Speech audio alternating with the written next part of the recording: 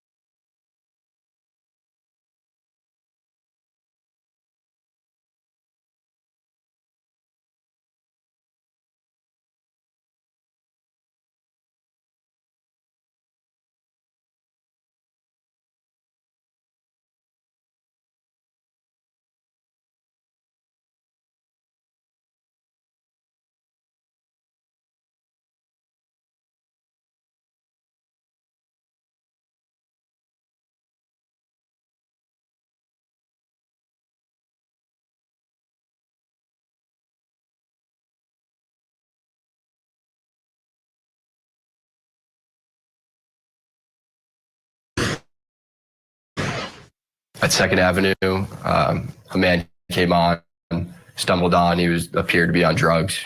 The doors closed, and he ripped his jacket off and threw it at the people sitting down to my left. I was listening to music at the time and yelling, so I took my headphones out to hear what he was yelling. And the three main threats that he repeated over and over was, "I'm going to kill you. I'm prepared to go to jail for life, and I'm willing to die." We were all scared. Mr. Neely was yelling in these passengers' faces, and they looked terrified. I knew I had to act, and I acted in a way that would protect the other passengers, protect myself, and protect Mr. Neely. And that's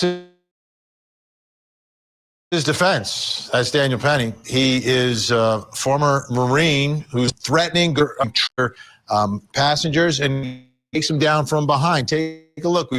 There he is. He's lying down next to him. You can see Jordan Neely, the man who died, with the white shirt, and he's got the tan jacket. And there's other folks there helping him, making sure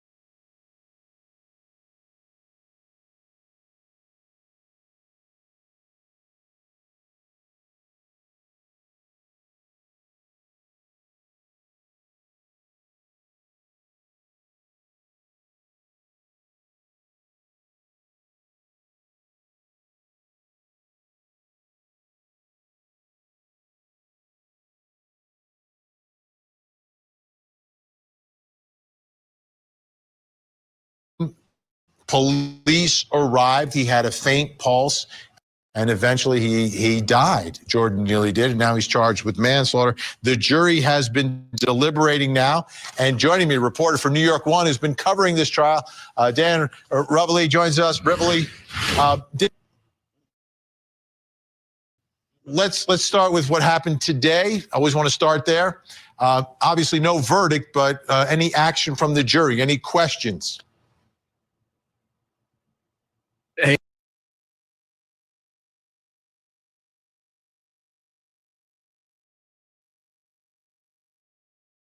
No offense, but if you're paying more than $30 per month on car insurance, you're getting ripped off. Guys, so everyone is ditching their car insurance and doing this. The reason why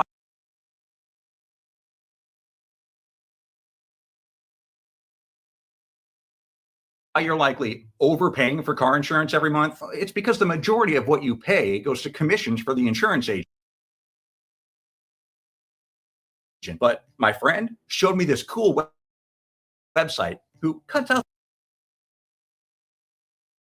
the middleman, cuts out the agent. That way you only pay for insurance and you're not paying hefty commissions every month. That just makes the insurance companies richer. This website has liability for just $18 per month and full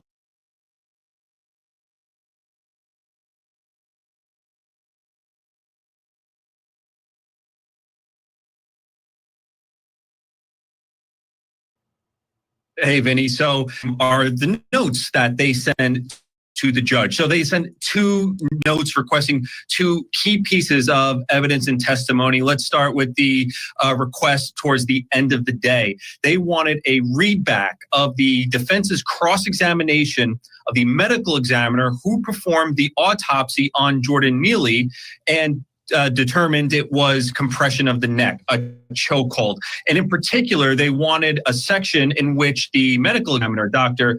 Harris, had said that even if the toxicology report came back when he had fentanyl in his system, enough to put down an elephant. And so the defense had made an issue with the fact that she determined a cause of death before getting the toxicology report that showed he had K2, synthetic marijuana, in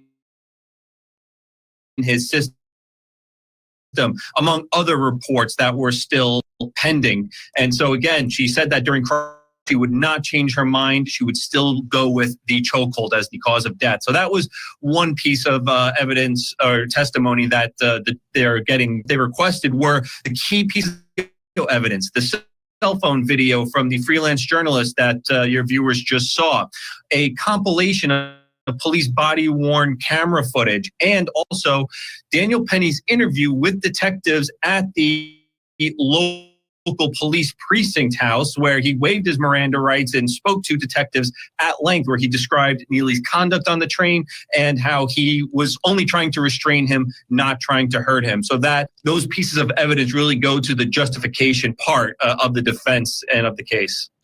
Defense of others part, and then the actual cause of death in all this. So what's the schedule? They come back tomorrow? That's right. They were in the middle of the readback of the cross-examination of the, so they spent half hour hearing that part of the testimony read back to them.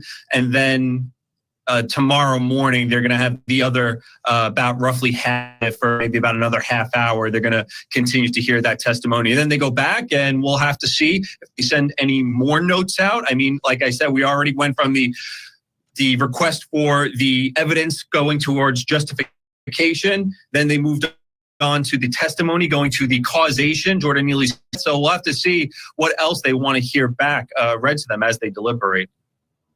Yeah, again, we've been saying this all along, not an easy case. In and out of the courthouse. What have we noticed about him?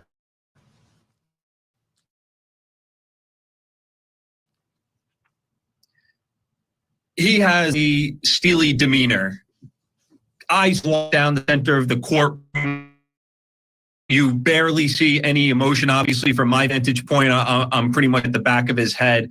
But he makes really no He is quite a late, and it's interesting because the defense brought in character witnesses: his sister, his mother, his platoon sergeants when he was in the Marines, and that was important for the defense. Now, yes, they were going to say he's a swell guy, and I know not every criminal defendant can get their sister to go on the witness and say nice things, but it was important. The only knew about a former Marine on board a subway train. That's really all they knew about him. So the defense put up some character witnesses there because even as the judge recognized, look, the prosecution is making the case that this is a man who disregarded Jordan Neely's humanity and acted in such a callous way.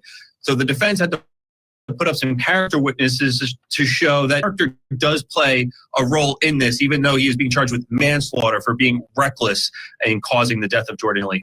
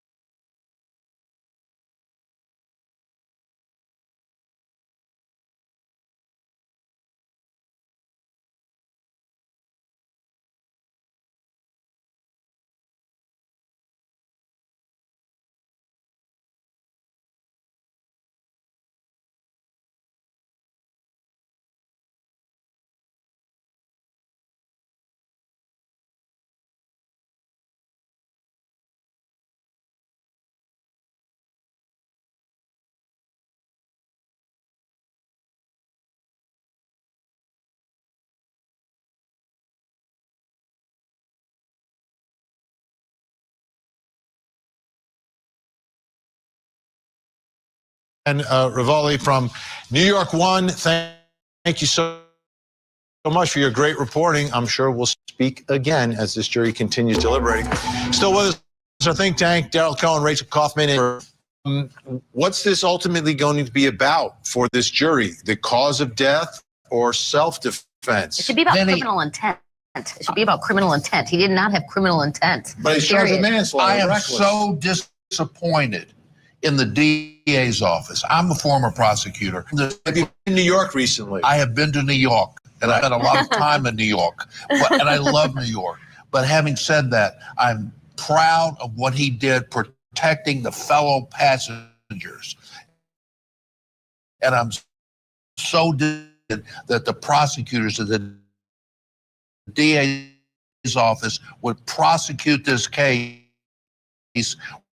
when they have the right and the need to be fair and balanced. Excuse me, Fox. Some of justice a little bit. But the state's not saying he didn't have a reason to act. That is not saying he didn't have any reason to intervene. They're saying that when he intervened, he stayed aggressive. So Ever intervene again in New York City? Will anyone ever? Yes. Why would you? Why would you do something good when Right. something bad? Let could me ask you, easily if the DA was as a on result? that subway Yeah, and he this would've guy won. was going after him, do you think he would have been happy Yes. that I the don't. defendant jumped in? I don't think Yes. that's the question being.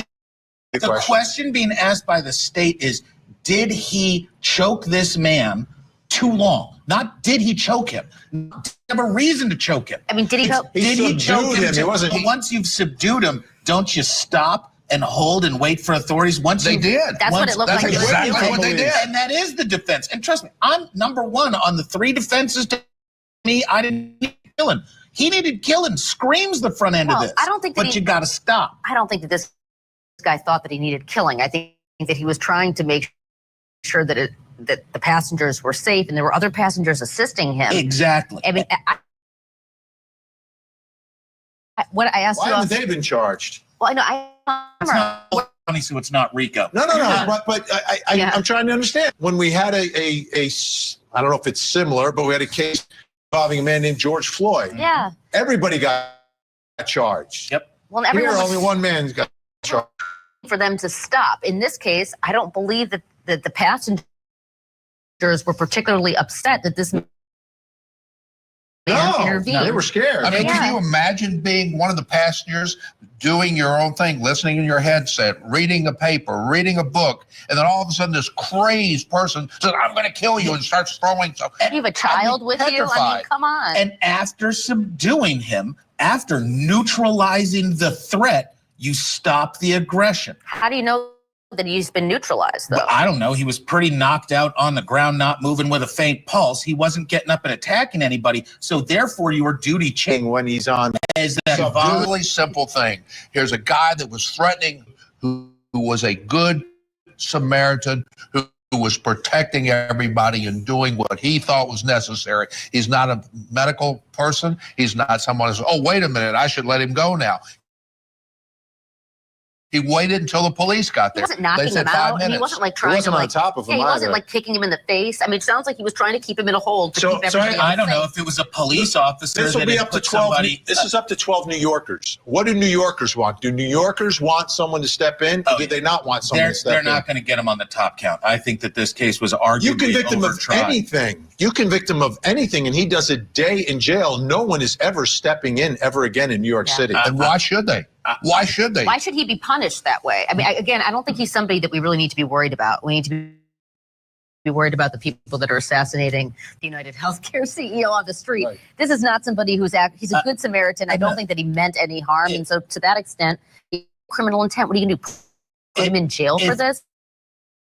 To make people feel If I'm the prosecutor, helping? I'm giving him a generous deal that preserves his record, but ignore that, hey, when you Too late for intervene, that. you Jury's can got the overstep. case. They could still take it away. The prosecutor could it's null not happening. prosecutor throwing In New York, Daryl, it's not no happening. good deed goes unpunished. I'd say Big That's what thank it you, says. Daryl Cohen, Rachel Cohen, Josh Schiffer. Awesome job as always. All right, one.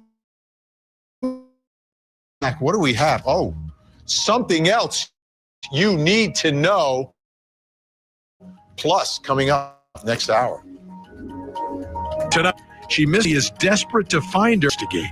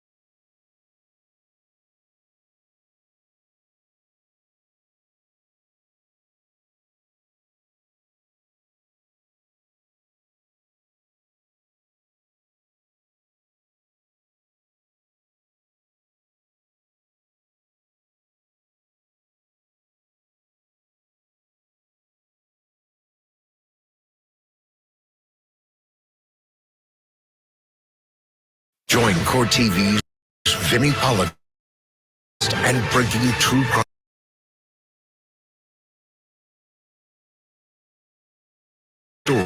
Now, let's look at the other side.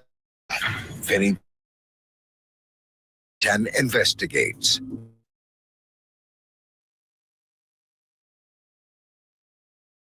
Up next, on Court TV. It's the biggest story that we're covering. He is the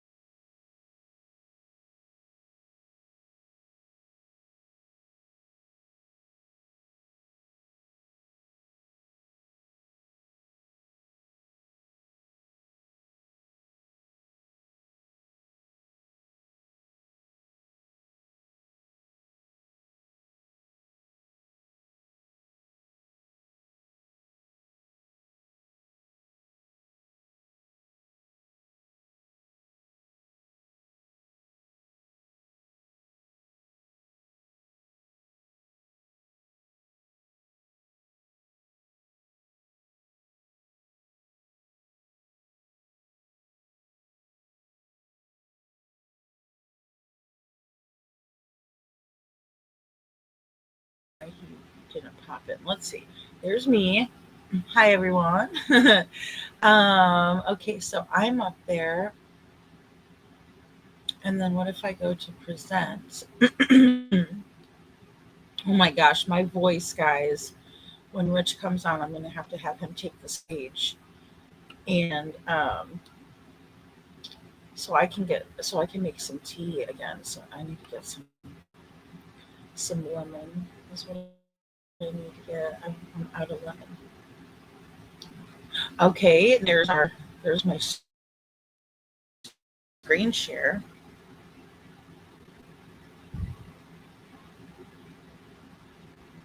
Okay, so he's going to go ahead and pop back in after he moves. He said he's only got one bar. And I have all of the bars, but for some reason I don't know what the heck's going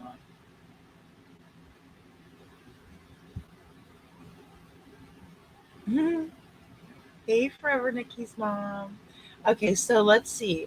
I'm going to go ahead and try to play this one. See what happens when I play this one. And just let me know if you can't see or catch anything wacky, just so I know.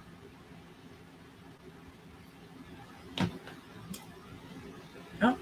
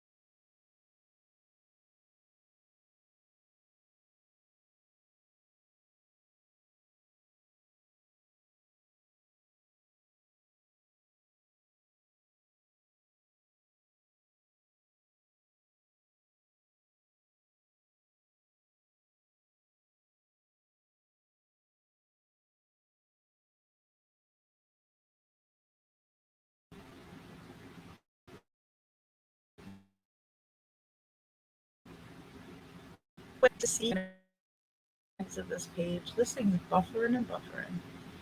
There we go. Get out of here. Go on if you don't want to respond. Okay, there we go. But yeah, so we listened to that, and that was really, it just said, aw snap. Aw snap. All right, here we go. Let's do,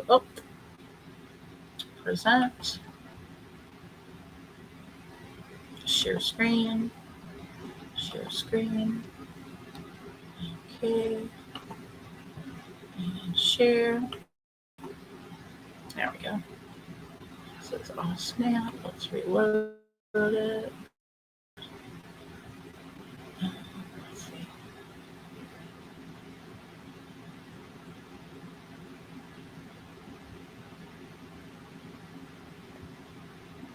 Thank you. Thank you. I'm so sorry. Thank you for letting me know I'm buffering. I don't know why. Let me go ahead and exit out of this one. Exit out of Windows. Help. All right, there we go.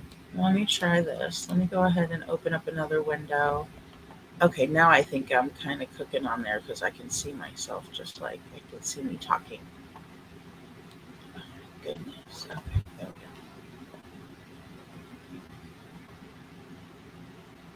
Yes, we're live, Gracie. We're live. We are live. I don't know. Okay, here we go.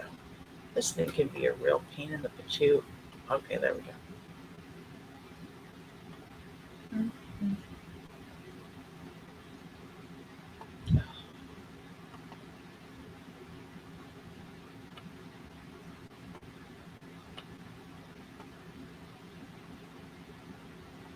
All right, there we go. So good to see you today, Gracie. So good to see you. We're starting out with Daniel Penny today. Okay, I saw. Okay, wonderful, wonderful. It's just so weird because I'm like, I don't know why it's being such a stinker. Because I have like full internet, so usually like if it's something where you don't have a lot of internet juice, then it'll give you problems. And I don't know why it's doing that to me today. It's being a stinker.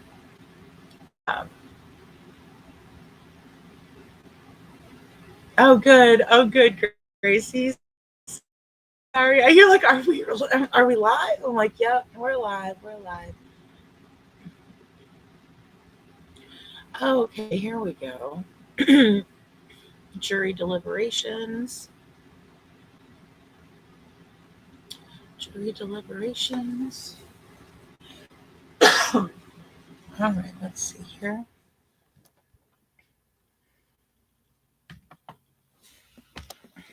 I finally figured out how to share.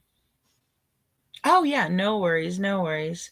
Yeah, it's just like I found out how to share my screen, but then we were able to watch a clip.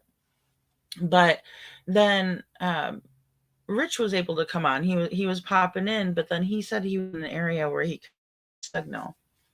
So he's gonna try again when he gets to his next location. But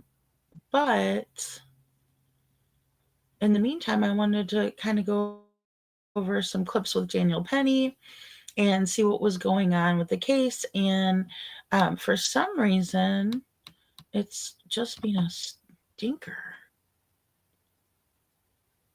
Oh, great. Yes, I will, Gracie. I'm not quite sure which platform I'm to do all this. I heard that pretty soon we're going to have to be using like YouTube Studio for everything because they're going to have like new features in there, and then that's the only way to stream, which, you know, from a marketing standpoint on YouTube, that's smart because all of these third-party sites are getting our money per month to be able to do these things and like to present and things like that. And so I mean, it's smart part. It just stinks because I don't want to learn one system and then the next one. So I'm like, maybe I should just start going through Studio. Yeah, I didn't know anything about that. So until I heard about it, and I was like, okay, well, maybe I should just start there because that way I won't have to learn a whole bunch of different ones in a short, you know, I'll get used to this one and then I'll have to go to the next one. And so, all right, let's see. Oh, here's one from News Nation one day ago. Let Dan Abrams live is credit for this one. And present, share. I'd also like to start showing videos on here too, like, or I'd pre-make a video. And so I thought that would be kind of a fun idea too. So we'll just have to see how that works. All right, so here's that. That looks like that's doing pretty good. I hope it doesn't do this every single time, but I guess we can just chat and if it does.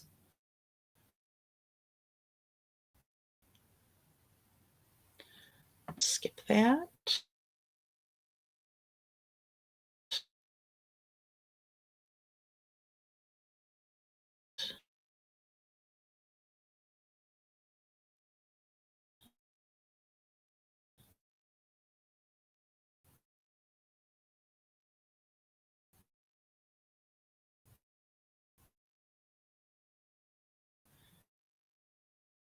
And let it buffer a little bit.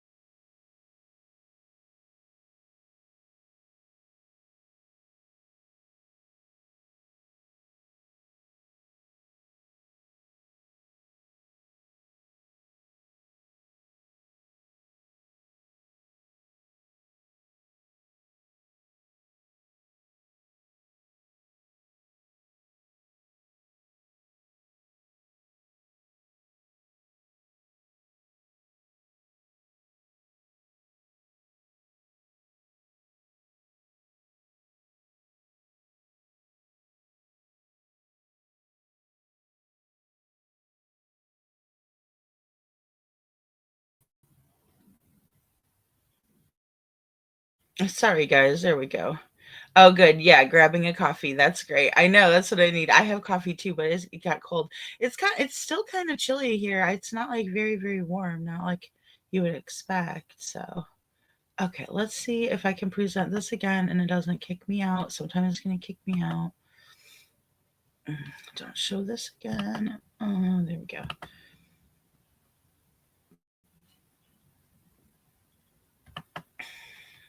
Okay.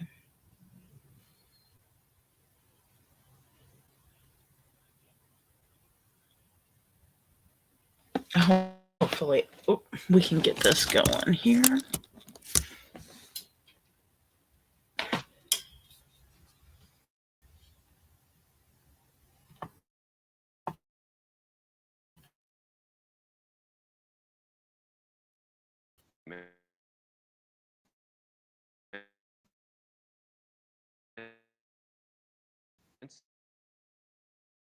Is it the chokehold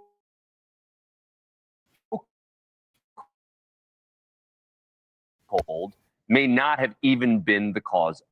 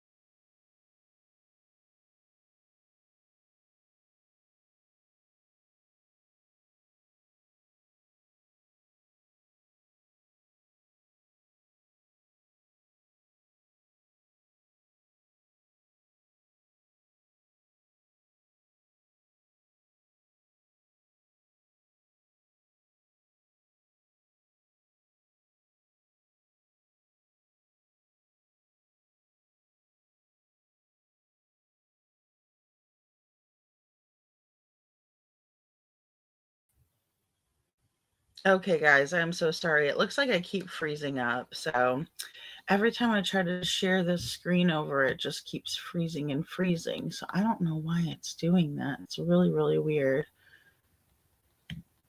I'm not sure if it's because I'm trying to share my screen, but it shouldn't be doing that. It's really, really weird. It's really, really weird.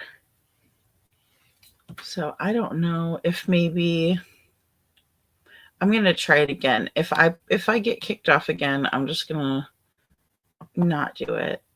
And we'll just have to talk about stuff between ourselves. But let's see. I would really like to share and just watch a couple of clips because I really like doing that, and then we can discuss what's in the clips, but we don't have to. It's either one. It doesn't really matter. I just thought it would also save my voice a little bit because I know I'm like really raspy and I sound like there we go. Let's see. All right, Dan Abram. Don't.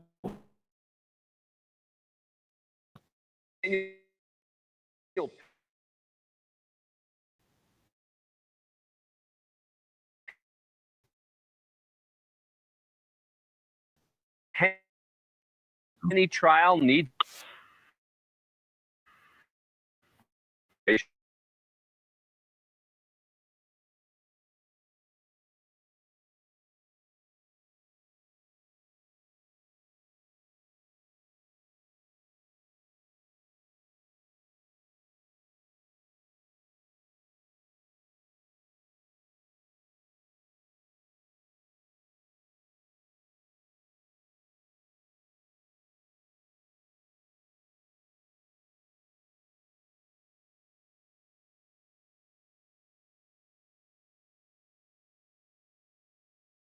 just to like, because he was acting like a lunatic, like a crazy person. So I came up, he had his back turned to me,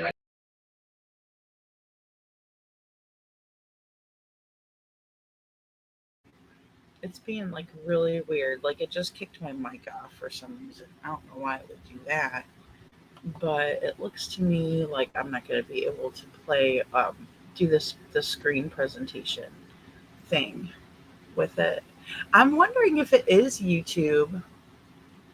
Well, and that's what I was wondering too. Like that's why I changed it over, because it wasn't working when I had like whenever I was trying it with just the public Wi-Fi, I had to like download my phone back onto it because it's an old laptop, and that's what I'm wondering if it's just like an old laptop. But it was working really well last night. I only tried one clip. And so when I tried the one clip, it worked, and I was like, woohoo, I got it. And so I'm thinking that possibly it has to do with a couple of different things, like the older laptop. But I have like all the bars. It is, I don't care about that. This one's it's telling me I got spyware protection. I'm like, yeah, I know. But yeah, like I have full bars. That's what's weird, because it's full bars and it's connected to my iPhone. So I have like the 5G iPhone or internet. So it should be doing okay, but I don't know if maybe like the computer doesn't work as well with the 5G since it's older, and I don't know. It's really, really weird. It's really, really, really weird. So, but yeah, what they were saying is I think like the jury even is questioning the fact that he was still, alive and things like that. Oh, I haven't. You know what? I talked to Hey Jude, but I haven't seen her in. And the one day we were supposed to connect, which we have before, but it was like we were both so tired, and then by the time I knew it, I was going live a bunch of times. So I'm thinking it will be a hung jury. Like I'm pretty sure that, especially because it seems like they're going back and forth. And the good thing is, I think, is that they're really trying to get down to the bottom of what really happened. So I think that's a really good sign. I like when juries are asking questions instead of just, coming out with a quick verdict, even though we like to have that speedy justice either way. So yeah, absolutely. Absolutely. And, it may be like they're leaning towards a not guilty verdict, but they just want to make sure that they're covering all of their bases and letting everybody know, like, hey, we are examining the facts here, and we are looking to figure these things out, instead of just going ahead and saying guilty, not guilty, and that sort of thing. Yeah, I know. And see, that's the thing. It's like, I think that, and in either way, like, I mean, he definitely can appeal, but it's unfortunate because, like we were talking about yesterday, he's 26 now. At the time of this, he was 24. And so he had spent 4 years in the military, and then he went ahead and, got out, and then he was living his life when this all happened. So I just feel like, it's, and then also his training wasn't very far off. So he was he got out a couple of years, prior to that. So I'm guessing that he was still, and I think they say, what's the saying? Once a Marine, always a Marine. So, but he had just taken on that training. It's not like he had been out of the military for, say, 20 years or anything like that. He's a young guy. How would it go if Mr. Neely was drunk driving a car? Why are they overlooking he was on substances making threats? This man was being a man and protecting others. Exactly. That's how I feel. Like, I think that's I'm definitely like more old fashioned. And so, I mean, even though I think I would spring into action myself, but I also believe that, like, I would probably be looking for the men on the on the subway to help. Like, are you guys going to do anything about this? Now, if it was a lady that was acting crazy, I think I would feel better, like, being in a combat situation with another lady if I had to, or being in a self-defense situation with another lady if I had to. Absolutely. But when it comes to like a man, I would expect the other guys to kind of step in. So that's a really good point for Nikki's mom. It's like, you know, how on earth are we gonna put this man through the ringer? And if anything, maybe if they thought that, and I don't know if this was brought into it, and I don't know if he does experience it, but if he maybe was experiencing like something, which I don't think he was, but let's just say, if we're talking mental health, maybe he has PTSD, and so when his fight or flight was reacted, he overreacted. And even if that's the case, I think that I think he should go to the VA and get counseling rather than setting in jail or getting the jail counseling, because that just changes your whole life. Yeah.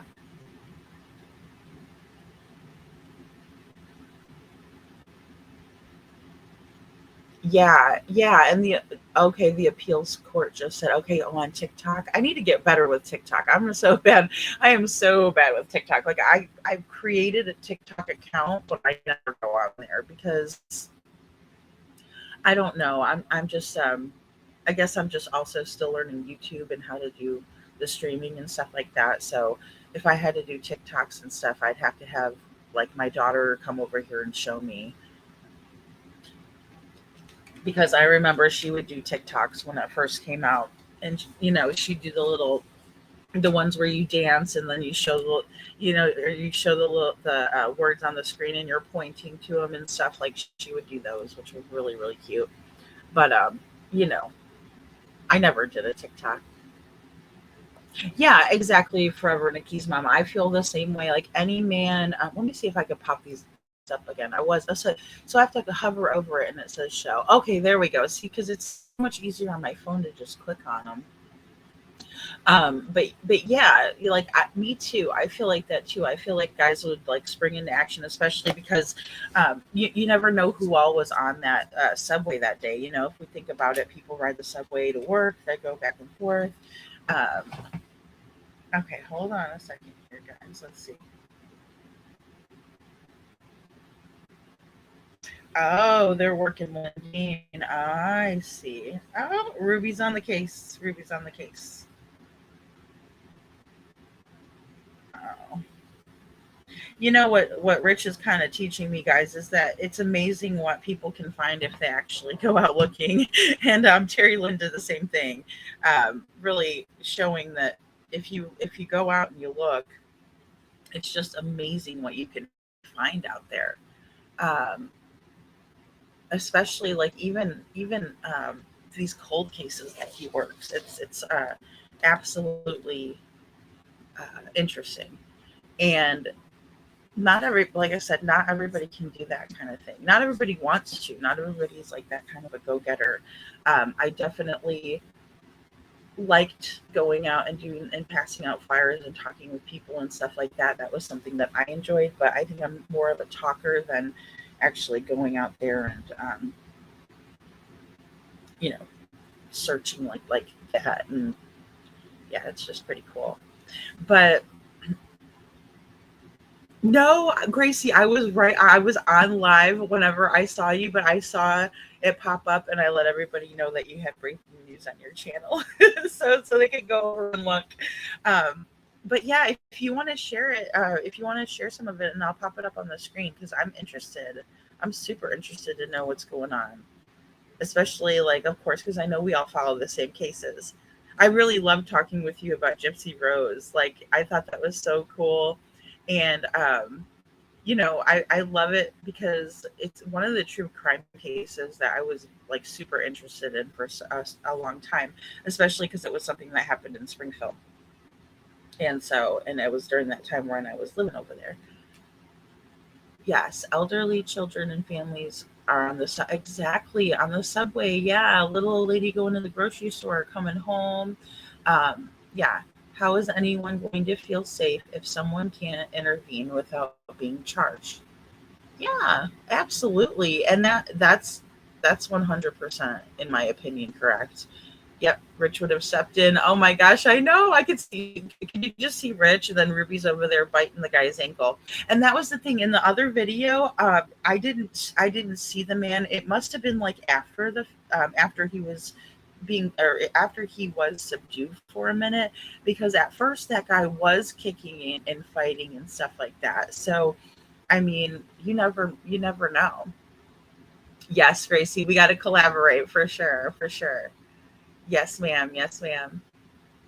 I know. I wish I could I wish I could share it. Oh, goodness sakes. That's what I'm having so much trouble with right now, because I'm afraid, because right now this is going really smooth and I'm afraid to present something else. But I'm trying to think if, let me see. Let me mess with it a little bit, because I do have full, my internet on my phone works really, really well. So I don't see why it wouldn't work today, unless it just wants to. Maybe it's going on an early weekend or something. Oh, here's Rich. Here he is. Now I see him. Let's go, Rich. Let's add Rich to the stage. Let's see how. Hey, now I hear you. How's it going? Oh man, it's cold. We're freezing. It's We've been out cold? since like 6 o'clock this morning. So yeah, it's cold. It's cold. It's cold. So I was in earlier, but y'all couldn't see me, I guess, because I watched for, I don't know, 10 minutes. I was kind of just waiting for something, but it kept saying I was behind the studio, and then it kept cutting off, your Vinny and all that was it was breaking up really bad. Well, I was trying to present, I shared a little bit from YouTube, and I wonder if I don't know. I think maybe it was that I wasn't able to keep doing that if you were up there, but I don't know. I'm still. It was saying I was backstage. It said I was backstage, and that's what it said. See, So, that's weird. That's weird. Hold on, let me turn it up.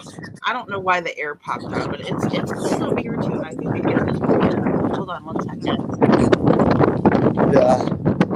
No, it's okay. It's so windy out here. It's really hard anyway. It's hard probably to hear. It's just, I don't know where this wind came from, but it's been blasting all morning long. So, they reached a verdict? Yeah, okay, so. Reach a verdict? No, they haven't reached a verdict yet. They haven't. What But about they were talking about, it sounds like the jury is wondering if he was, what happened, when exactly, kind of like what we were talking about last night, when exactly did he expire? You know what I mean? Yeah, how long? That's of course is important, because that's going to determine I believe it is. I heard Vinny say something about, if you convict this man, then there's no way in God's green earth that anybody's going to want to ever step in and help again. I did hear that. Oh my gosh, I know. I love the way he put that too. I love the way he put it. He's like, not in New York. I'm like, but that's the thing. It's going to set precedents for other cases. And I think that's the most dangerous thing that we always have to think about. Yep. It will. It'll make a difference. Y'all hear about the new Hannah info yet? Okay, so a little bit, but you can definitely fill us in on it, because I wanted to pull that. Of the wedding? He had his closing arguments. That's the next thing he was going to talk about was Hannah. Well, yeah, but they found now the wedding pictures are circulating. The wedding photos from the beach in Maui when she married this man, those pictures are now circulating. Yep.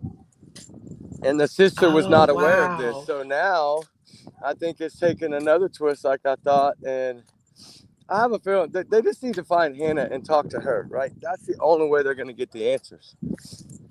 The only way. But the only way. I mean, we don't know. There's just she's the only one that knows, really, right? Okay. Well, all the documents were found at her home. The marriage license, I guess his stuff for his green card, the wedding photos. I'm guessing now somebody put them out, and maybe to try to see if they can locate this gentleman, right, to see where him and his girlfriend is. And now it's saying that her ex-boyfriend was on the airplane at the same time of the new husband and then the husband's evidently girlfriend. So this is really going to take a crazy twist, I think. I mean, it is really confusing too. Forever Nikki's mom said she married that man. I'm so lost on this Hannah case. It changes so much. It was And about Gracie money. I says, think he was "Find going to Hannah." pay her. I think he was going to pay her for it. For the citizenship, To get like his for the citizenship. marriage. Yeah, that's Yeah. that's the only thing that makes me understand why he would have had a girlfriend and she would have been okay with it. Well, did he have Right. a criminal record? Is that the reason why he doesn't do it the proper avenues, or He like was what? illegal. That's what makes me wonder. Like, could he not get one on his own? He had to marry her or Well, something. I your don't know. problem is that you have to marry to get citizenship. Well, Right? why Like can't you he can just apply go? for a Why work can't he visa, just? but I mean, that takes years. Yeah. Sometimes 10, 20 years. Okay. So in order to get I see. citizenship immediately, you have to get married. So from what I'm You got to get grasping from hitched, right? yeah, from what I'm understanding now, like I haven't got confirmation from family yet, but what's going around right now this morning is that basically she married this man, I think, for like to get money out of it. Maybe I don't know. I'm just saying. Don't quote me to that because I could be wrong, but that's what I Like think. she trying needed to some say. money and he needed. Yeah. And then he ended up scamming her, taking all her money, and then taking her identity, right? Like it was like I don't know. It's just, and maybe that's why she just walked away because she's like, because she did say at the airport to a friend in a text message, a new text message that's come out now, is that she couldn't buy a ticket because her identity was gone. Wow. So that's really scary. So basically, but what if the girlfriend unalived her, and took her identity? See, that's what I'm so scared of. That's what a lot of people are thinking. My whole theory is until we can find Hannah and somebody and talk to her, whether it be a detective or law enforcement, that would be better, right? And somebody that can actually get the answers that we need, right? So we can just get this thing put out once and for all and get it cleared up. Exactly. So there's not all And then this her speculation. family gets closure. Yeah, speculation's rough, right? Like, I mean, because you don't know. Now everybody's so twisted, right? Okay, now, because it was maybe a rumor that she had married this man for him to get his visa. Now, evidently, there's photos of her marrying this man on a beach in Hawaii with the white dress on. So it was like a and the romantic flowers around her neck. ceremony. It sounds romantic to me. That it's just, I don't know, but I mean, if this was all done just to help him get citizenship, then that is not good, right? That you could get charged for that. That's criminal. Yeah. Yeah. You know, what's that movie? That movie about it? I think it was Sandra Bullock and the guy that owns Mint Mobile. What's his name? Where they're like book writers and she's.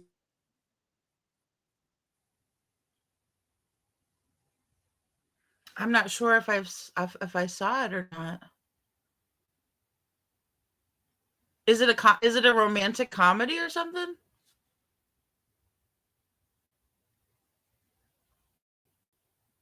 Oh, I can't hear you, Rich. I'm sorry. I think you cut out.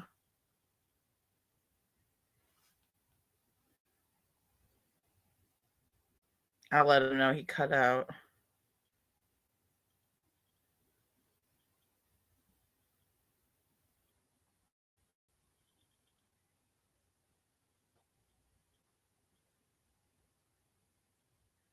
Yeah, it sounds very romantic to me that, and I mean, if I haven't seen the photos on the beach, but I'm guessing that like that was, I mean, I would think if you were gonna marry somebody for that purpose, it would be like you'd go to like City Hall or something like that, and then you would just hurry up, get it done, or you would find somebody who's like an ordained minister, and they would just do it like whatever privately. That is so funny what you said, Gracie, about Gypsy. Oh my goodness. Listen here, Gyp. You could walk that whole time. I remember her mom's cousin, the tattoo artist guy. I like him. He's pretty cool. And he said the same thing. He was like, oh, she could always walk, which I found to be very, very interesting. Very, very interesting.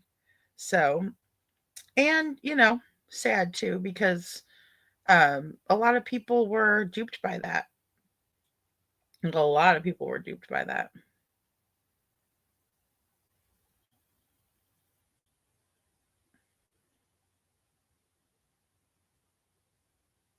Oh, Bobby, yes, Bobby, thank you. I was trying to think of what his name was. I could picture him, and I could picture him in all of his tattoos, but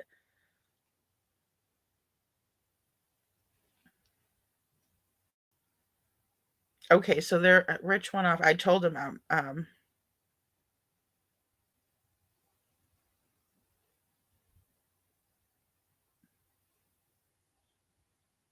all right, I'm just gonna post that out.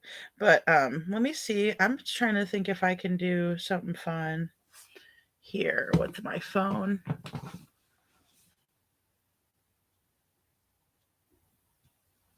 No, I didn't hear about her back tattoo. What did she get? Like Ryan wrestling Ken or something, mud wrestling Ken or something like that. I would love to see like a cage match between those two. I think that would be super interesting and fun to see. Or maybe just like, get like a big Jello pit and like let them do like a Jello wrestling. Why not? Her case is already like a bona fide shit show as it is, so why not?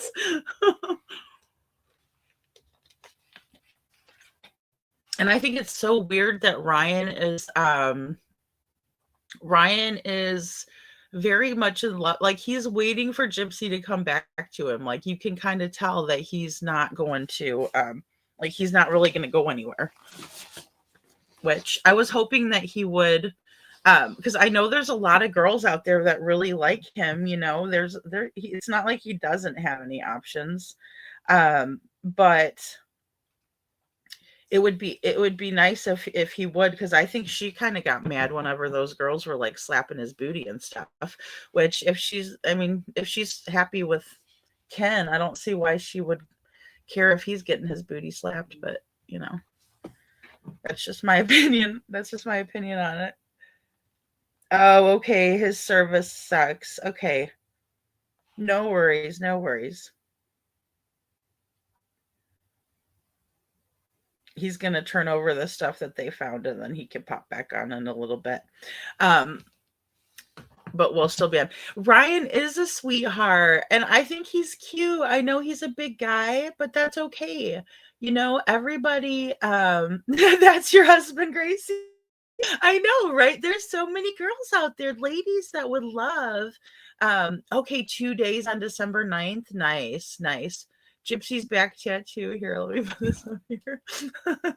Gypsy's back tattoo has 17 dots that align up with no.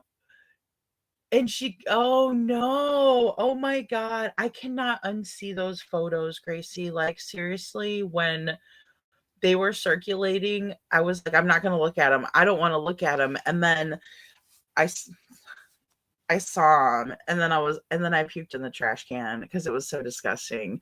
Like I couldn't handle it. See, that's what I'm talking about. Like I love the true crime. I love the psychology and I love discussing and things like that. But I think I have a strong stomach because like I have done nursing and stuff like that. I have a close friend back in Missouri who works at a funeral home. So I've watched her do like autopsies and stuff like that, or I've like been in there whenever they were doing things. She was very, very cool because she would let me or like close people, like it was pretty neat. You could see what was going on and just learn about it. And it helped me like through like understanding like passing away and stuff like that. It made me look at it in a different way. But when it comes to like, yeah, it was that is brutal. It is brutal. And like, I didn't think it would affect me like that, but I was like, bleh, you know what I mean? Like, and I was sick and like, I couldn't even think about anything for a little bit. I couldn't, once you see it, you can't unsee it. And that's the bad part when you're curious, because you're like, I just kind of want to look and and see like how bad. But then again, also, I mean, it helped me understand that there were different levels of wounds. Like you can see the ones that were done by a man versus a woman, in my opinion.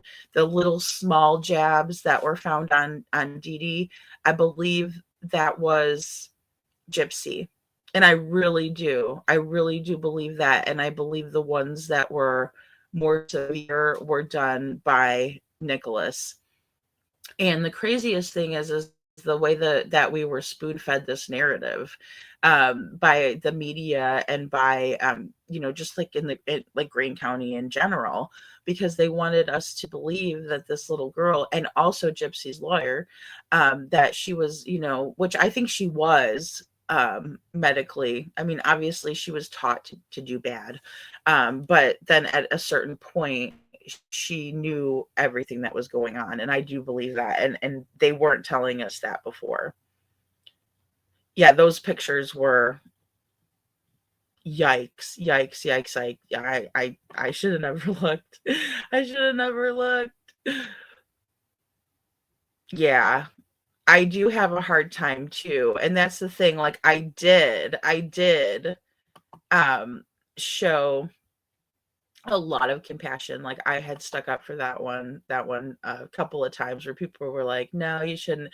And even after the fact, I was like, well, because I know there's a lot of people that actually like absolutely dislike her to the max. I mean, to the point of like hatred. They really don't like her, which I mean is fine. Everybody, and especially like I can see how people in the community would have felt after that all happened. They would have felt betrayed, and they would have, I mean, if some of them gave their bottom dollar to this person and then they find out it was all a scam. So yeah, I do too. I believe she was mistreated, but she was aware. Yeah, and she liked the benefits and gains from it. Absolutely. I mean, she got to go to all these places, and even in the interrogation video, she could have walked right. Yeah, she could have walked right out, Gracie. Even in the interrogation video, she's like bragging to one of the officers while she's waiting, and about how they got really special treatment. So like she was talking about how they went to Disney and there was only like 100 packages available, but you would be able to basically have the run of the park. And it reminded me of like, because I've never been to Disney, but we had a place called Great America. So it had like roller coasters, and, they had a water park and different things. But, they had days where you could do that too, where you could just shut the whole park down. And then also anybody that had a disability was able to go to the front of the line. So like they would have a special pass, and they wouldn't have to wait in line for 2 hours to get on the roller coaster. Lucky for me, like I'm not a big fan of roller coasters anymore. Like it doesn't matter to me. I don't really even want to go on them. It'll just probably hurt my neck or my back, and I don't need that. But yeah, I mean, I used to love going on roller coasters when I was little and young. My friends and I would always go. Like my favorite thing was Fright Fest, because they had like the whole park decked out with like all the Halloween stuff. So that was really fun. But yeah, like she got special treatment everywhere she went. So who wouldn't like that, And the thing is that people are like, what I find to be really funny is that people don't realize that Gypsy was a local celebrity in Springfield area. So everybody knew who she was. And so it's no different now. She's just more like on a worldwide level now that we all know her case. Yeah, I bet she did try to get the house. I bet she did. And that's the thing. She's got a very twisted mindset, right? Like that's my thing about Gypsy, is that she has a very twisted mindset where like she would want to stay in that house. Why would you ever want to stay in that house? Like, especially after, if you were severely mistreated in the house, why would you ever want to go back there, for one? Because I mean, but then again, too, I think Gypsy wanted to be able to get out of prison and just be able to be on her own. and she knew that she had to go and be released to somebody. And again, I think that was, the reason why she married poor Ryan. Yeah, she could have spoke up to the doctors and the nurses. Yep. And she chose not to. Yeah, she chose not to. I agree.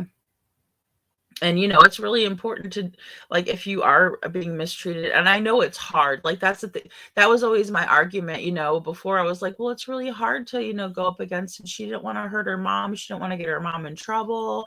There were all kinds. I mean, I made a lot of excuses for that little thing. That little lady made a lot of excuses for her because of the abuse, because I know that abuse changes your brain, and I know that it causes a lot of issues in the way that you think, the way that you see things, the way that you react to things. And so I think that that was my biggest thing. I just kind of wanted to protect her, because I was like, how could her mom not protect her? How could her mom do that to her and steal her whole childhood? And yeah, exactly, Gracie. So Ryan looked great on paper and Ken had a record. And I don't know. I don't really think Ken's that cute. I think he's kind of weird. He's a weird guy. And then also I wonder if he isn't like bi, because I know there was like a lot of that came out there, but like the first time that I saw Ken's mannerisms, I questioned like whether he was, which is fine. Like I'm not saying anything about people who are, who choose to be with same-sex partners. That's not what I'm saying. But I just got that vibe from him that was a little bit more, hey, Tony, hey. He was maybe someone who liked both. So yeah, I feel that too, Gracie. And like, so and maybe he's choosing to be with Gypsy. I just don't see them having this great love story. And that was another thing that I found to be like lacking. But I think with Ryan, he does genuinely love and care for Gypsy. And I think he would take her back at this juncture. So I'm really hoping that he can maybe find a way not to be.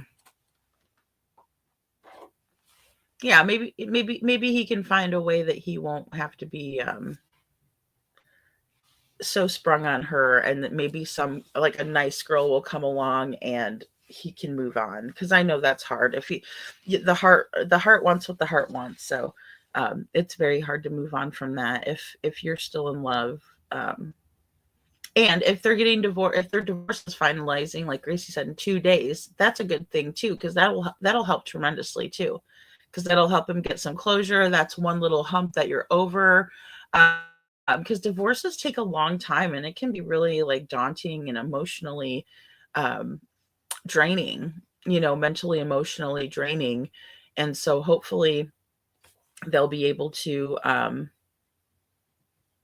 yeah, I know. I heard that too, Gracie. So I heard that Ken and Gypsy broke up. And I saw like a TMZ interview where she was they were getting off a plane, they were getting their luggage, and they get stopped and interviewed, and they were asking Gypsy like questions, because she had just come from a talk, and she was talking about advocating for victims, and you could see like Ken's reaction. He was like gnashing his teeth, and like you could tell he's like, we don't really want to speculate on that, because we're not experts in that. And so because Gypsy was basically, well, Gypsy was basically putting her foot in her mouth again, and I think he's getting tired of it. And that doesn't mean that he doesn't love her anymore. It just means that he's tired of her bull crap. And but usually, like, did you see that, Gracie? Oh my gosh! But it's like, but that that happens with every relationship.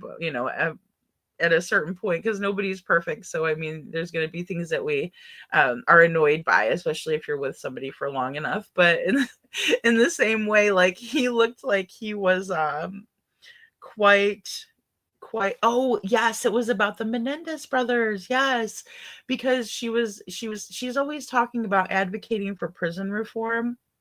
But my big gripe with that is like, Gypsy, you didn't want any of the help that, because apparently she refused. And this is alleged because I don't know for a fact, but I mean, I can just see kind of the way that she kind of thinks that she knows everything. She has Gypsy, for some reason, even though she's, an older woman now, she's 30, 30s. It's almost like she's still stuck in that little mentality of when we were like a teenager, like when we're 16, 17, especially when we first turned 18, because I'm an adult, I know everything. And she has that mentality of, I know everything. I don't have to go to counseling. I don't have to learn anything. And it's like, girl, you need to get some help with this, because you can't just walk around life thinking that you know everything. Otherwise, you're never going to allow yourself to learn and grow. And so she definitely has that mentality. And I think it gets on his last nerve, because I could see her, she was tap dancing on his nerve. And I've seen her doing that to him before, where you could tell he's like, okay, like what the heck, kind of a thing. So, but it's definitely an interesting case. Never a dull moment. Okay, so the microdeletion, oh, that makes a lot of sense, Gracie. Okay, so that's the reason why she is yeah. And also I wonder if a lot of it has to do with like her being maybe sheltered too. But the microdeletion is, yeah. And that's one thing that bothers me, like when people make fun of her about that, because that's something she can't control, right? And um you know I feel like we have the technology to recognize those things, but like if I was to see Gypsy not knowing that she had a microdeletion, I would never imagine, I would never think that she did, or that she did have that. So I mean, you know I think that it's important for her to and maybe she is behind the scenes, but I think it's really important for her to recognize that and to check on that for her baby, so that way she'll know.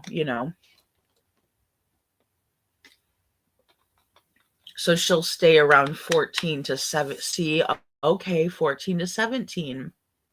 Yeah, and I think that makes sense, because that's around the age like when you're like and especially for, I think we always are more like independent, and we try to be more independent.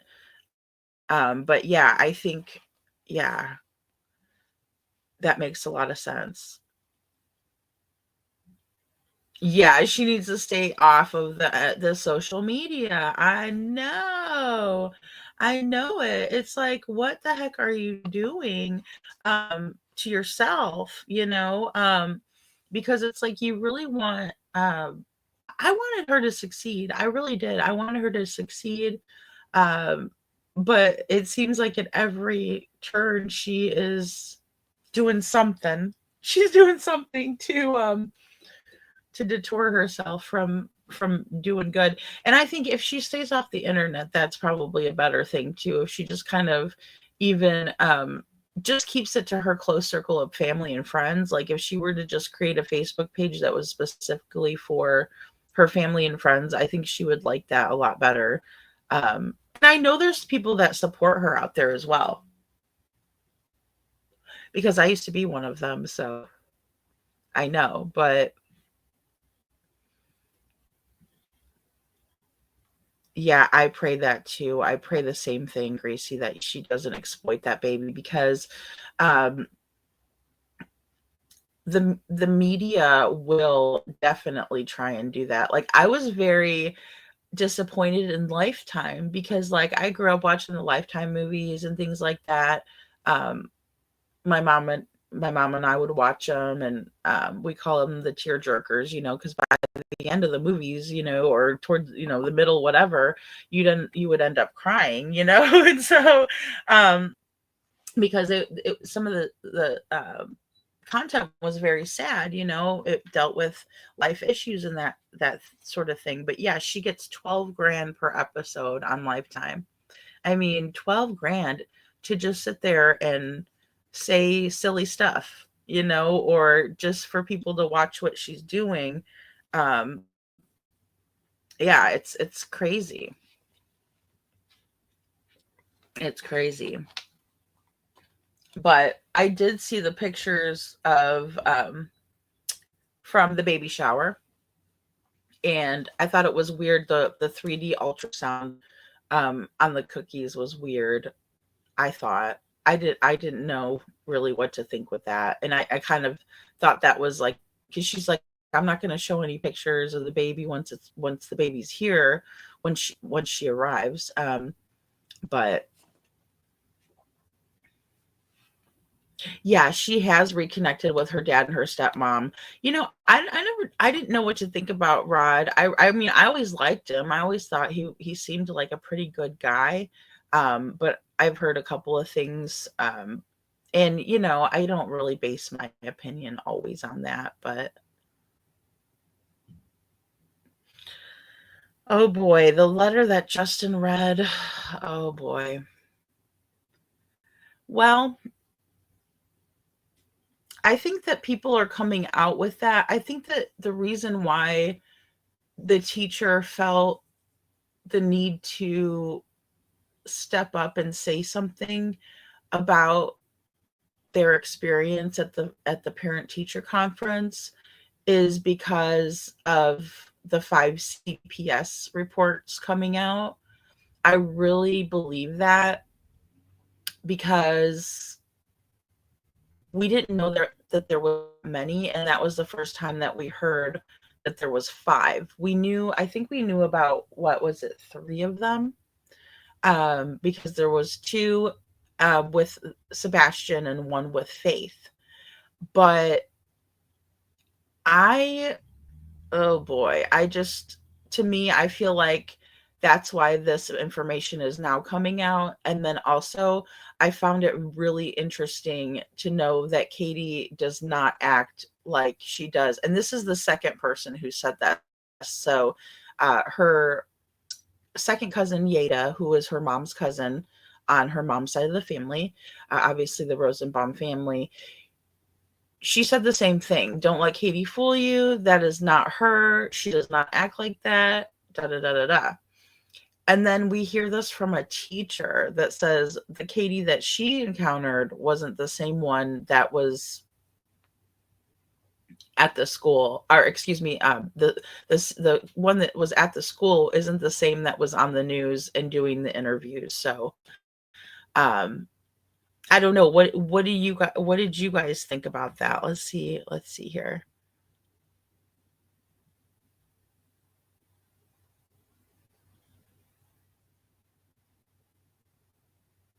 Okay, so no, I don't think anybody identified. The cookies freaked you out, Gracie. Yeah, they were super creepy. I was like, what in the world? Green hoodie was identified. I don't think so. No, I don't know about that green hoodie, guys. Okay, and I don't want to upset anybody, you know what I mean? I don't want to say I'm not going to say like somebody's like deliberately lying or anything like that. I don't know what they found in their investigation. If I was doing an investigation, I would find things too that maybe were bizarre or maybe unexplained. So I'm not going to say that I'm not going to go out on a limb and say that, because I don't know for sure. But I just really feel like the green hoodie is nothing to, I don't know. I hope it's something. I really hope it's something, but I don't know that it is. And I don't know.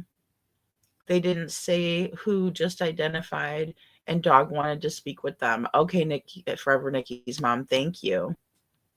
Thank you. Yeah.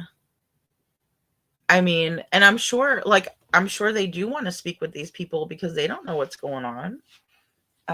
They don't know what's going on. And I'm glad that they do. I'm glad, one thing that I think is very important, and I do commend them for, is following up with every single lead, no matter what it is. Follow it to the dead end. You hit a dead end. Okay, we know that's not anything. Then we pop on to something else. So I do appreciate them for that. I appreciate everything they're doing. Anybody that's working for Sebastian, I appreciate them.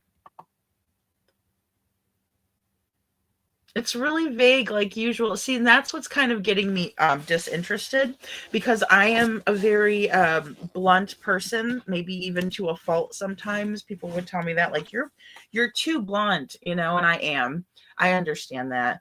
I'm like the type of person where I'll just say what I feel, say what I think, and I do try to consider other people's feelings. I try not to be, a jerk about it, but also I'll just say it how I feel.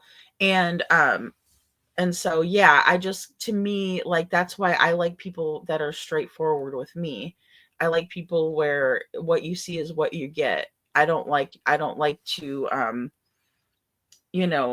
like the riddles. I think that people were calling it riddles. And I think people were, from what I saw online, they were actually encouraging that. And I was kind of like, ugh, I don't think that there's any place for that in a missing child's case. But then again, maybe they want to keep people interested and engaged, and that's the way that they're doing it. So I think that's something to consider. And Gracie says, in her opinion, there is no green hoodie. Seth never said that anyone spoke to Katie or Sebastian in the parking lot. Exactly. Like, this is the first time we're hearing of it. Maybe an eyewitness came out. Now, if an eyewitness came out, and I mean, obviously that would be hearsay, secondhand knowledge, whatever we want to call it, but it would be interesting, because there's people that are going to be coming out, especially the more that we keep exposing the case. And so that's why it's really important to keep talking about Sebastian. I mean, because until he's found, we can really get a good insight on what's going on. And we can also get people to come forward, because they'll see something that's going to spurn them, or they'll see something that's going to jog their memory maybe too.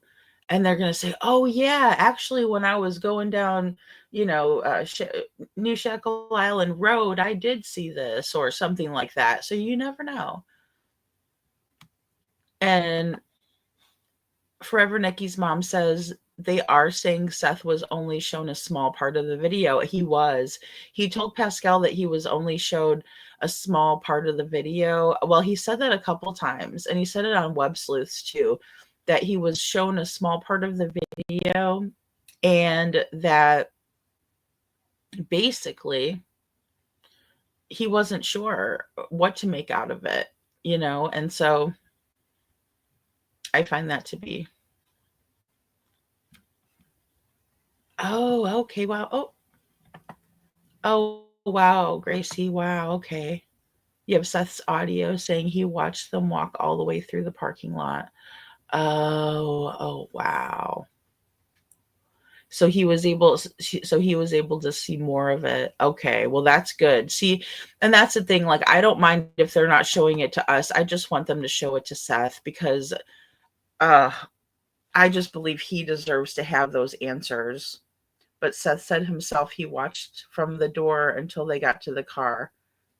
Oh, thank you. Thank you for setting it. Yeah, and see, if that's the case, then he didn't see anybody with a green hoodie on. So I wonder who's saying that about a green hoodie. And this is the first I've heard about a green hoodie. Now, I do remember the bit about the Nissan Altima and that sort of thing. But Gracie, that's what I always thought I had heard from Seth also. Okay, so Forever Nikki's mom heard that too. Yeah, I do think that people forget what was said, Gracie, and that is so frustrating to me, because they do forget what was said. And also, I think that the case has become so convoluted, and it was so convoluted in the beginning because we were having to go back and forth between the interviews with Katie and Chris, and then the ones with Seth. And so they didn't do a group interview.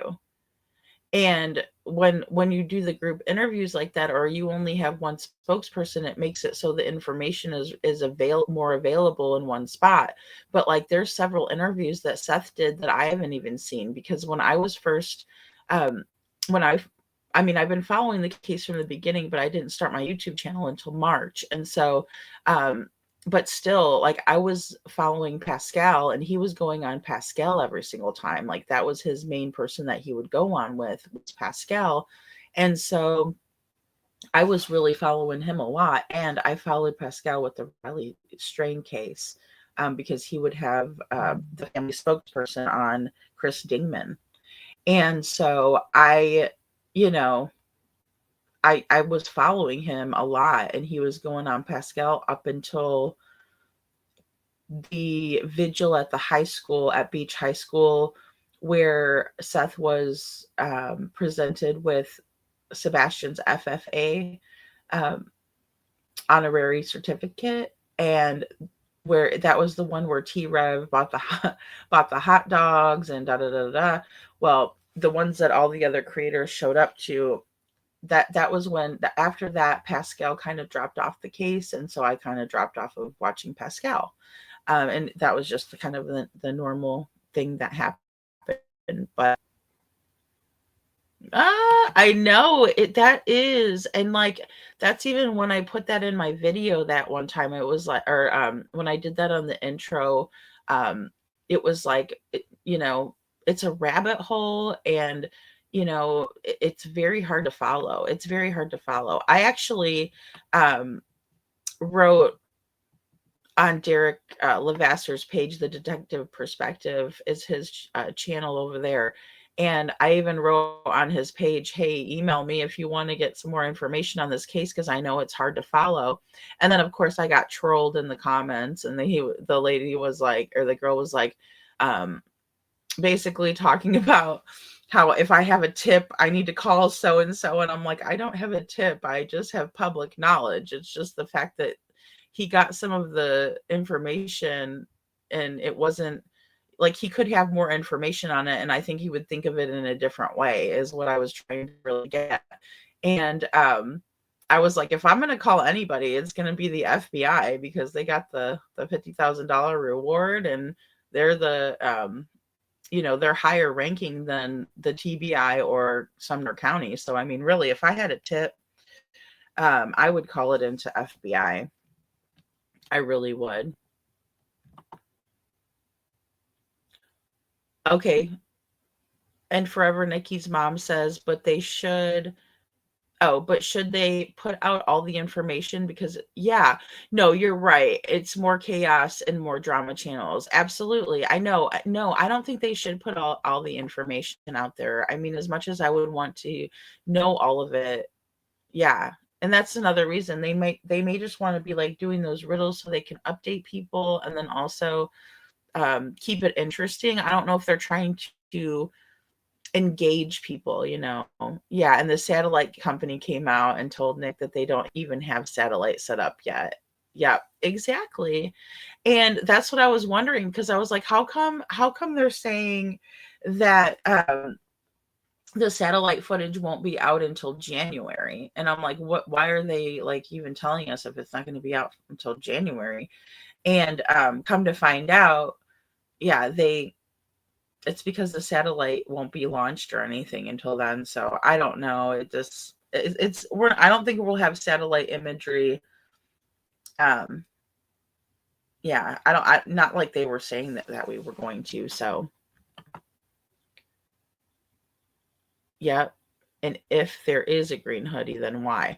Well, I just find it weird too that it's a green hoodie, obviously, because that's Sebastian's favorite color and da da da da da. But I just think that's weird. Why aren't they posting receipts? I don't know. Or showing the photo. I know, it kills me.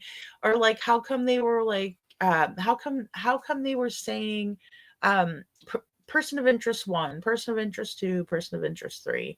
That was one thing that really got me too, because it's like, can you at least give us a description? Can you say person of interest has, black hair and a goatee, and Person of Interest 2 has long blonde hair, and she's tall and thin. Whatever it is, but can you guys give us a description? Also, can we have a color of the Nissan Altima? Do we know? So it's just a lot. I don't know. I know Justin said that he's seen it, and I believe him, but it's all vague information. I know.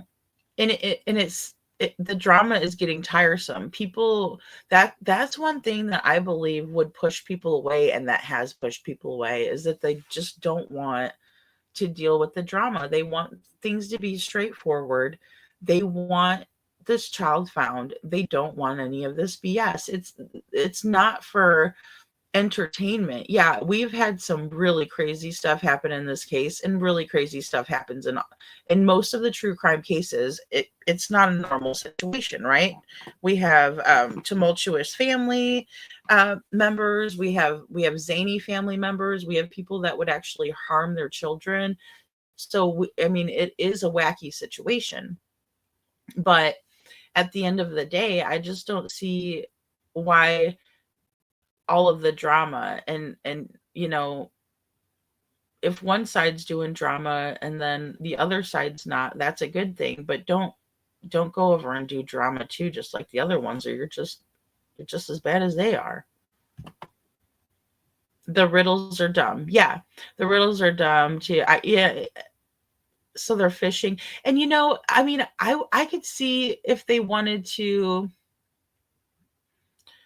put that information out there to see what they can get. Yeah, definitely. But then again, I just want it to be straightforward. That's my biggest thing. Well, since they're working with Trump, cough, just ask Elon. Yeah, really. I know. Exactly. I know. Exactly. And because he's part of the SpaceX. He is SpaceX. Let's just put it that way. He's SpaceX.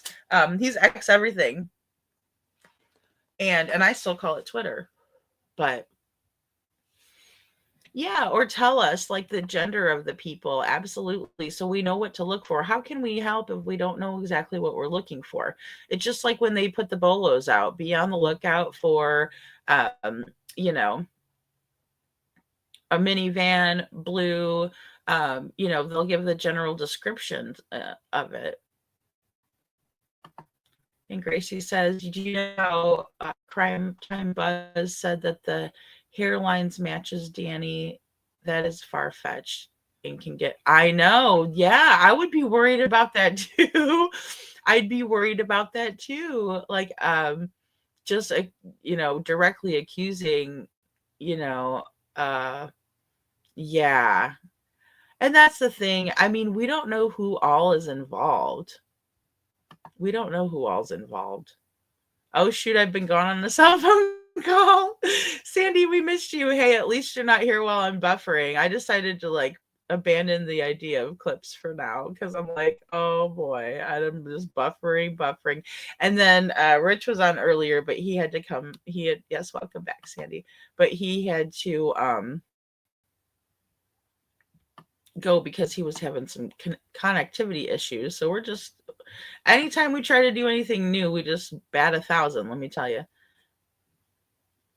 Yeah, the Nissan Altima. Yeah, definitely, Sandy. Let's talk about it. We're just kind of doing a free-for-all. I'm always going to talk about Sebastian. I'm always going to talk about him because he needs to be found, and we're not going to stop until he's found. So whatever you guys want to bring up about any of these cases, and especially Sebastian's, because there's so many different twists and turns in this case, that I think we could talk about it every single day for 8 hours a day, and we still wouldn't cover everything that's gone on in this case, because let's face it, we have new things coming out all the time in the case. So, and it's important for us to talk about it. I really do believe that it's important for us to talk about it, because if we let it go, then it's going to get cold, and we don't want that to happen. We definitely don't want that to happen.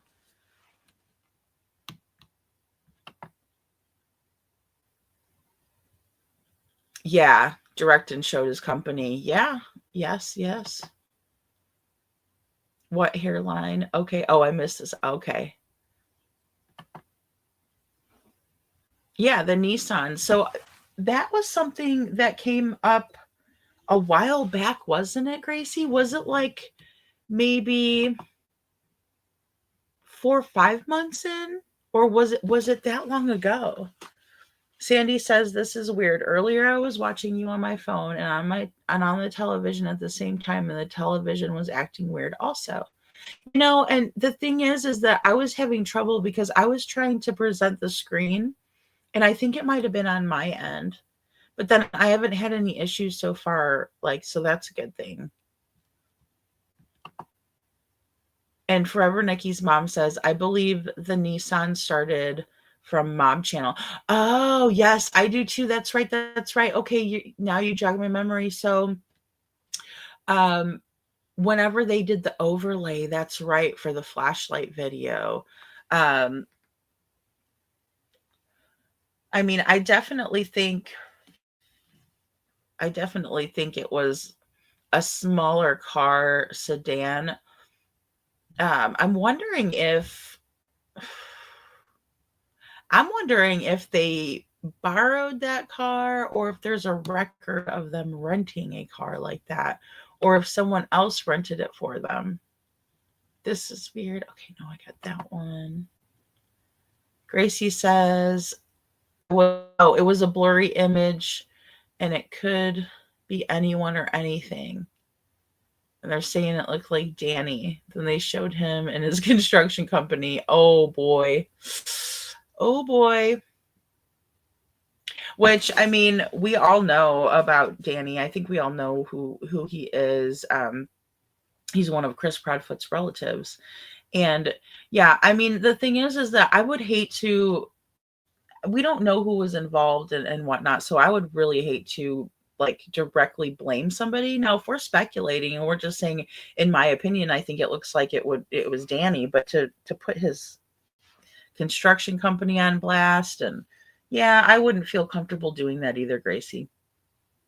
I just wouldn't. I would rather, speak with him or ask him questions than to just put him on blast like that without any proof. Okay, so 6 months back at least. Yeah. Which, I mean, I thought the mob crew did a great job on that video. I really gave them props for that. I thought that was really awesome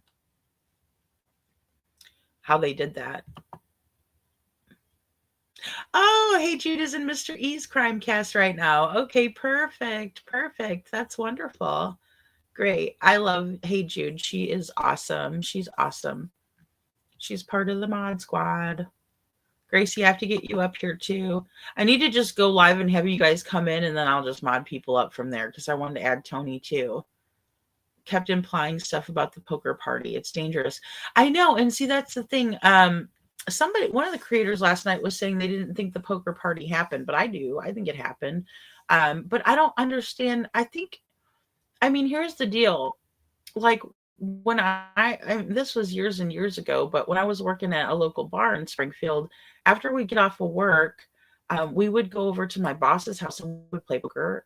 We played Texas Hold'em, and it was just something fun for us all to do and unwind after we got off of work, and nothing was open after we got off work. So it's not like we could have went and played pool or something like that. I mean, yeah, we would sit in the bar afterwards and sit and talk and conversate and that sort of thing. But my boss had like a really nice setup in her garage, and we would just all go over there, and she had a table set up. And so it was just something fun for us to do. So I don't understand why there's so much speculation. Yeah, hey Jude, get over here. I know. I was so worried about her when she was doing her Christmas lights the other day. Oh my gosh. And then Sandy said she's doing her Christmas lights. She didn't want to pull a hey Jude. We put out some lights, but I didn't pull a whole lot.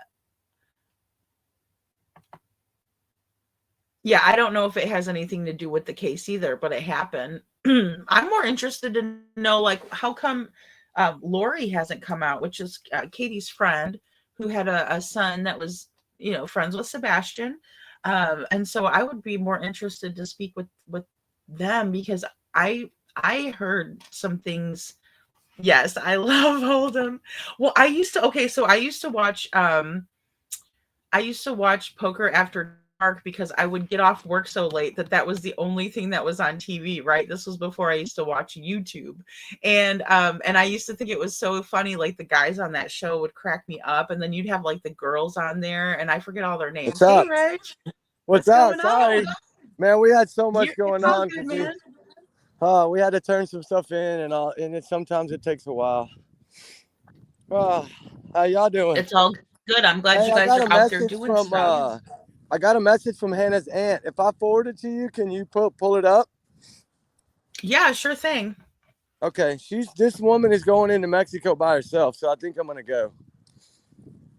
She's going into Mexico by Yeah, herself. she's going to go search on her own because the rest of the family is not. So I'm gonna send you this Oh. message and get what I'm saying. I think I want to get y'all's opinion, but I feel that there's no way I can let this woman go by herself. I don't believe. Hold on, my I'm gosh, gonna pull it Rich. up real quick and send it to you. Okay, hold on. Okay, yeah, send it over. Here we go. Forever Nikki's mom says, that's why I don't watch. There was something else I heard on the channel that was speculation, but started as fact, and I thought it was not right to present it that way. Yeah, I mean, we have to be really, really careful, especially in this case. People are getting upset. You there? upset. Yes. I forwarded it to you. I sent it to you. Fantastic. Yeah, I got it. I feel like I understand her point, right? Because I feel the same. I feel like until we find Hannah and somebody can at least talk to her, whether it be family member, law enforcement, whatever, we still need to know that she's okay, right? That's the main thing in all this.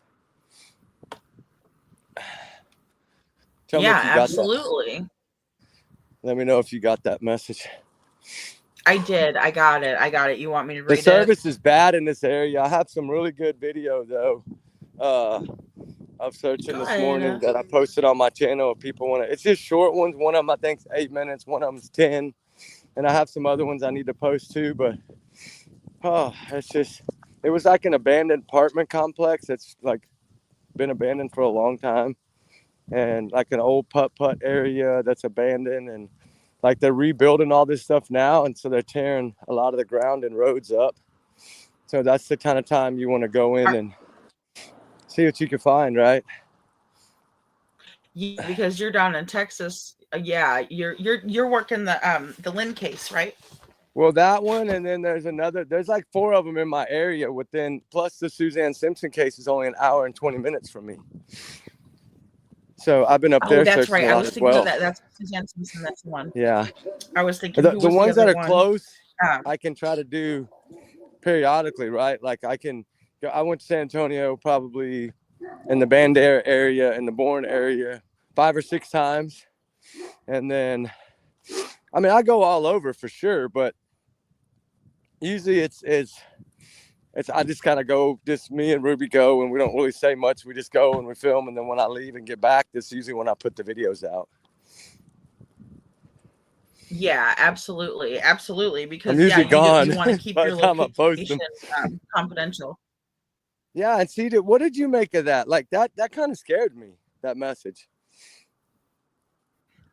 It's very scary. It's very scary.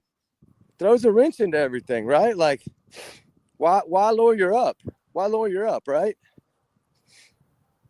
If all you're trying to do is find this woman, why would you lawyer up like that?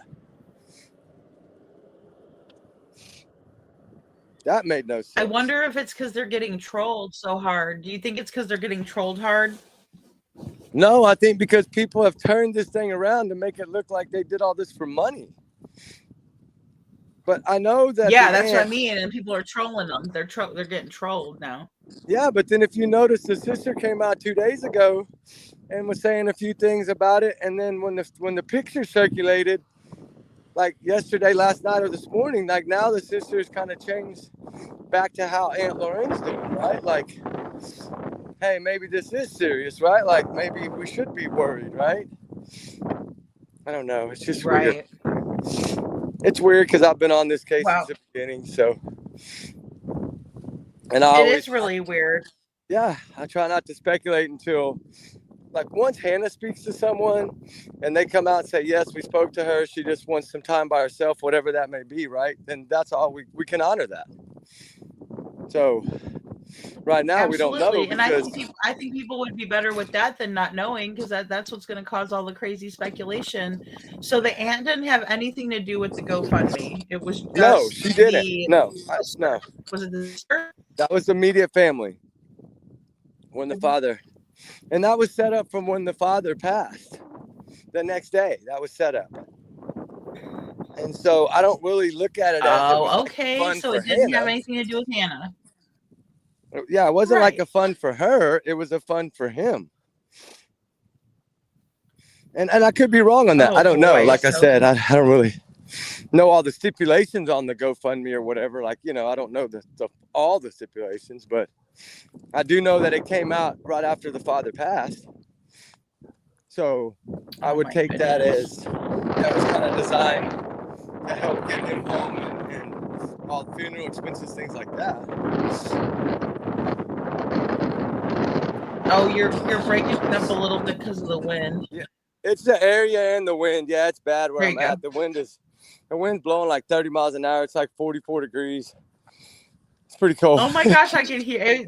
It is. Yeah, it's a going. It's cold. So what about a verdict? Any verdict yet? No verdict yet. No verdict yet. What about Grandma? We're thinking that they might be a hung jury. Grandma been found yet? No grandma yet. I'm worried about that grandma. Her and her kitty I cat. feel bad for the cat too. Yeah, she went to go find her cat. Hey, did you get? I sent you a couple of photos of that area. And you can tell by how red, like how faded the paint is on those gutters. You know, it's like a red paint, but it's so faded. But she kept going back to that red one every time. And really, and that's right by the manhole cover. Yeah, it's like a water, but it's a water one. It's not like a sewage one. So. Oh, I see. Okay. It could be anything down in there. It could be a little critter or something like that as well. But like we found shoes in them before. Like I think yesterday when we were in that area where the bikes were, we found in one of those drainage things there was like a tennis shoe wedged in the corner of it, like, and the water was running over it, so it was stuck somehow. And you just never know what's in those things. Yeah, you never know what you're gonna find. That's what I was saying too. Earlier, I was like, it's amazing what you'll find when you look. You know. Yeah. And always target areas, of course, where there's something, you know, like if it's a cold case or a recent case or whatever. You never know. Like this morning, like, you know, we found that little charm, right? That's something that been looking for a while, right? I mean, I'm not going to discuss it yet because it is like it's still under investigation, but we've been looking for that little thing for a while, like 18 months. And it goes to show you that when it rains sometimes, I sure hope it turns out to be something good. Yeah, like I didn't get to flip it over because I don't touch anything, but it's the other side of it from what I'm understanding of the photos I've seen is it's actual like a butterfly, and it's like all engraved or something. I don't know, but it was kind of neat that it was right there after a rain. It was like right there almost on the surface. So it's kind of cool. Yeah, and the weather brings things up. That's really true. It does. That's a good point. Like, yeah, it really does. The and water, I remember or the rain. As when a child, the leaves are falling and stuff. Yeah.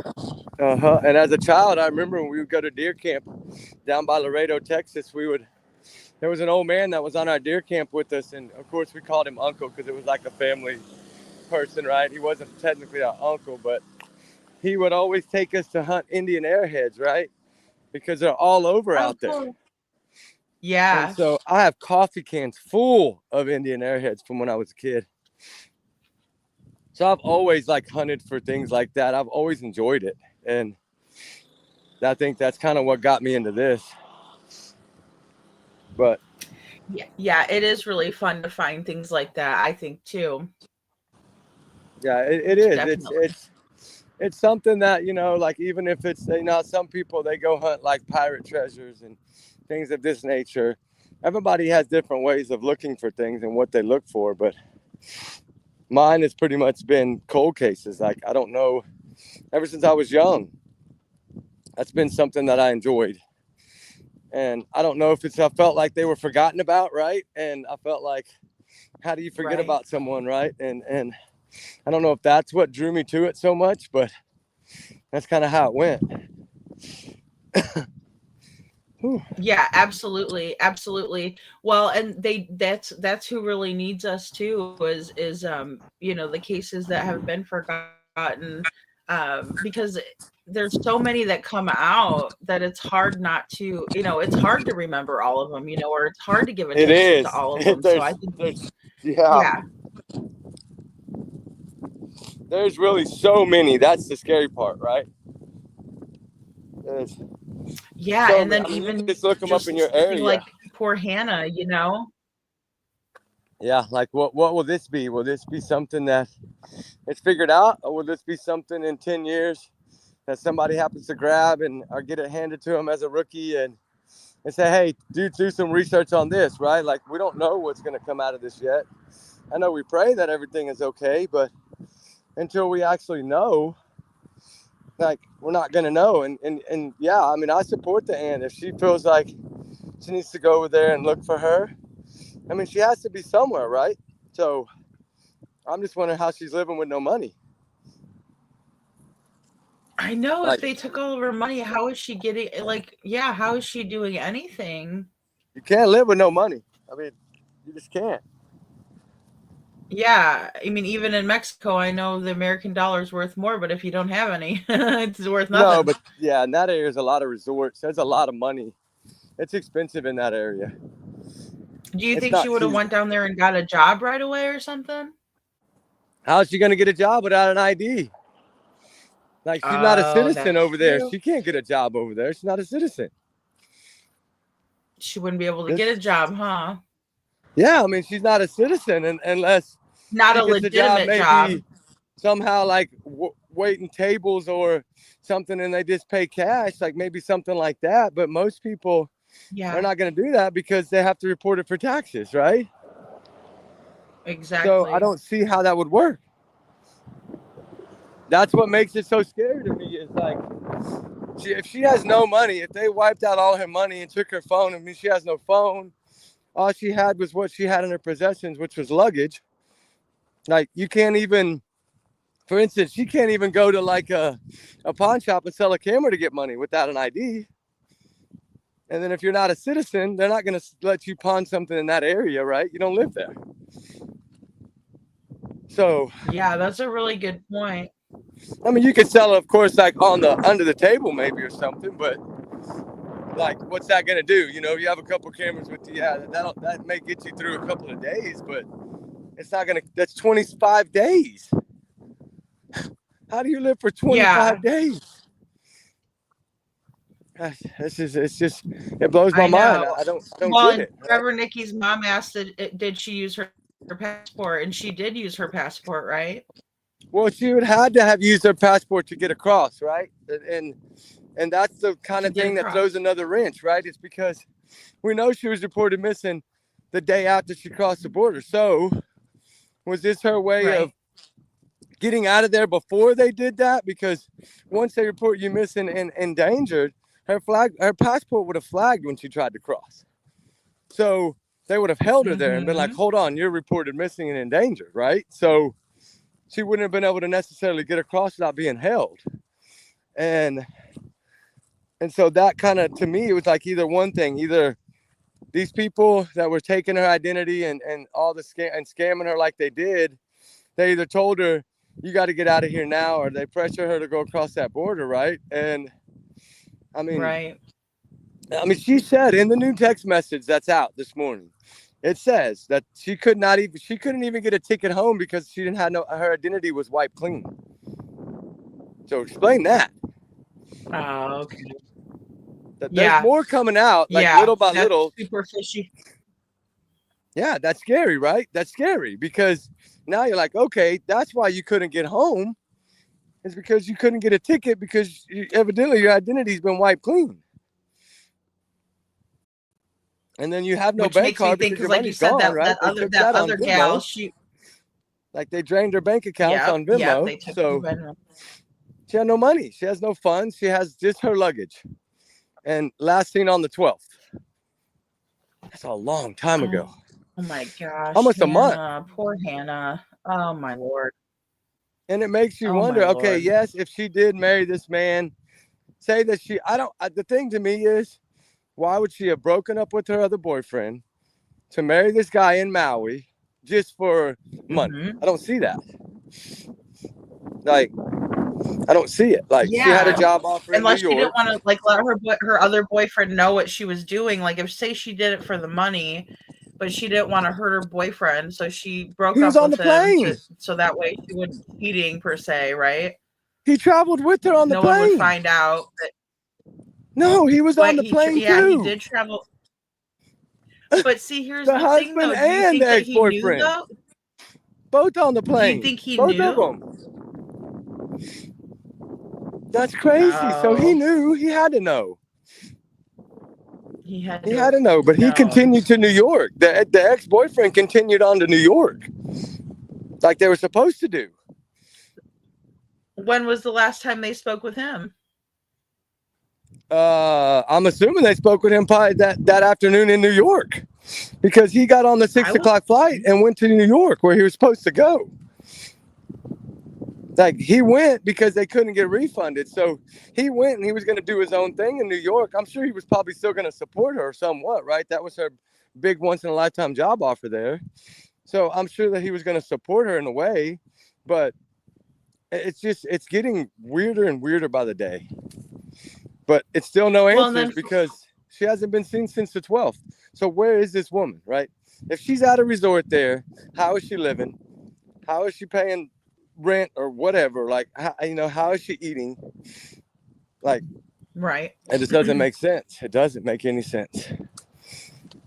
And if her identity was wiped clean, how did she use her passport? Is Forever Nikki's mom is asking. Because her identity wasn't, I guess, wiped out yet. Maybe I don't. Well, the passport is different than a driver's license, right? If they wiped her driver's license out, and then all she did was just flash her passport to cross the border, right? And they just kind of stamped it for her, and she went over. If they didn't run it, say, you know what I'm saying? Which I'm sure they probably ran it, but it's still the photo matches Hannah, right? So passport, right? It's going to take some time by mail to change a passport, right?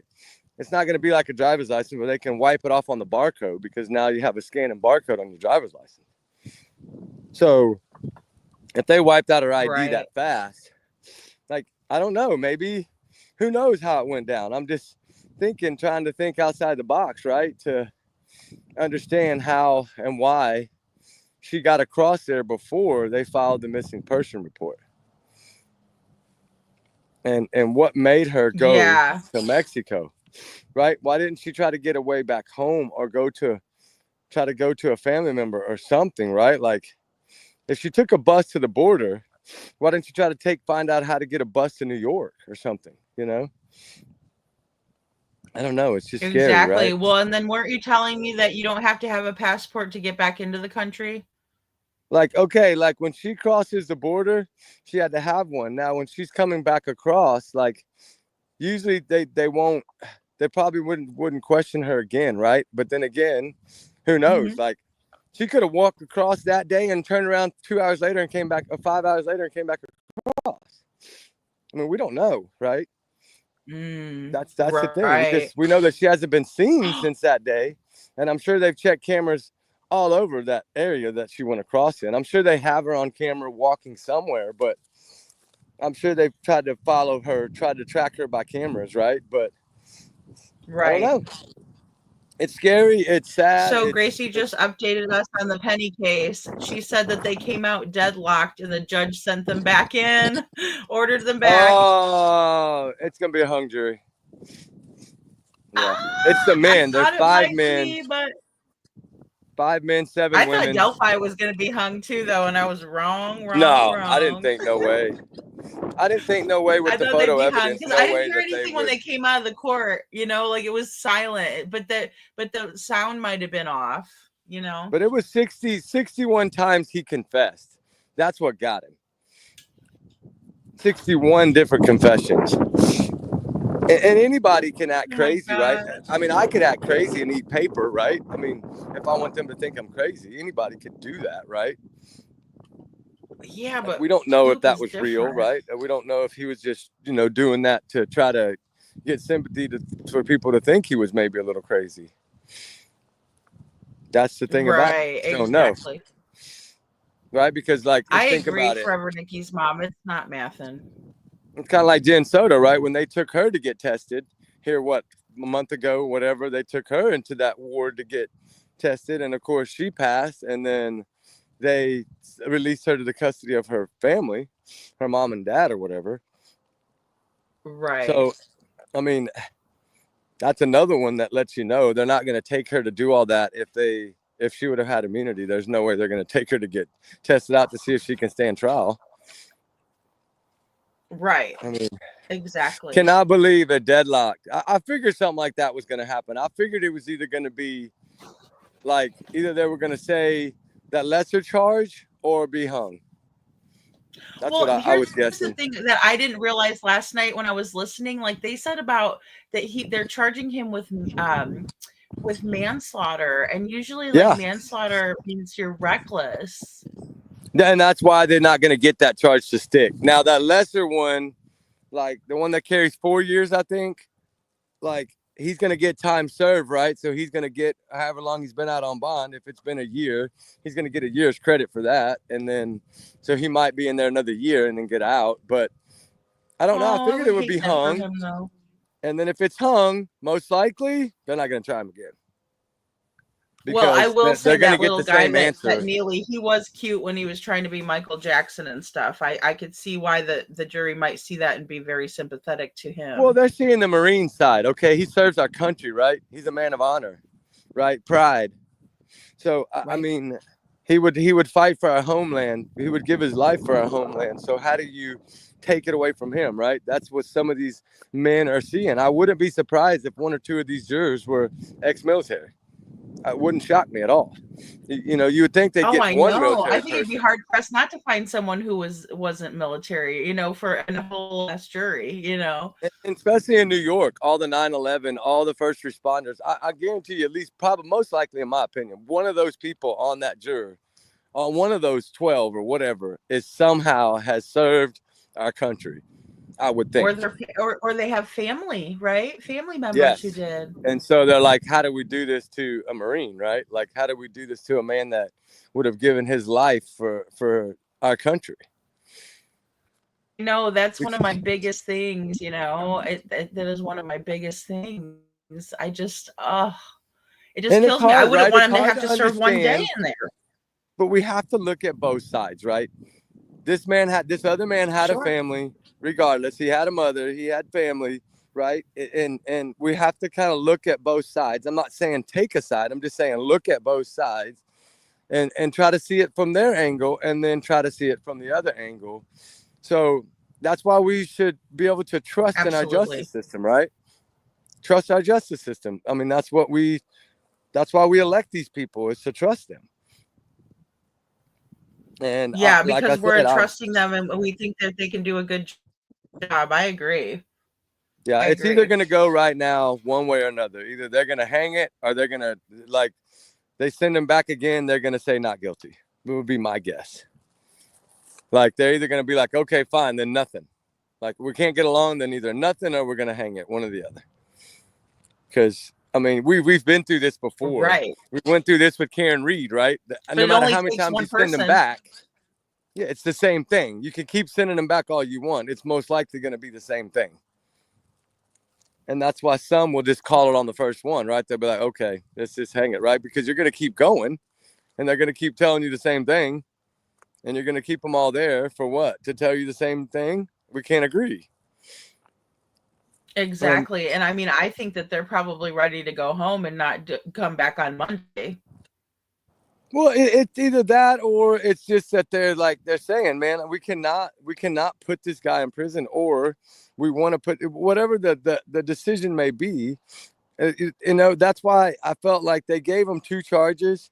They should have given him more than that. They should have given something even less than the 4 years, right? Just to see if they, somehow can agree on something, right? But I get it. Like, I'm sure that's at least 1 or 2 or more of these people are saying, no, we cannot charge this guy. And then, 1 or 2 might be saying we have to do something, right? Because it's going to cause a whole big, and that's the sad thing about being a juror is you're worried about what they're going to think about you after.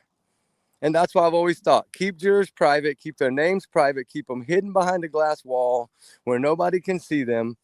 Don't show them. And then you're going to get a different jury every time if they feel like they're not known, they're not going to be judged on the street, right? Like if we would keep their identity secret for every juror, the whole entire trial, right? And then take them out a back door when it's over, you're going to probably get a lot different outcome. Yeah, that's really interesting, especially in this day and age where we have the internet and everything. I mean, I think that's something to consider. Yeah, it is something to consider because if you protect these people, right, they're jurors for a reason. They believe in standing up for justice, right? So give them the privacy of not smearing their face everywhere. Now, if they want to come out later and write a book or whatever they want to do, that's up to them. But not all of them are going to feel the same way, right? So keep the identity private until after. If they want to step forward and talk about it, then that's their choice. But don't make them feel like they have to be stared at every day in that courtroom. Because that does make people feel differently. Pressure on big time. Yeah, exactly. And it might sway their decision, and that's what we don't want. We want justice, right? So we want justice to be served in the best way we can serve it, I think. That's right. And I guarantee you, like in the Karen Reed trial, if they'd have kept all those jurors hidden, it might not have been a deadlock, right? Oh my gosh, I agree. About living in that little town. I mean, to tell you, those people, you had people out. I mean, T-shirts. But they were worried. They were scared. Right? They live in that town. They're scared of that little town, right? They're scared of what's going to happen if they would have convicted her, seeing all those people standing out there in the streets. Are these people going to go nuts if we convict her, right? We have to live with these people alongside these. They're our neighbors.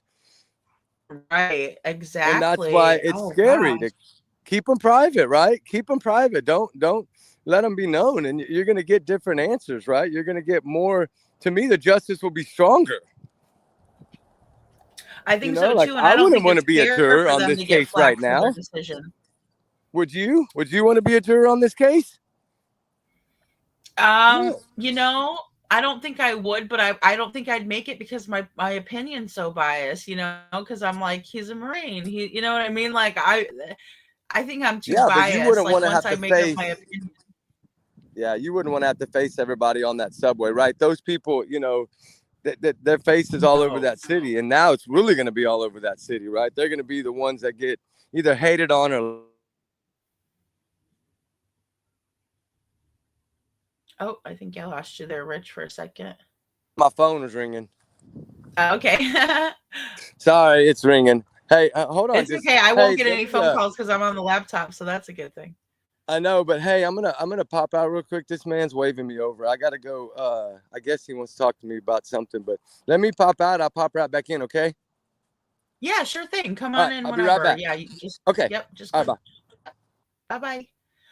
So yeah, I mean, that is so interesting. I mean, what do you guys think about that? I mean, if the jury was kept quiet and if they were, I mean, I remember, and I don't think this happens as much as it used to, and maybe if it's just a really high profile case, but I remember they used to sequester the jury and they would put them all in like a hotel and they would be in a certain spot where they all were.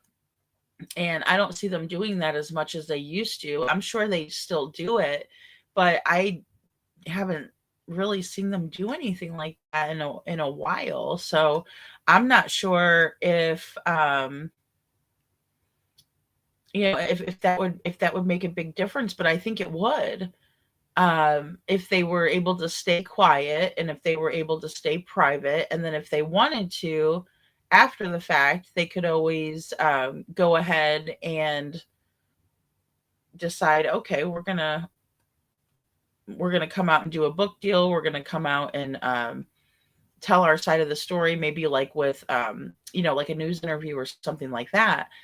I think that might be something to think about in the future, keeping people private, especially because, as Rich said, these are people that are living in this community and they have to go back and live in the community. So, I mean, it's tough. It is a tough situation. But it only takes one juror to say, no, I'm not, so say there's 12 people and 11 people say guilty and one person says innocent. That's how we end up with the hung jury. So because it has to be a unanimous decision. So I find that to be really, really interesting. And Forever Nikki's mom says, I believe they were in the Leilani case, Simon case. So little Quentin Simon's mom, who was convicted of unaliving him, that judge was right in making sure they didn't know anything. Yeah, I mean, I believe that too, because that was a very high profile case that we had creators that were going down there covering it. A lot of them I was rooting for, and I didn't even know who they were back then, but I was glad they were out there because I always thought that Leilani Simon was guilty. I always thought that she hurt poor little Quentin, and I thought that it was basically due to her just being a very neglectful young mother. I believe that there was some, especially according to the babysitter too, she testified that there was some resentment and that little Quentin was kind of like a scapegoat. And the weirdest thing is, and we've seen this in other cases too, sometimes a parent will hate themselves or the other parent so much that they don't like the little one because they look like them. And in this case, I think that Leilani Simon didn't really like herself very much, and that little boy looked just like her. We saw that in Harmony Montgomery's case, and we had a witness also testify to that Adam Montgomery told her that he didn't like Harmony because she looked just like her mother. And oh gosh, that still just gives me goosebumps thinking about that, thinking about how this beautiful little girl who looked like her mother, who he once loved, what would he always tell her when and I have the Facebook posts, he would always tell her mother that they'll be together until the wheels fall off, right? And we all know from, if you followed the case with Adam Montgomery, that he doesn't do anything, and well, I should say he does everything until the wheels fall off, right? Because he's just like a train wreck, that guy. But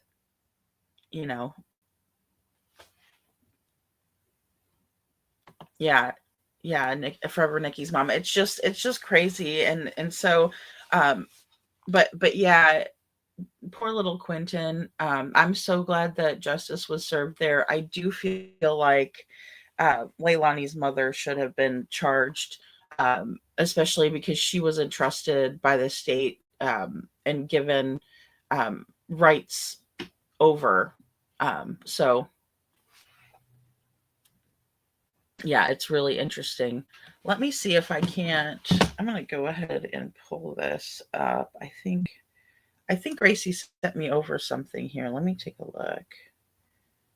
And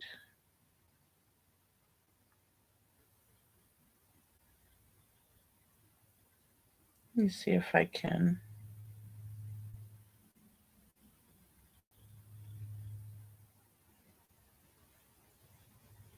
Oh, I see.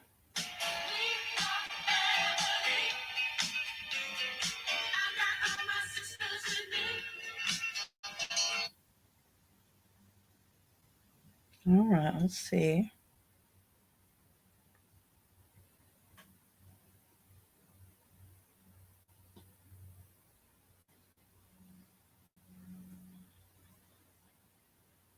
That is so cute. My goodness, Sebastian Rogers is just so adorable, guys. Oh my goodness. My heart. Now, this reward says, "Have you seen me?" And then the reward says 225,155 dollar reward. So, that is so weird. That is so weird. I don't know why they keep upping the reward. Oh, I mean, I guess I understand why they keep upping the reward. I wonder if that's an odd number. I'm wondering if perhaps they got like a private donor, somebody put money in on that or something. I'm not sure. And Forever Nikki's mom says, yes, exactly, lady. She should be held accountable also. Yeah. I mean, and it's also, and Rich is really passionate about it too, when it comes to little Maddie Soto's mom, Jen, and I am too, for allowing that beautiful young child. I'm not even gonna, I can't even call her a young lady. She was becoming a young lady, but that beautiful young child to sleep in the same bed as her boyfriend. Like, I don't know. I mean, I don't know about how everybody feels about this in the chat, but or just out in the YouTube verse, but I know, like, when my daughter was little, she would climb into bed with me and my ex-husband, but that was her father. And like, I don't know. It just, if she had like a bad dream or something, or, say there, I mean, there were times where it was like, I didn't think she'd ever like stop sleeping in the bed with us, because it was just like something that she was used to. But, I would always incentivize her and try to get her to not do that too, because, as she was getting older. But I cannot imagine after my divorce ever allowing, somebody to be sleeping in my child's bed. There's no way. And if I found him even laying in there, I'd probably shoot him. So, I'm just going to put that out there, but there's no way in heck. And I think that's one thing that I think it would set precedence if we start charging other people like that. And I know that she was given some sort of an immunity for a specific conversation, but that didn't mean for the whole entire shebang. So I think that she deserves to be charged, and then that way maybe these moms will realize that you can't do that. Another thing that I always found to be really odd, which maybe it's because like my parents weren't divorced, so I didn't have any other like step siblings or anything like that. It was just my two siblings that I have. But I just always found it odd that people would allow like their kids to call someone mom or dad, like when they barely knew them or when they were just dating. Now, if the little one, like say you have a 2-year-old and maybe they don't understand, and that person's been in their life for, say they're like 7 or 8, and that's the only mom or dad they know, and they don't have another mom or dad around, I can understand why. And if that's what the child chooses to do, then that's something that you can't really help. But I always found that really odd when somebody would like automatically have somebody calling somebody, mom or dad, and they weren't in a relationship for very long with that other person, because I just feel like that really, opens the child up to possibly being harmed, you know, in different ways, because they think that that's their caregiver. You know, they think that that's their mom or dad, but it's not. And especially lately, we've had a lot of these cases come out where, and a lot more than I've ever seen, because I remember like, Mary Kay Letourneau and Billy Falau, I believe is how you pronounce his name. But she was his student, and she was in trouble because she actually had his baby. Well, she had a few of his babies. She went to jail. She came out. She went back to jail for him. But we're seeing that a lot nowadays, where it's like women are the perpetrators of these SA crimes. And you know, a lot of them are like married, or they're teachers, or I mean, there's all kinds of different scenarios that we're seeing, and it's like somebody that you wouldn't really suspect. You know, it looks like, you know, one of the ladies that I saw recently was just like a young looking teacher, pretty teacher, and then you see her husband, and he's a nice looking man. He looks like he's mature, has everything together. And so yeah, I just find that to be really, really odd. But yeah, that was a really odd number for the reward for Sebastian. And I don't know if somebody, I'm hoping, I mean, that would be nice. That would be really, really nice if somebody was to donate, you know, on top of what Dog the Bounty Hunter has put in with At Night, and that sort of thing. So that would be really pretty cool. Let me see if I can't play some audio here. Let's see.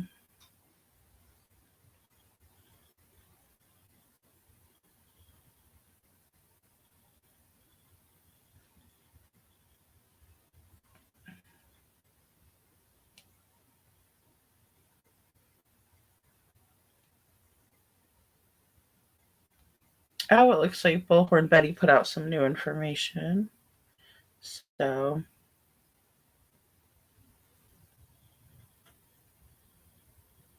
oh, here's one that we can listen to from that Smiley posted.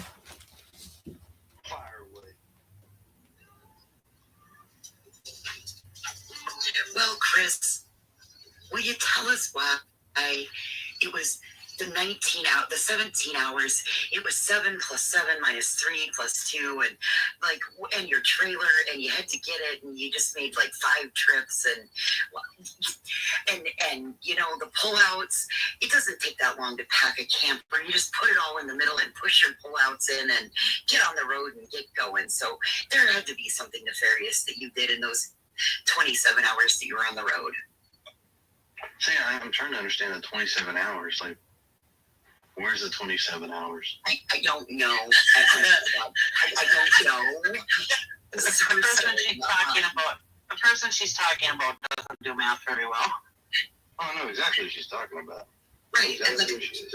I don't do math Same very person well. said that they wanted me to do something so they could sue me for my trailer. Right. Yeah, and you have no way to pull it. So he's sure. Yeah. I actually quit that video. You actually thought that through. Good job. I apologize. It was 17 hours, not 27 hours. I apologize. I guess I added 10 to it. Someone else can't do math, huh? If it was 17, I need some understanding of where the 17 comes from. Honestly, I think what she's meaning is that, like, it would take you 3.5 hours to get there and like 2 hours to pack up. That makes 7 hours. And then, you know, one way, and then you had to go back and get your trailer, and then 7 hours, and it would make it 7 hours the other way. Like, I don't understand her math. And like, in the end, I was kind of just poking fun, because like the question does not make sense.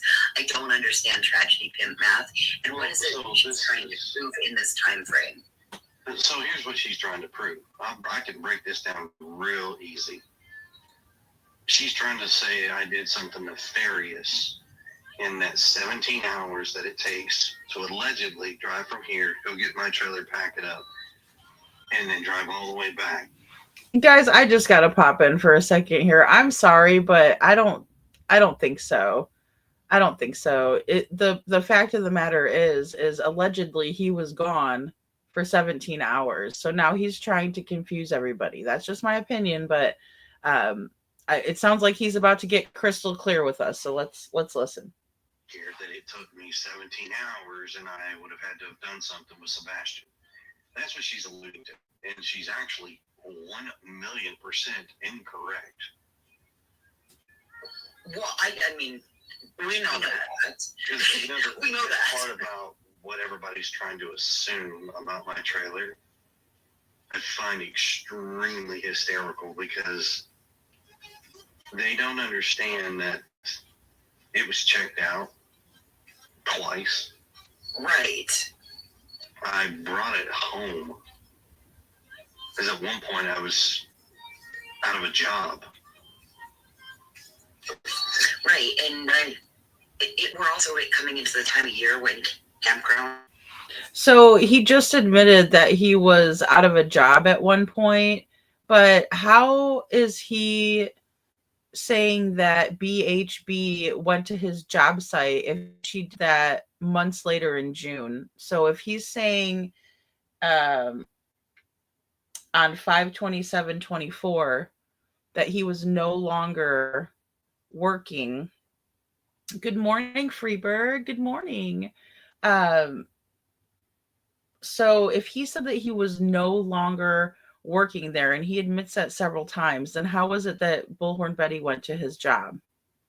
I mean, I'm just curious. Fill up like crazy, so if you don't pay, you don't get to stay. Otherwise, it becomes a big problem, right? Oh, I pay in advance. I pay it my whole time. Doesn't matter, like if they say, hey, I'm gonna be here, let's say I'm gonna be at this job for 3 months. Okay.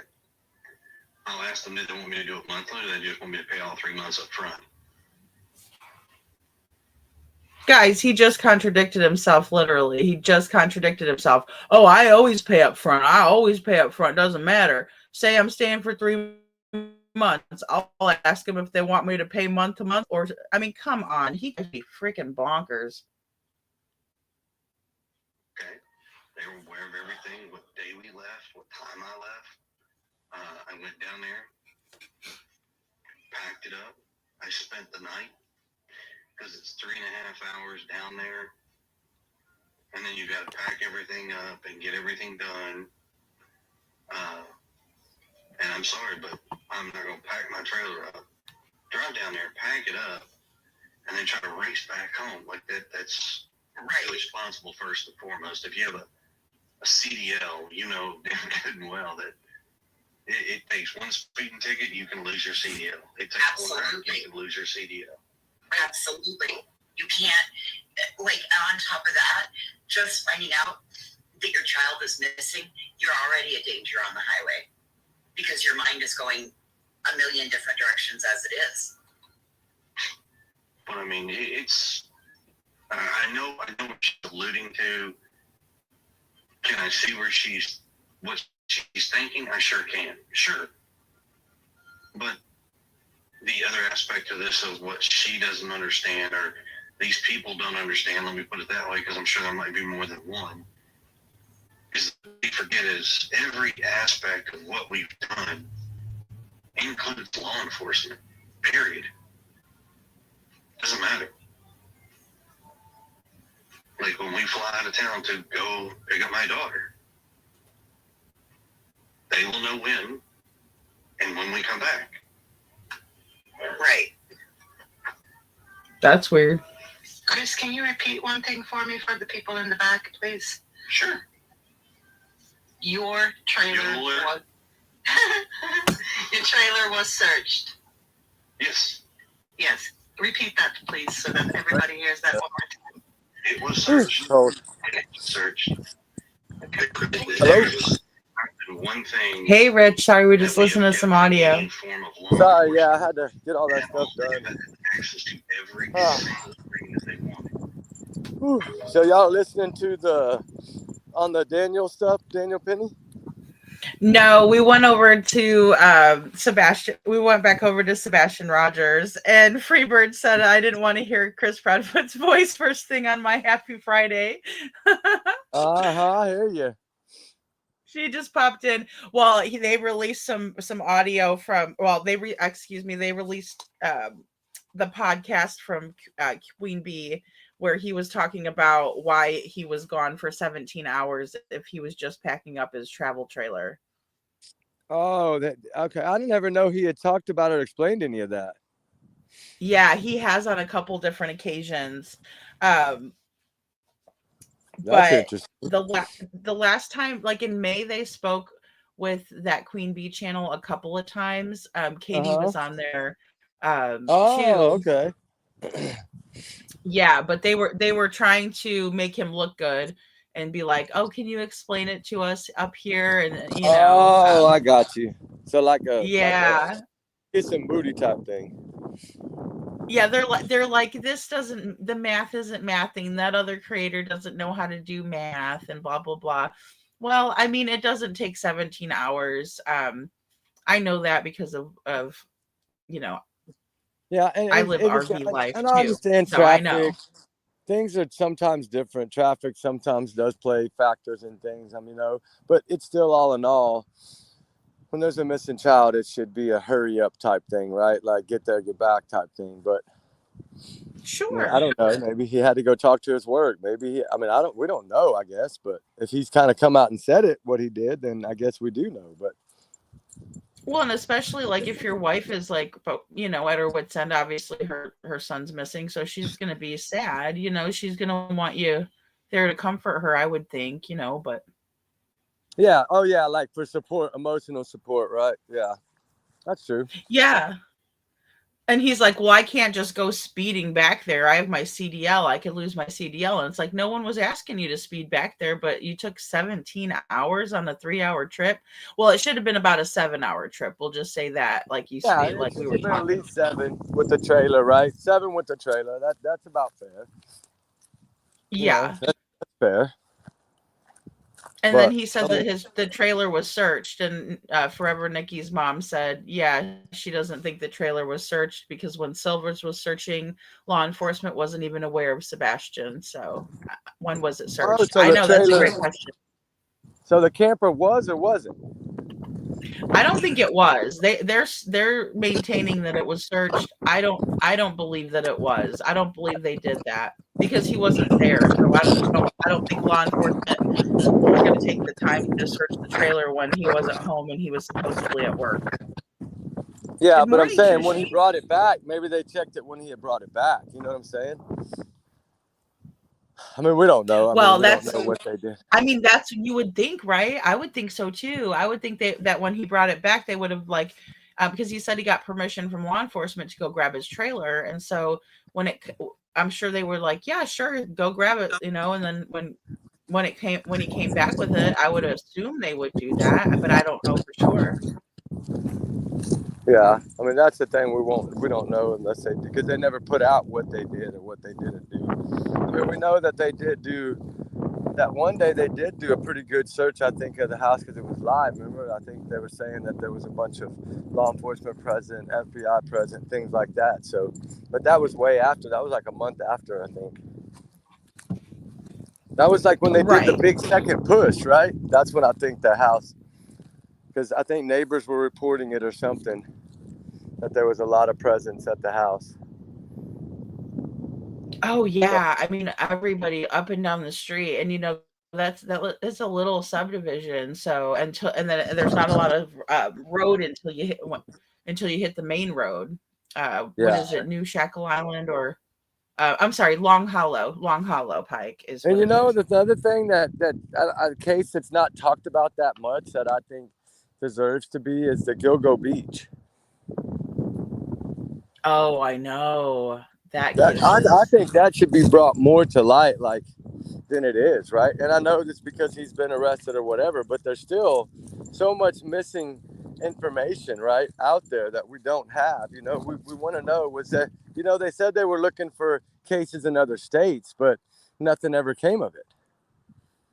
I know JLR covered it. Remember, he went to Vegas. JLR went down there to Vegas and stuff. So we know that happened. He sure did.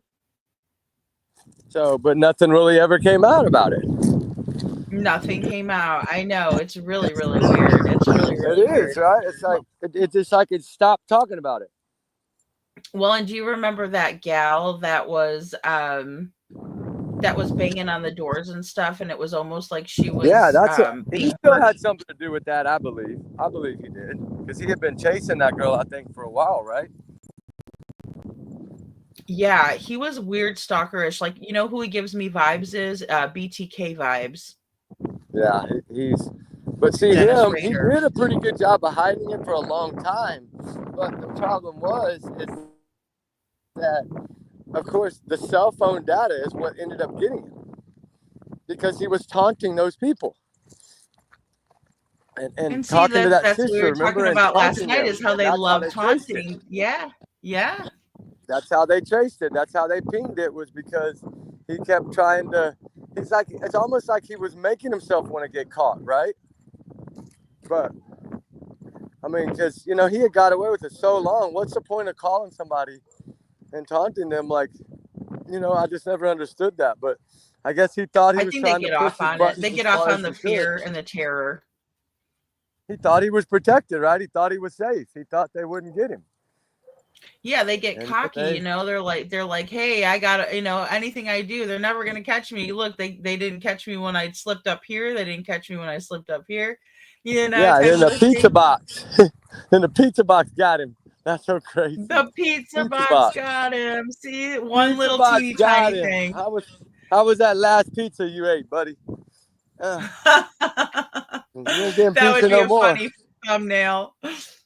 That was crazy though, because I remember when that happened, like when they posted that footage of them arresting him outside of his office, like he came out like every normal day, right? Just cruising along, and then bam, they like swarmed him. He sure did. Like, he had no chance, right? They gave that man no chance. Well, and he didn't deserve it. It's like, and then what I found to be really weird too is like the whole thing with his wife. Like, I was like, did his wife know that he was like, the GoFundMe, right? Like, who would give money? That blew my mind. Like, and I got a know. book deal for like $1 million or something. Well, I can understand a book deal, but the GoFundMe is like, what in the world? I think she knew. I think she knew what was going on. I really do. I feel in my heart that she had to know something. No way she didn't know. If they I were doing agree, those Freebird. They get brazen. Yes, they get brazen. They were doing those swing parties. So, I mean, she knew. Had to know something. They were doing the swingers deal. I know. And see, that's what really got me thinking that she had to have known what was going on, and she just kind of turned the other way. Well, yeah, but she was a part of it. So it's like, okay, if you were part of the swing thing, then you might have been a part of more than just that. And I think that some other people did try to say she was involved, but I always felt like she knew something. Like, there's no way that you would come home from a vacation and not know something is different. Exactly. I mean, 20 years of keeping something like that, I just don't see that. That is a long time to keep something. Long time. And, well, I mean, I understand that he was so far from the area, and they were probably looking for somebody that lived within that area, right? And then, but I think they had him from the start. Like, after the first one, I think they really had him pinned down as one of the people in the very beginning of all this. And I'm guessing that's probably why they kept trying to track phone data and trying to catch all this stuff. And it's amazing to me is that he kept everything. He kept all the cell phones. He kept all that. Like, that's technology. You should know as an engineer, you can't keep electronic devices like that. Like, I mean, all it takes is one phone to connect to the right Wi-Fi on accident, and they got the ping they need. Exactly. That is so true. That is so true. That's a Yeah, good right. Like point. you were just saying the other day, like when you kept turning yours off and it kept popping back on.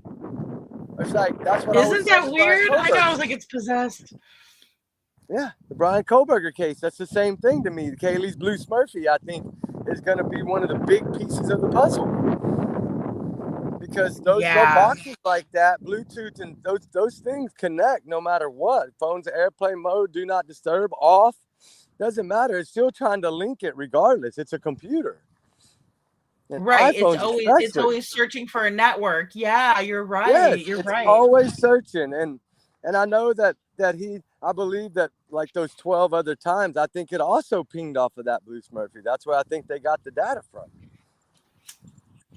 I mean, it'll come out Oh, in court, right? that's a good speculation. I would agree there. I would agree. Yeah, and I think that he needs to be at least looked at in those other cases as well. I'm sorry, I feel like that. There's no way. I don't believe in my opinion that this was his first time. No way. I don't think so either. And the fact that he was studying the criminology and stuff, that really got me. Like that was scary just to think about, like how he was probably trying to get away with it, and And then that get an other upper woman, hand right? in the situation. The other woman that he put cameras in her apartment for her, right? Like then you find out that he's actually the one that went in there and moved stuff around to make her even ask for cameras.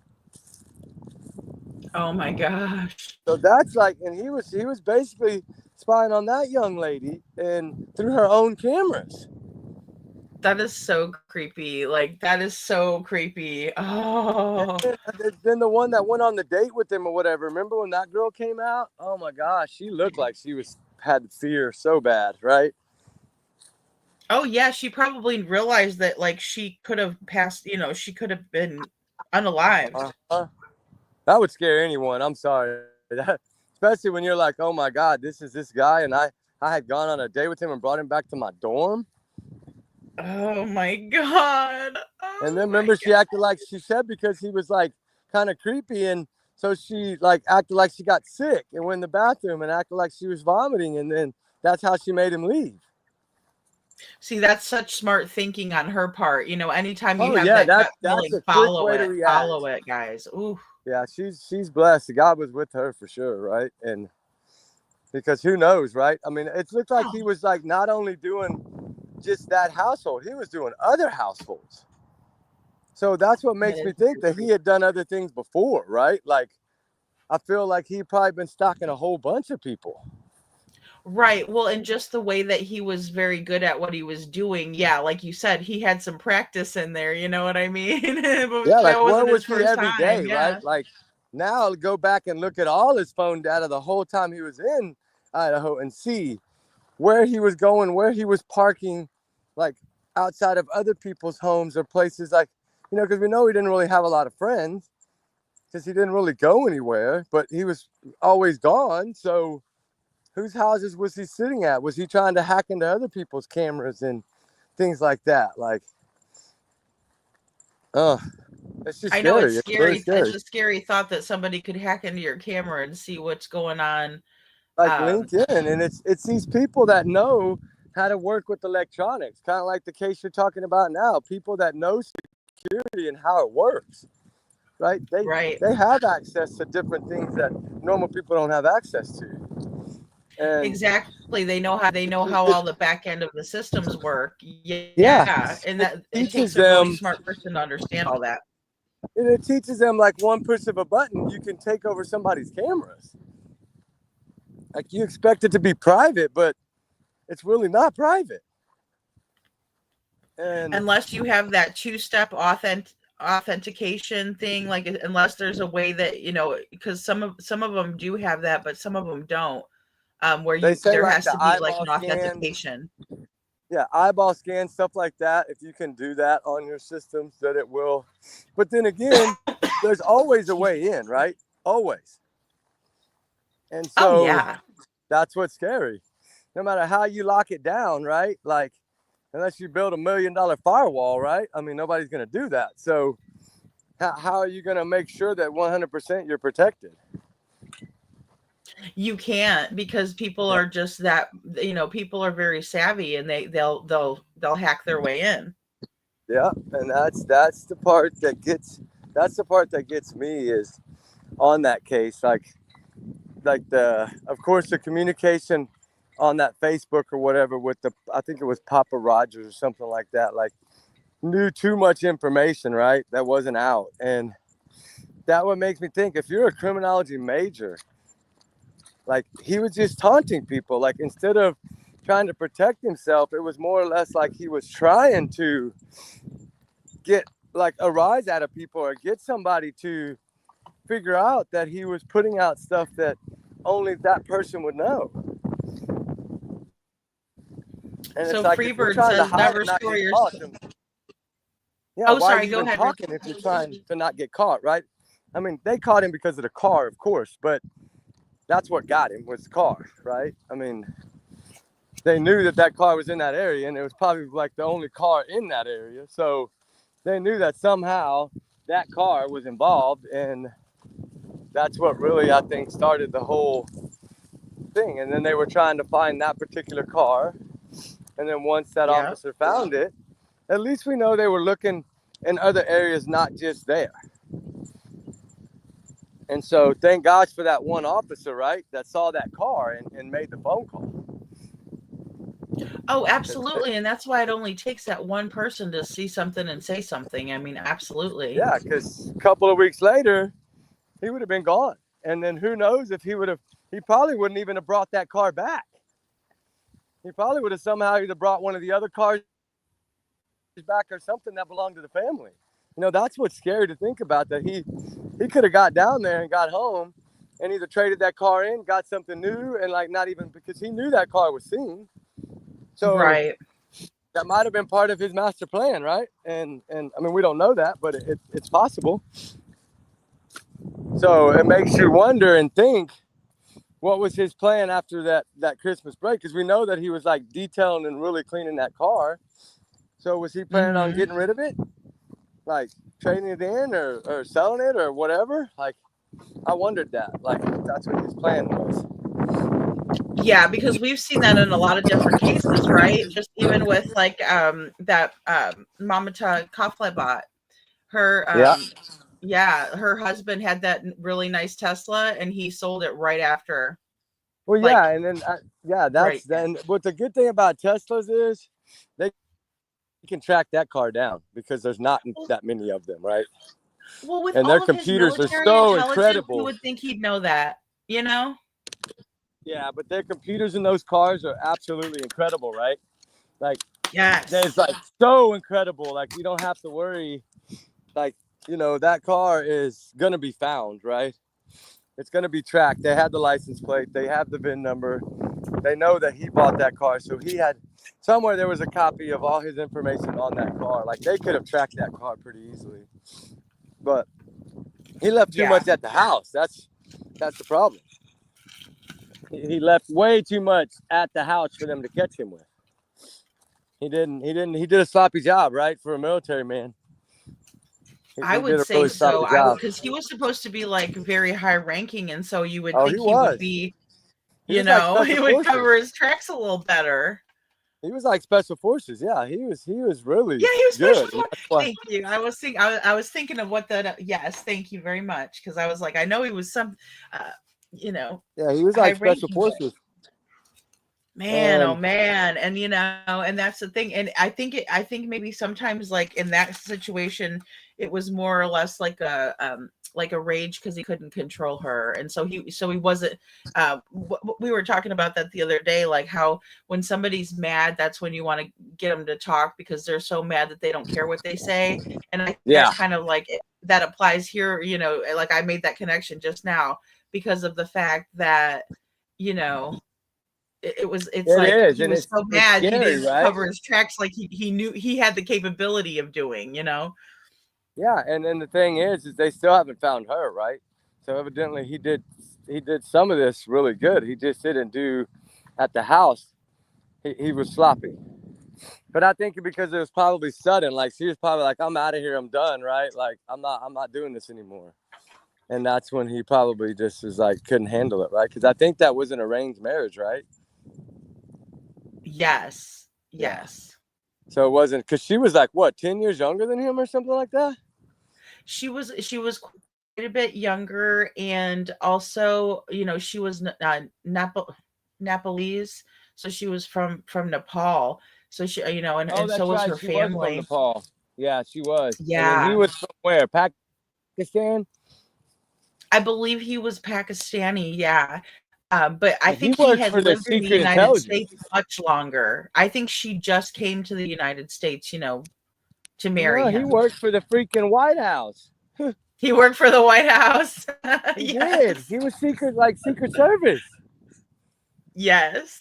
That's why I He was was like, I can't very, believe how sloppy you're right. He's sloppy. Very gifted, right? Like, I think that's what he thought. He tried to use his job and his power, thinking that they would leave him alone, right? And they wouldn't investigate him. But I think he thought he was top secret or something. And of course, you're not when it comes to a missing woman, right? Because those friends of hers didn't quit, right? They didn't let it die down. They just were like hounding it every day. And that's what got him, is that they wouldn't stop. Absolutely. And I easy for them think to it had a stop. lot to do with who she was, because she was the neonatal nurse and, you know, or intensive care nurse. I'm sorry.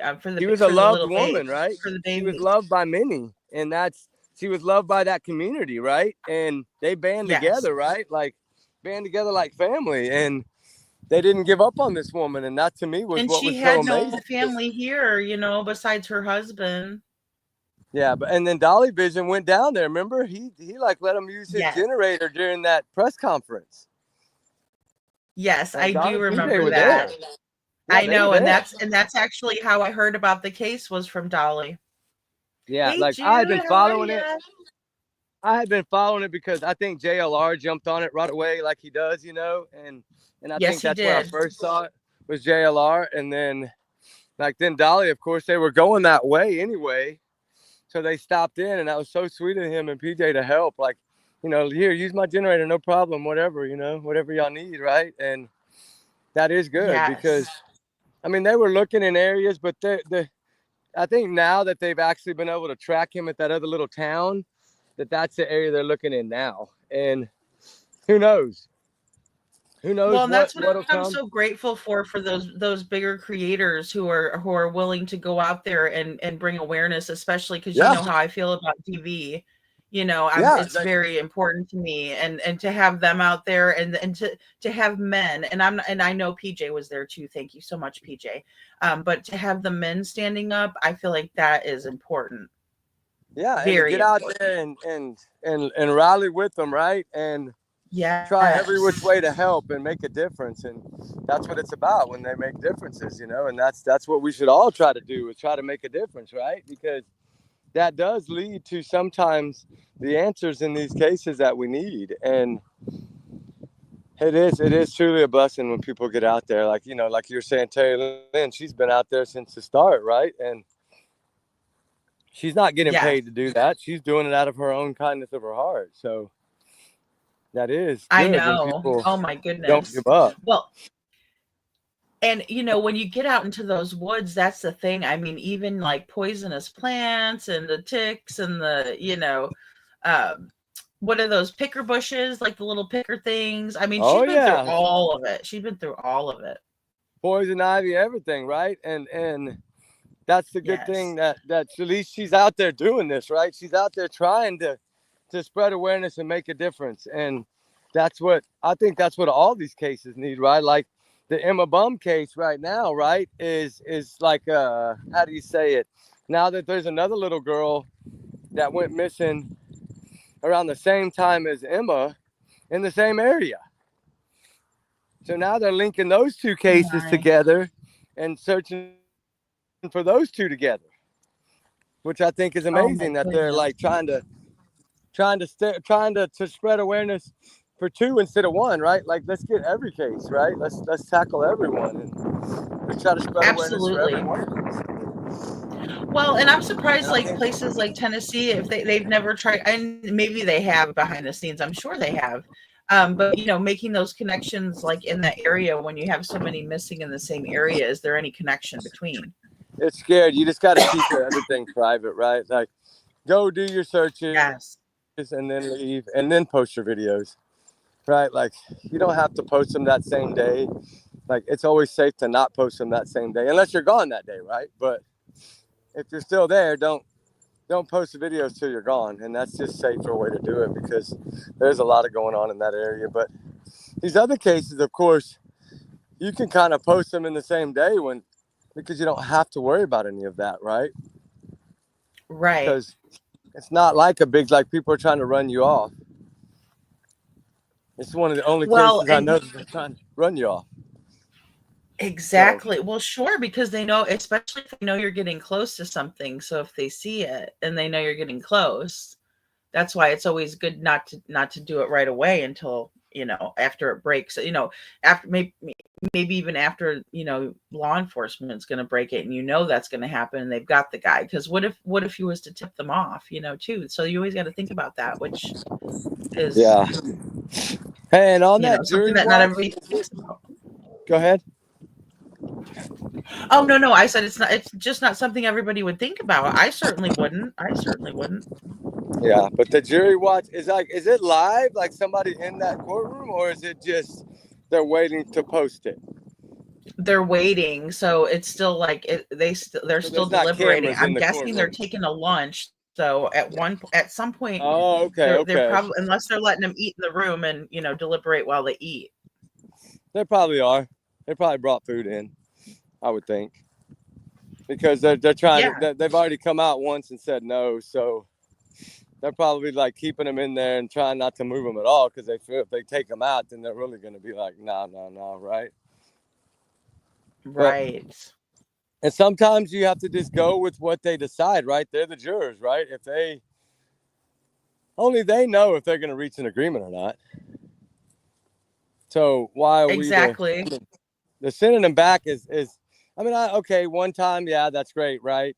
But to keep sending them back, I don't know. I mean, if what'll happen next, but if you keep sending them back, it's just going to get to the point where you're going to have to just say, okay, never mind, it's not going to work, right? Like, we just have to accept it. And I know no judge wants that to happen to them. They don't want a hung jury, right? They don't want that on them, and I get it, but sometimes you have to explain a little. What do you explain your thoughts on that a little bit, if you don't mind? Because I think maybe some people wouldn't know why the judge wouldn't appreciate that. Well, I think the judge they want a verdict, right? They don't want to have that to where, because going into their next case, they're going to be like, well, how was your last case, right? Kind of like the lawyer. Sure. Well, I lost. Okay, well, maybe I shouldn't hire you, right? Or maybe I shouldn't want your courtroom, right? And not to say that does happen, but you think most likely it goes on their record, right? In your next assigned case, right? Like when they want you to assign you a case, they're going to look at it as, hey, do you get justice every time? Is it a verdict every time? Or are you one that seems to have a lot of hung jurors or whatever, right? I think it's a stamp on their resume. And in the Karen Reed trial, remember how many times did she send them back? 3, 4? Oh my gosh, I thought they were never going to be able to leave. Yeah, she wanted them to reach a verdict because that woman had, I think, always had verdicts in her cases. So she was pushing y'all are going to be the first ones to hang on me, right? But you can't make these people change their mind.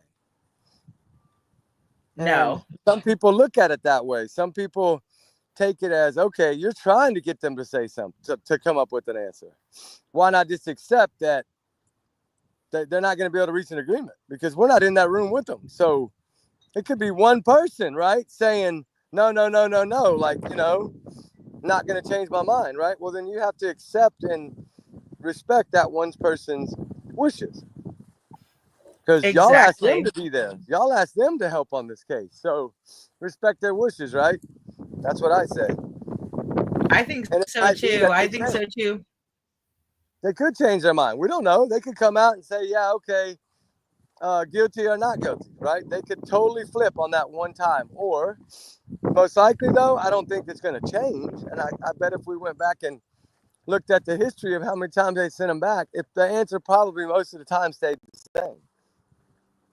Do you think maybe the judge is looking at like what they're like how many are for or against it, and then Well, they're usually sending they'll them write back? it down. Like the judge can request that they do that, but I don't know.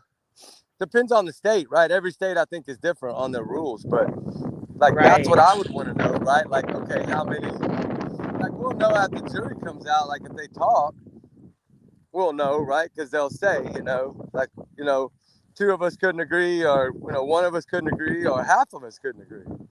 I mean, That's what I'm wondering, if like the judge sees it and he's like, well, if it's only one person, get your butts back in there. One person, but don't matter. That one person, if they're not going to change their mind, they're not going to change their mind. You can't tell me that if that was you or that one person, if you were sitting in that jury right now and you're saying, I can't convict this man, I'm sorry. And then everybody else saying, well, you have to. You'd be like, shut up. This is my opinion, right? This is Oh my gosh, cause. Rich, I'm so stubborn. I would be like, hell no, I'm not doing it. And see, that's sometimes those good jurors are what keeps somebody from getting wrongfully accused. That's true. I'm not using this case. I'm saying in other cases, right? In any Sometimes that case, one yeah. stand-up person that won't flip their opinion and won't give in, right, to the rest of the people because they feel in their heart, no, we cannot convict this person, right? Yeah. And you have to be strong-willed because you got 11 other people breathing at you and giving you the stink eye, like what the heck, and absolutely. Oh no, yeah, that's what you gotta think. But you just never know, right? We never know what's gonna happen until it happens. That's why we are waiting. We're waiting to find out, like how many people. Of course, we want to know, is it 1, is it 2, is it 3, is it half? Is it 70%, 80% of them that are saying one thing and then 10% saying another? And usually probably is just like 1 or 2 people, I would think. Because a lot of times, yeah, I would think so. When you've been there a long time, you're ready to go home, you're tired, and sometimes people will just change it because they don't want to have to be there any longer, right? And that's not fair to that person that they're voting against or for, because that person deserves you to be, no matter what, like at least give your 100% opinion. Like you either feel that they're guilty or they're innocent, right? And I wouldn't want somebody to be pressuring somebody if I was on trial. Like, yeah, exactly. Well, of course, like I'm sure right now his lawyers are probably like, okay, just accept it, judge, right? Because that way we know, okay, it's hung, and then there's a chance that they might not retry this case. Yeah, that's what they're hoping for. Kind of like in the Karen Reed trial. Remember, they were like, oh, just accept it the first time. Remember, they got all excited. Because that's a win for them if they get a hung jury, right? Because then she didn't get convicted or she wasn't considered guilty. So they won, even though most times they won't retry them. In her case, they had to because that's a law enforcement officer that is no longer with us. Right. So the county and the state owe that to him, right? We owe to try to get justice for him, no matter how it may be, right? But I don't know. We're gonna see. I'm curious to see because 9 times out of 10, if it's hung jury first, it's guilty the next time. And that's a lot of times how it works. Well, that's how it worked in the Menendez brothers case. Because they learned, right, from their mistakes, right, on the first one. So they know now what they need to do differently. Yep. And there's certain evidence that they'll try to suppress the next time as well. Well, they got the dad's phone data, right, Karen Reed. Now they're going to have the daddy's phone data. So we're going to know how many times they talked that night. I saw that. I think that's going to break some of it open. That's going to be either really big, really, really big, or, but I don't. A nothing burger. She doesn't have the same lawyer either. So with her not having the same lawyer, it is going to be different. And I mean, she probably couldn't afford that lawyer twice. She's put up her house twice, hasn't she? He was like $250,000. That's a lot of money. Oh my For your God. freedom. It's a lot of money for freedom. That's why she really needed a not guilty, so they couldn't try her again. Like when you spend that much money on a lawyer, that's what you're praying for, right? Be careful out there, Tony. You have a good night at work. Tony going to Yeah. work, huh? Tony's going to work. All right, be careful. It's cold. Tell them that I we know need she's you cold. here I know with she's us. cold up there. She's in Iowa. I know it's cold. Oh yeah, in Iowa. Oh gosh, yes. Oh yes. Yeah, she's up kind of in the north area. Iowa. That's cold. Yep. Yeah, I don't know. Definitely. Lots of cornfields too. The Karen Reed's going to be different this time because now you have all the blue, right? You have the blue team now this time. So not only are you going to have the Karen Reed supporters on one side, you're going to have the freaking blue supporters on the other side this time.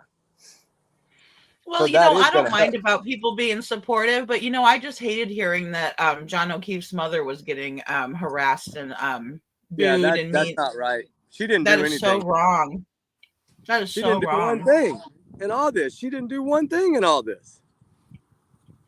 Like just want justice for her son, right? And Right. I think no matter what the outcome, she would have accepted it, right? And of course, the hung jury worked out great for that family because they knew that they were going to try it again. This is a case that you have to, right? It grabbed too much public opinions and too much speculation, and it grabbed too much attention. So you have to do it again.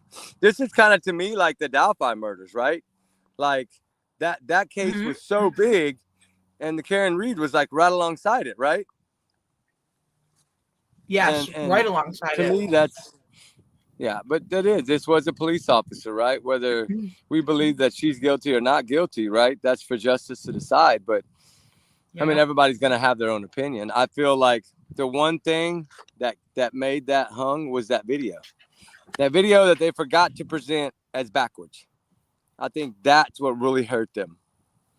Oh, that's Because then it just like threw the speculation back out there to see they are trying to do this or that, right? That's all that did.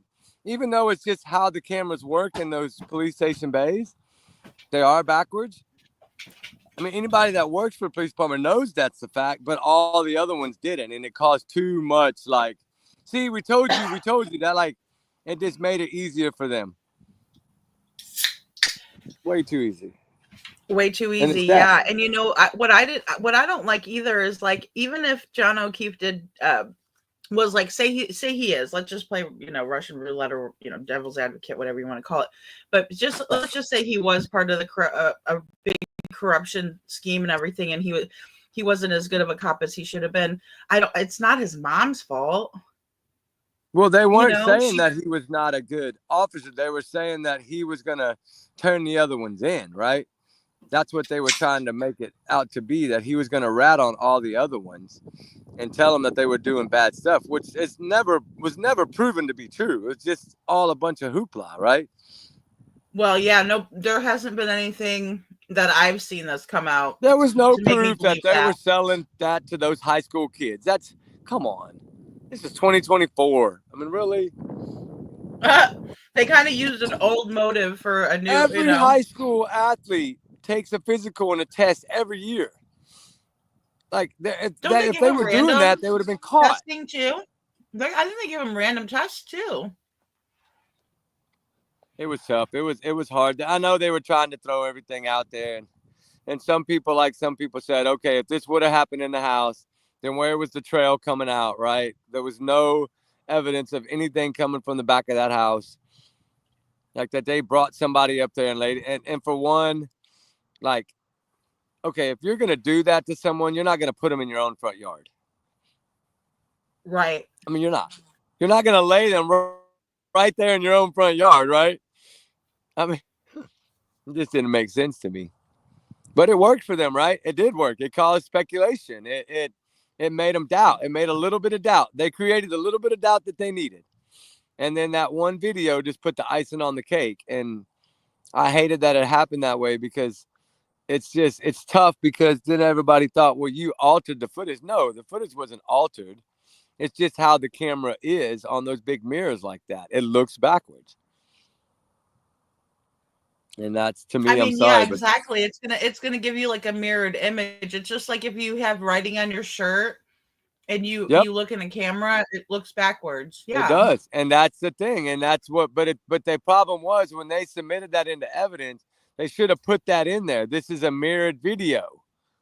And then it would have been brought up as that instead of playing it and then realizing after you played it, oh my God, knowing that he's fixing to stand up and destroy your video. That's what exactly. Like I would have been like, recess. Like, hold on. I would have been trying to do something to stop it. I've been like, order. I had to throw my chair. I've been like, hold on, hold me in contempt, whatever you got to do. But hold on, I got to get this point across. No kidding. Talk about making yourself sick. Yeah, I would have. Don't matter what I'd have had to do. I would have been like, I don't care if they throw me out, whatever. Like, sorry, but I got to fix this before they rip it apart. Oh, no lie. I mean, they just gave that defense attorney. That man was just sitting there smiling the whole time thinking, these guys aren't going to say that it's mirrored, are they? That's probably in his head what he was saying the whole time. And then as soon as they ended, he was probably like, oh, my God, I cannot believe they just did that to themselves. And then, of course, the first thing he says was, oh, okay, yeah, it's altered. Look, it's backwards. I don't notice that. How's police spelled? How's it? Like, oh, man, it just ate him up. Ate him up. No further questions. Like, yeah, like, here's my speculation, right? Here's my theory of, hey, this is kind of crazy, right? This is hoax. This is rigged. This is not real footage. Like, bam. And then, of course, to most people that don't understand how those cameras work in those bays probably thought the same thing. Oh, my God. She's framed. She's set up. Like, and then it just caused a whole big new group of supporters. And it's really sad. It's really sad because it wasn't about a video. It's about a man's life. And especially somebody that's sworn in to protect the oath, that gave an oath to protect the citizens and people of that county and that state. Oh, definitely. And he took his two family members in too, and we're raising those little babies as his own. Yeah, what I'm curious of is if they were using iPhones, right? Because, you know, the new voice technology for iPhones is conversations can actually be brought to life in a text message form now. Yeah, I think it's very expensive to do, but if you can take a phone call from someone and put it into like a text form to where they can read what they were taught, what their conversation was. I'm curious to see what her conversation was with her father that night. I really am. Oh, I'm me really too. curious. Because why is she calling him so late at night? See that? Okay, so I was very undecided on this case because I thought maybe she could be innocent. But then after seeing some more of the evidence, now I'm a hung jury myself. So. Yeah, and that's the thing is, did she call him and say what she said to the paramedic, right? Did she say, what happened? What do I do now? What do I do now? I thought she said, I think I hit him. I mean, if she told him that she told her dad that she hit him and broke her light, then like, what are we going to do what are they going to do from there? Because that would be, wow, right? That's not her just saying it randomly to a paramedic or a fireman. That's not on camera. You're talking about this would be something that was talked about on the phone. Exactly. Oh, like that could really help or hurt, right? I think so. Depending on what was I said. was like, should they allow it? Should they not? But I think they should, just so we can see what's in it. Because if we never know, then there's always going to be like the doubt is always there. Yeah, the doubt is still there, right? Like I don't think they did a very good job as far as when she bumped his vehicle, right? You can tell that her tire and bumper did bump, but it wasn't the light. The light's way up higher and sunk in further. So we know that her light didn't hit that vehicle. But, you know, her vehicle did bump it a little bitty bit, but that was such a small bump that if it would have been like if she'd have backed in with the light, that's a different story. And then he would not have had fragments embedded in his clothes from that taillight. You know, if somebody planted the evidence, what do they do? Run up and rub it all over him? Like then their handprints and all that would be there. Like their DNA would be on there too, right? If they planted it. Exactly. Yeah, they're not gonna just like sprinkle the glass from the, you know. Well, it wouldn't embed it. It wouldn't embed it in his clothes. Like embedded means that it was it. It was force. It was force that caused it. Is how it got embedded. I mean, that's like hitting something with a baseball bat, right? You hit a Nerf ball with a baseball bat. It's gonna embed whatever. If there's dirt on that bat or sand or any, it's gonna embed it in that ball. Right, exactly. That's kind of why I'm shocked that they didn't present that. Yeah. Like, they didn't present it like take a light, right? And smack it into something that's like this, like a body frame and how a body moves. Like ram that light into something at that speed and see what scenario it would have caused. Like I would have presented something like that. Yeah, it might have been off the top to do, but it would have helped, I believe. But then again, we don't know, right? We don't know. It's just, I would love just to know another what case those calls say, though. You're right.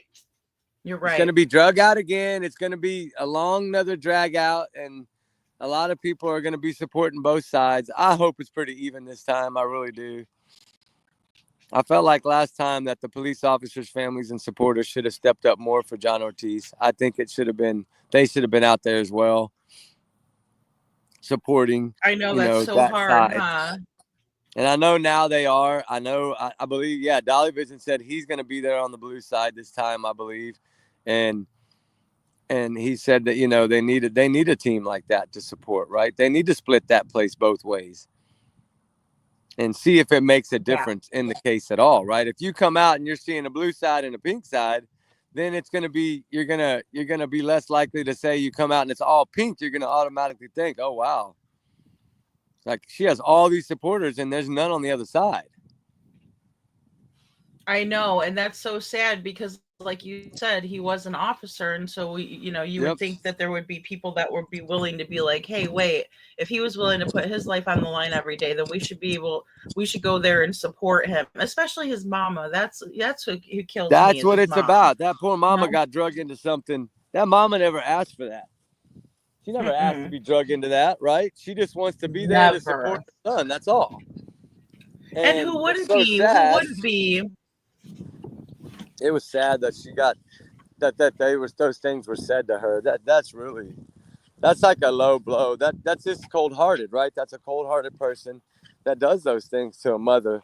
Like, that's just like in the cases of these missing children, these mothers, right? Like no missing child's mother deserves to be talked to or like that, none of them. And that's how I feel about this Hannah case. Like a lot of people are speculating, and I mean, if it is a money grab, then I'm sorry, it is a money grab, but I don't know that. But I still feel like until she speaks up, Hannah speaks up or speaks to someone within law enforcement, a source that we can get it credible from, then we don't really know what happened. We don't know where she is. We don't know what's going on in that case. Do you know why people are saying that it's a money grab though? Because if the GoFundMe wasn't put out until after Mr. Kobayashi's untimely passing, then how come? I don't get it. Like I don't get it. Maybe either. I'm missing something. What I'm saying. I don't, unless there was one put out that I didn't see. Right? Like, come here. If I didn't see it, then I can't really say anything. But like, to me, like, I don't believe there was one before. Now, there could have been a hidden one that I didn't see, but I know that whenever I got the first one right from Lauren, that was after the passing. That's the one I posted on the community page for them. But that was for support for the father, right? That's from what I grabbed from that one. It was started that day. That one was dated that day. So I don't know. And that was how if there much was another longer one before. afterwards? Like how much longer? Because if she was missing the 11th of November 11th, then she was seen crossing the border the 12th. When did her father pass? She landed on the 8th of November. She didn't catch her flight at 6 p.m. on the 8th, her connecting flight to New York. She did not get on it. And then she was seen the 9th, the 10th, the 11th. She had come back to the airport that evening trying to get a ticket, but supposedly couldn't get a ticket because her identity was gone. And then she got back on that train with that gentleman, and then went to a whole different area than she had gone every other stop. And then the next thing we know, the next morning, she's crossing the border on the 12th. And then Okay, 2 weeks I see. later, 2 weeks from the 13th, or whatever it was, 10 days from the 13th, that's when her father was found at like 2:39 or 3:39 a.m., whatever it was. And then that morning, from what I'm understanding, sometime after that happened, after he was found, not long after though, I think probably within 4 to 6 hours, the page was started, the GoFundMe. See, But you know, so when how is somebody that like a dies, pre-planned money grab? See, I can't no, see but when that. I somebody can't. passes away, you have to start planning, you know, like transportation back to Hawaii, like funeral reservation, right? It starts right away, right? You can't wait on it. So Exactly. I understand that if somebody passes, you're going to start something pretty quickly. But then again, I mean, some people feel that it was started for, I guess, whatever they're saying it is, right? Like it's about the money or something. But I mean, it Like they was only planned, do they out think that for, they planned it it out wasn't. maybe, like this whole thing? But then I don't know. That's weird. See, that's what I don't know, because I don't believe there was one started for the search for her at all. Unless there was one that I did not see, right? I mean, if there's only one out there, then it's the one that's for the father, which is the tribute to him. Like that's the photo I put of him on my community page with the GoFundMe and the write-up about him and what had happened. And that's the Right. only one I knew about. Now, like I said, there could have been another one set up in New York, or I mean in California, something that I didn't know about for the search for Hannah, but I don't remember seeing that one. So I I don't never know. I did know that either. it raised a lot of money. It raised a lot of money fast, right? Like pretty quickly. Because if it was only out Very from, fast. if it was out from what, the 20th, right before Thanksgiving to now, that's 47 grand was made pretty quickly. Oh my gosh, I know. And that was Sandy broke that down for us. It was like $58 a person, which I'm like, you know, that just goes to show what $60 a person, which $60 is a great, you know, it's a pretty good amount of money. But even so, like, wow, if only, you know, A lot of people just, wanted to help. That's what it was, even right? at A lot of $5, people wanted, you know, and you're that shows how making many caring people we do have in the world, right? That's a good thing. so many. And then, you know, of course, some people don't ever start that, right? But this is kind of the first case that we had where we're searching for someone missing, and then something like this suddenly happens. Right. Right. Like within a few weeks of searching, right? It just wham. Because I know for 2 weeks, if I go back and read the text messages from, oh, you know what? Hold on. Let me do that. Hold on just a second. Let me go pull up that message from her that day that it happened. Hold on. And I can tell you what day it was, because I forgot Lauren messaged me that morning. Oh, good. And I don't know if we're going to come back on tonight. Tony, I did want to watch Seth's kind of going to come on and talk tonight. And so I wanted to go ahead and watch that. Oh, he is? He's going to speak tonight? Yeah, okay, he's got a here it live is. Okay, scheduled for it's tonight. 11:42 on November 25th. That's when she says, Ryan passed of a broken heart, the stress of looking for Hannah, and sleep deprived was too much for him. We are devastated, but we must keep the focus on Hannah. That was on the 25th, a little before lunchtime, which actually, if it's 11 my time, it's 9 o'clock in the morning their time in LA. So it was pretty early in the morning. Okay. And then that's when the next reply to me, she had said about, she had some questions and stuff for me. And then she was just saying, thank you very much. Not sure of the names, because I was trying to get the names of the people that supposedly were that Venmo or whatever, right? So I could try to get some people to work on their names. Yeah. And then she was saying the speculations were bad, right?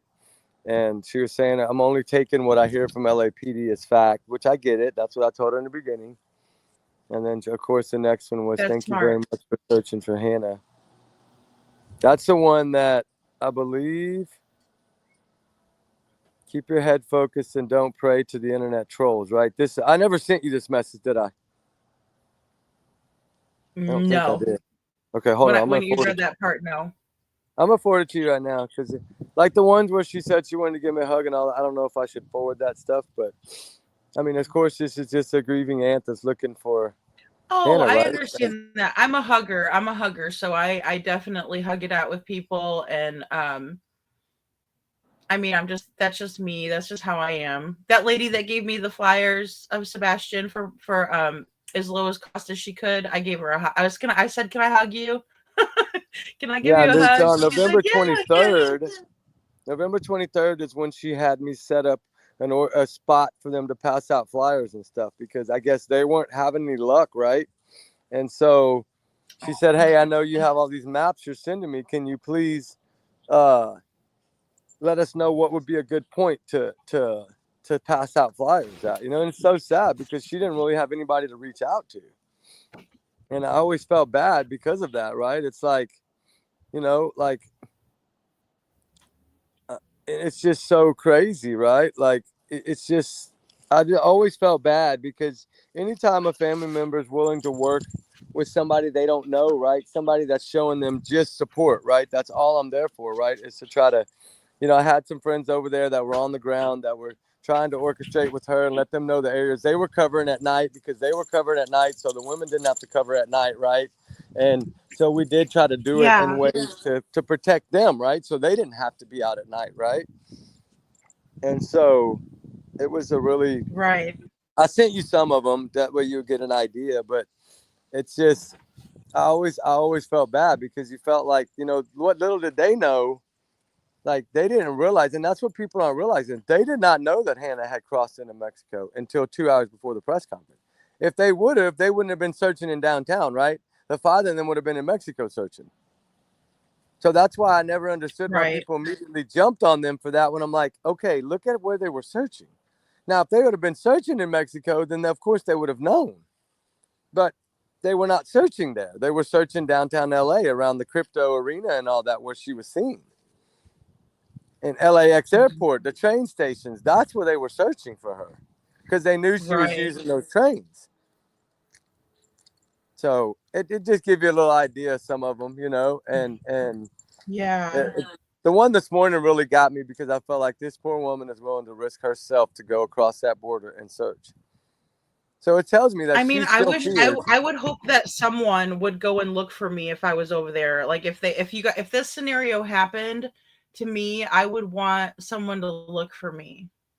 And it sounded like the You message know? she sent me this morning, if you read that message over again that she sent me this morning, it made me feel like she's now the outsider and she's the only one looking. That's what it seems like to me as well, because She's the only one willing to. She didn't accept the lawyer. She didn't want to join the family with the lawyer. She's going to take it upon herself as an aunt to get over there into Mexico and search. So she's taking the text messages the same way I am, as a cry for help, right? Because if you want to go think somewhere, so. Like, you're not that's going what to. I'm saying. Like, I mean, how would Hannah feel if none of her family members came and looked for her? Yeah, but I think now that these pictures have been circulating this morning of this wedding pictures on the beach, I think that now that they're circulating, I think it's bringing the family back into it. Like, uh-oh, did we react too soon, right? Are we trusting what the trolls in the media are telling us? You know, like maybe this was something bad. Like, instead of, they lost focus, right, of the whole purpose of this. Right? The focus is find Hannah, get it from her. Get it from her. Let her tell you that she needs time. She needs to clear her head. You know, she's sorry that she didn't come, you know, pay respects to her father. Like, I just can't see her not doing that. I'm sorry. I agree. And the thing is like, I mean, that not only that's weird, it's just the fact that she seems like she was close with her sister, her aunt. Like, it just seems like their family was close, not in a not any kind of turmoil. Well, they're close, but part of them are, now that they've seen the video, they're thinking, well, maybe she just needed to clear her head or something. Maybe they're falling to that part of it, right? They're listening to the media and the speculation. Well, and I understand that. There would be no way I could get those text messages out of my head if that was a loved one. I'm sorry. And you're basically crying for help. So how do you bypass crying for help? And it's just, man, that's what makes it so hard. Like, and I could be naive and dumb, and I could be looking stupid in the end of all this, but I'm still would never give up on someone if I feel like they put these messages out for a reason. You got to remember, this is a scam. This is a fraud, but not on her end. The man she married was scamming her. Exactly. So And that's what how I I'm look saying. at it. Like, I would want people to look for me. I wouldn't want people to just say, Yeah. oh, she's all right. Yeah, like, just give up, right? Like, what if she is over there in dire No. need of help, right? Exactly. What are they going to do if this Exactly. woman never She appears called again? for their help. She said these people did this to me and nobody's helping. I don't get it. Yeah, and then she's in Mexico, right? She has no money. We know she can't get on an airplane, right? We know she can't do any of those things. So she's somewhere on that, basically surrounded by bodies of water. So she's not getting out of there unless she swims, right? Well, she's not going to swim Well, across and Forever the ocean. Nikki's So- mom has a question. She said, if the aunt does go to Mexico, Rich, how will she know where to even begin? She can go over there and get a PI, right? She's got money. She could go over there, hire a private investigator there, and just say, okay, like the Aaron Rung family, right? The Sorayas family, the grandma on the other side, hired a PI in Mexico to track them down. It can be done. So she can go across the border, put up some cash to a private investigator, work with some federales or whoever you got to work with, say, please help me, right? I'll pay y'all. Please help me. I just want answers. So then she's going to have somebody working with her and only her that's going to know all those areas, all those resorts, who comes in, who comes out, have access to all the cameras, and then go from the 12th. We know they know what time she went across, get the videos from that particular time of the day and start tracking, just start looking at every camera till you find her.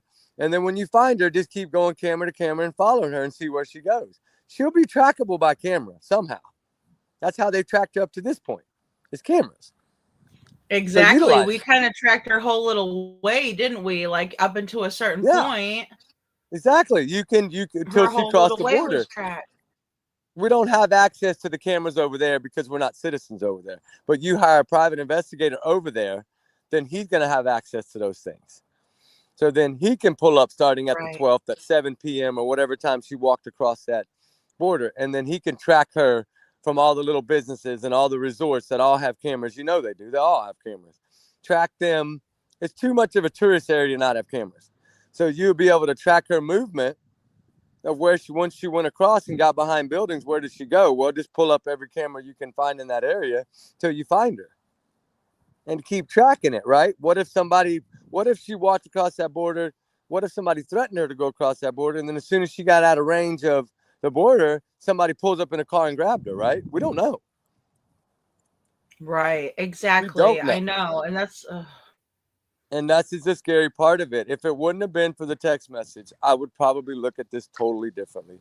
But when any woman, 31, 30, 25, no matter your age, sends messages like that, scared messages of they stole my identity, they stole my money, I'm feared for my life. Okay.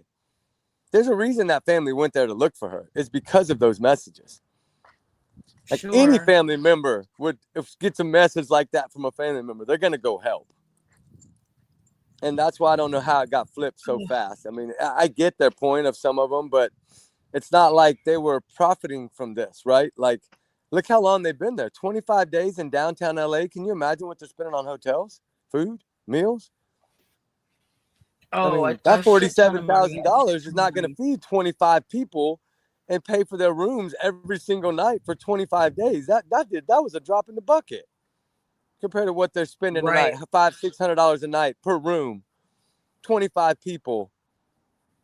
That's 25 rooms, right? I mean, come on, that's I mean, downtown LA, you can imagine those hotels are $1,000 a night, $600 a night, easy. exactly. That many nights. Then the father having to be shipped back over to Hawaii and all that have to be done. There's another $20K, right? Like, people don't realize that 47 grand did not go very far. Sorry, but it doesn't. Not in downtown Well, LA. and I know, and see, it's just frustrating to me because, like, it just seems like I personally don't think unless I'm shown something that really is gonna prove me to the contrary at this point, that I just really don't think that it was it had anything to do with money. Like you said, I think they used it all. And people don't understand, like, even with Seth, he wasn't very far away from where Sebastian was, but you got to think every morning he's getting gas, blah, blah, blah. If he was to stay in a hotel in Hendersonville, he'd be paying for that, you know? So, I mean, there's a lot of things that It's money goes expensive. fast, especially when it's not coming in. It's expensive. You know, if And you can't downtown work. LA is Hollywood is high, right? Like high price. So, and Yeah, plus, no. I'm sure they had a private investigator. I'm sure they were paying people to help them. I mean, that's what most families do. Just like the aunt right now, she didn't get any of that money. She wasn't on that GoFundMe. Lorraine wasn't. So she didn't get any of that money. So it's she's doing everything out of her own pocket. And now she's willing to go to Mexico. That means that she still feels unsafe. She still feels scared and worried, right? Like, until I talk to her face to face, I'm not going to take this as what it's being made out to be. I would feel the exact same way. Yeah. And To you me, know she's what a else? stand-up woman, What else right? She too? could have easily joined the lawyer in the team, right? She could have easily joined them and just not Oh, yeah. put out anything. She didn't have to ever message me again, but she's still asking for help, right? As far as like help with maps, help with whatever I can help her with. She's not telling me to come down there. She's just saying, if you can, please don't give up and please help me, right? Like, now Probably she letting feels you like know where she's she's the going to only be. one. I'd be Yeah, telling she's, everybody I'm going to Mexico so they knew, so in case something happened to me, well, she you might have told the know, family, and they I probably was like, hurt. hey, you know, do what you got to do, right? I'm sure the family told her, do what you got to do. But now that this stuff is circulating with the marriage license scam and the immigration papers, and this guy had a girlfriend that married her, and they were the ones seen there in downtown LA with Hannah, like, something more to this picture is going on. And like I Exactly. said, I could end up getting slapped in the face on all this, right? I could be totally wrong. But until at least I know she's okay, it's kind of hard to give up on someone. I agree, and I think that, like, when you're in and I know when you're in a toxic situation, or when you've been, you know, in traumatic or abusive, you know, kind of situation, you know, a lot of times you don't want to tell your family because you're embarrassed. And so the fact that she told, and I just, that really sticks out to me, that she told people. It was a call to action. It was a cry for help, in my opinion. Yeah, it wasn't like she was too worried about telling them anything, right? It wasn't about that. It was about, like, she didn't come out and tell them about this and that and the other, but she evidently told the friend. So somebody knew, because she told the friend, you know, I thought I loved this guy and I thought he loved me, and then he tricked me, right? So there may be a reason she didn't tell the family that, and she only told the friend, but still, all Oh, in all, that's we right. don't know She how much didn't tell her aunt control. that. She told her Yeah. friend. She told her Well, friend. exactly. And we don't know how much control she had of her phone. Maybe they were keeping her phone hidden, and every now and then she would be able to grab it for a second. We don't know, right? We just know after the 11th, her phone went off that night. And when she was seen in that video where she did not look like she was wanting to go with those people willingly, after they got off that train, it looked like she was kind of all out of it. And, like, you know, and then all of a sudden, the next thing we know is the next morning she's going across the border. Right. By herself. With no phone, no nothing, right? Just luggage. See, Because and that's somebody why, that's oh on my social gosh. media, she's on social media that much, it tells me something turned south after the night of the 10th, because she did post on her Instagram on the morning of the 10th. Some pretty pictures or something she did put on her Instagram that morning. So it seemed like maybe her and her new husband were kind of getting along okay, right? And then maybe somewhere in there is when it went south, the night of the 10th, because the 11th, we know that she had got back to the airport and was trying to get a flight home to Maui. So we know that was going on because they've talked to the ticket lady at the counter that she spoke to. And that's when she, of course, sent that other message that her identity had been wiped out. She couldn't even get a ticket. So I don't know if she meant like they had stole all her money and her cards weren't working, or we don't know if they used her phone to set up that Vimo stuff and sent that money to those people. We don't know if they did it. You know, we can't say she did it because we don't know. Like, yeah, exactly. The hardest part about all this is you got to remember, he was her husband. He had probably all her passcodes. I mean, this is somebody that evidently she trusted, right? So he probably did have all her passcodes. So then, of course, he can go in Yeah. and change anything he wants to change. Yeah, she thought he had her best interest in mind, but he obviously didn't. Oh my god. And he may have changed the passcode on her phone where she couldn't get in it. And then maybe, say, for instance, when the phone started ringing, if he wasn't around her, you know, then she grabbed the phone real quick and messaged her friend and her family right then and there before he got back. We don't know what happened. Yeah, And there's that's what no scares me. telling. Yeah, well, this scares me because there can be so many ways that this can go down, right? Yeah. And until Hannah is found again and talked to by law enforcement, a PI, whoever it may be, right, and can give them her statement, because she's never given a statement during all this. The only thing that she's done is send those messages that she's basically scared for her life. That's it. That's all she's done. Yeah. So, I mean, the sad thing is that he got her away from Maui. And you know, she's been married to this man for a few months in Maui and nothing has happened. He gets her away from Maui, right, to a different place, and then all this goes down. Like, that's what's scary. Oh, yeah, and that's what they do. They get you isolated so you don't have Because he wasn't no, doing you this know. to her in Maui, right? Because she had family there. Exactly. And you're on an island. What are you gonna do, right? That But whole did he island just would have been come there? looking for He her. came there to Maui. Like did she like pay for him to come there? I wonder. Or See, what I'm wondering is because there's been two different stories, right? And that's the problem is nobody's telling it how it is. Like, see, I'd heard in the beginning from family that her and her ex-boyfriend couldn't get refunded for their tickets.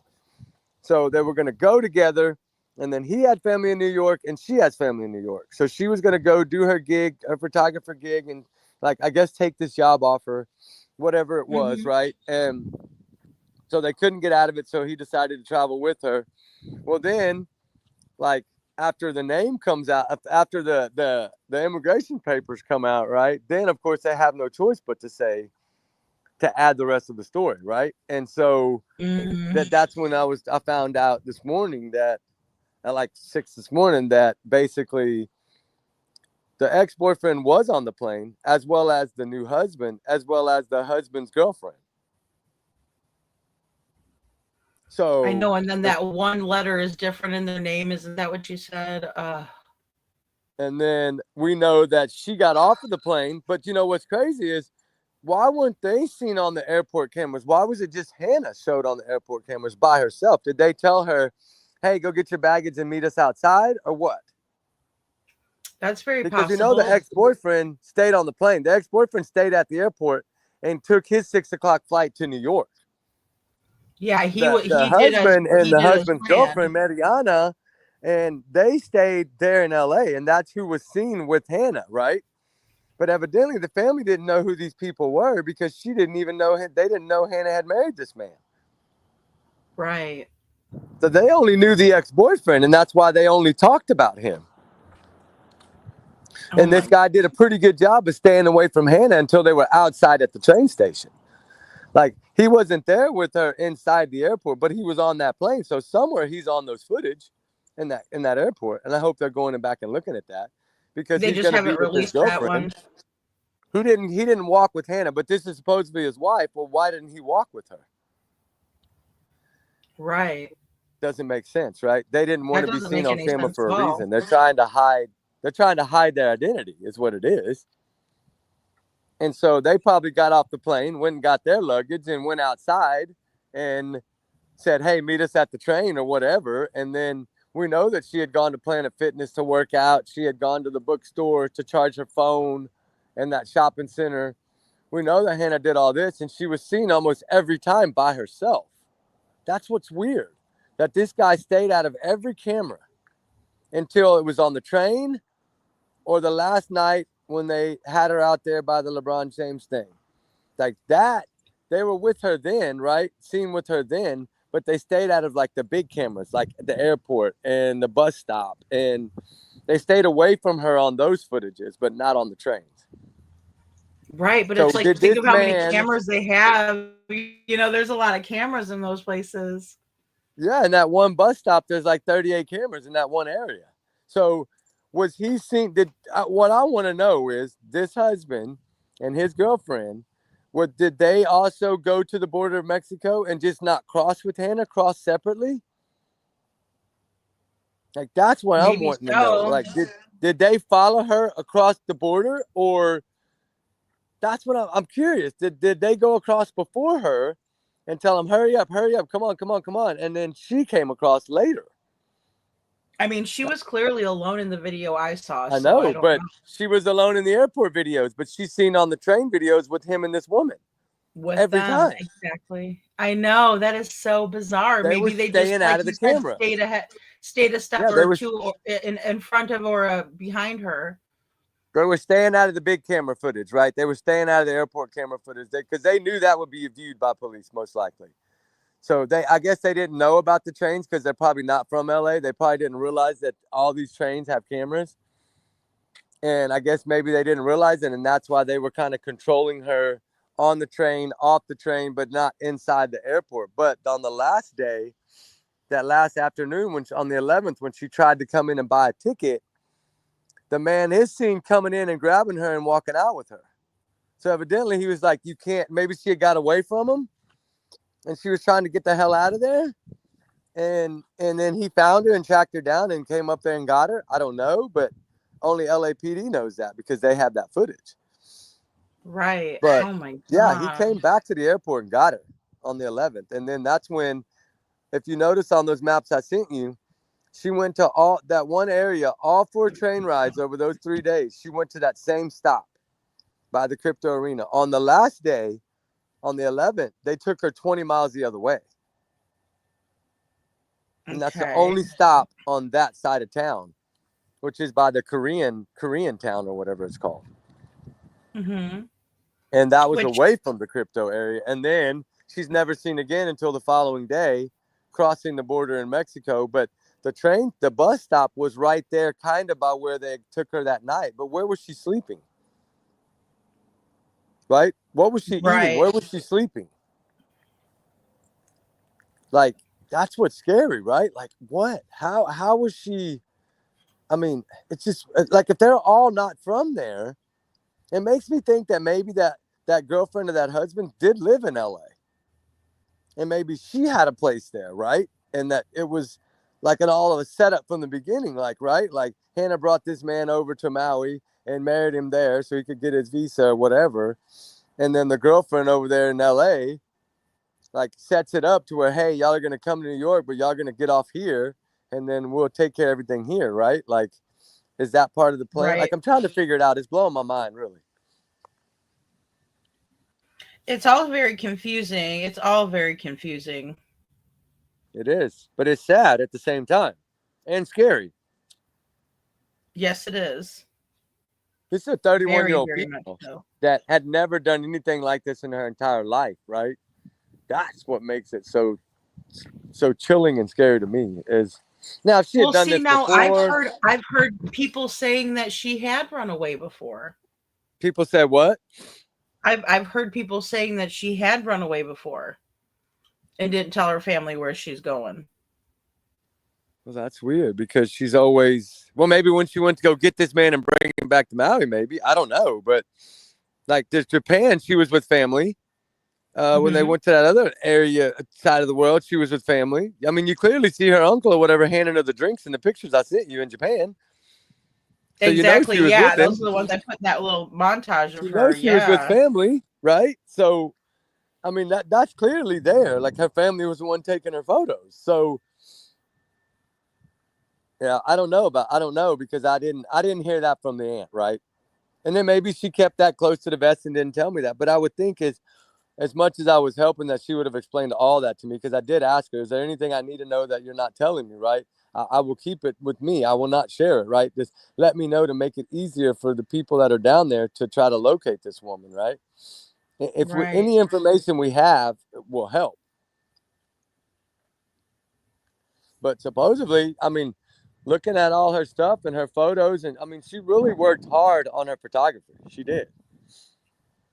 And she was good at it too.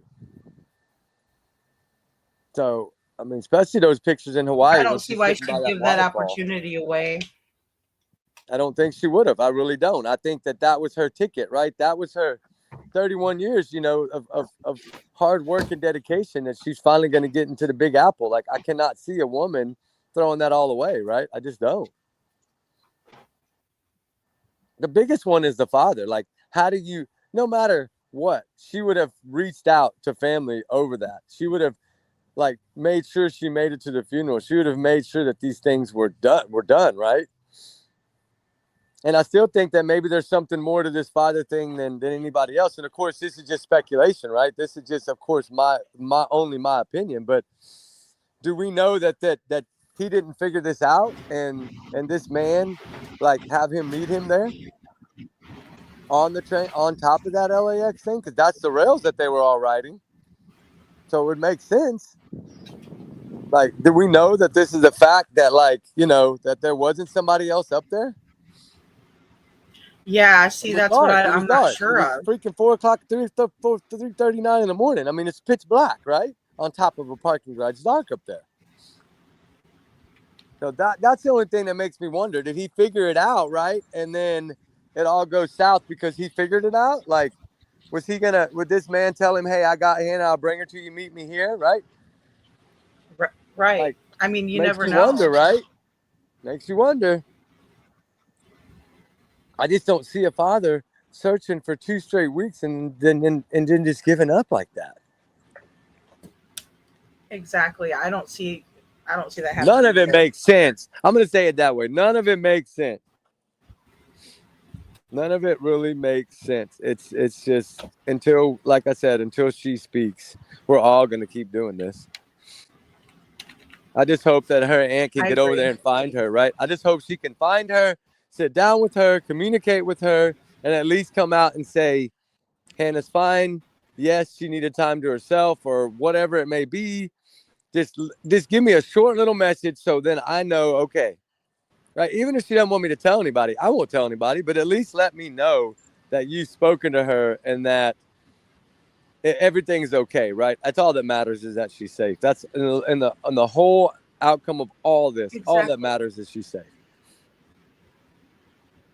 I mean, sometimes people make dumb decisions in life, right? 100%. Sometimes people make dumb decisions. It just happens sometimes. We're human. But it's just too much of a flippy flop, like weird twist all the time type thing, right? Like, why didn't this husband thing come out before this? Is it just because they just finally went to her house to search and they found this paperwork? Or did they known this all along? But I think LAPD would have put it out if they'd have known it, right? They've been pretty good about putting everything out on this case. So I would have think they would have been like, hold on, this might be they like definitely came out and did a big search. Because the names, right? If you look at this name, right? Hold on, let me find it again. The name of this individual woman is almost spelled exactly like Hannah's name. That's what really threw me for a loop. Hold on. I got it right here somewhere. Right here. Here it is. Let me send you this. Hold on. Here we go. Here we go. Here we go. Here we go. All right. You hear me? Hello? Yes. Can you hear me okay? Okay, you can hear me. All right, cool. Yeah, I just sent it to you. See, there's the man's name. It's highlighted in black, right? It's I think it's Daniel. I'm sorry, Rich. I switched over some audio things. I was thinking I could. Yeah, it's Daniel Cansan and then it's Mariana. It's almost like Hannah, but it's like, look at the last 5 letters of that woman's name. They're like identical to Hannah's name. It blew my mind. Right? Yeah. Let me take a look. Can you hear me better now? Yeah, because if you're trying to take somebody's identity and your identity is already close to them, that is what really kind of made it weird, right?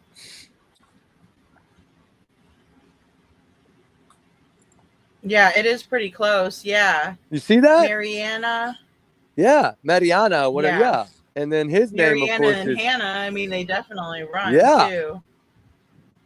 And then his name, of course, is like Cansan or something like that. C-A-N, I think A-C-N or something. His last name. And her mom found the records. They found it. I don't know if it was the FBI or who that went in, right? I don't know if it was a search warrant that they went into her house to look for information to see if they could find anything on her. And they found all the immigration papers, the marriage stuff, and then I think the wedding photos. And that's when Okay, they wow. brought it out, right? But they didn't put the wedding photos out right away, and they didn't put out that they were all on the same flight. Like, I don't know if I don't believe that Hannah's ex-boyfriend knew that this was her husband, because he probably didn't sit by her on the plane.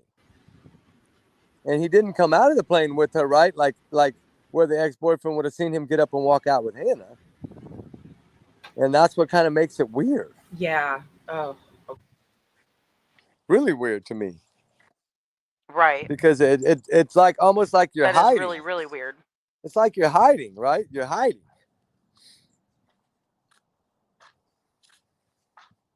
Yeah, it's different, ain't it? Yeah. Well, they definitely A little bit different. averted themselves from the cameras, it sounds like. Yeah, they kind of made sure that they weren't seen with Hannah Yeah, until it they is got on those different. V trains. Once they were on those V trains or whatever, they were seen like basically controlling Hannah, right? So like they got her somewhere weird that she didn't know where she was, and then they took control. Yeah, and I mean, I wonder why she would go along with them after she found out that they Well, I think screwed because they had her, over, they or had they everything. They had her phone. I think they had all her stuff. I think they had her luggage. I think they had basically her whole life. She's married to this guy. So what are you going to do, right? I think she trusted him and then realized over those few days that she shouldn't trust him. And then by the time she tried to get away, it was too late. That's what's scaring me about it all. Like the text messages. If it wouldn't have been for those messages, Right. Okay. I would be like, okay, yeah, this woman just hightailed it, right? Like she wanted to avoid family and took off. That's how I would have looked at it in any other circumstance. But with those messages, you can't look at it that way, because you got to look at it as if this poor woman, like they clearly took advantage of her. And that's what she's telling them on all those messages, right? Like I thought I trusted this person, and then it not to be the person that I thought I trusted. And Oh my gosh, that is so sad. that's where it gets scary, right? Like, and how do you not Definitely. look for someone, right? There's no way that us as true crimers could not look for this woman. Like, we want the answers just like our I mean, family that's the wants way the I answer. feel.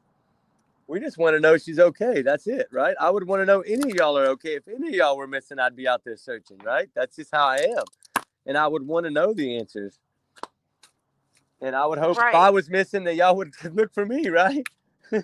Absolutely. Like that's the only, I hate to like think about like but I'm just trying to put myself in that position and be like, well, what if I sent a message for help and nobody helped me and nobody Yeah, like looked how for would me you and then feel if nobody came to your rescue, right? You would feel like yeah. nobody loves me. They're believing these crazy people and they're not believing me. And of course they make you mad as heck.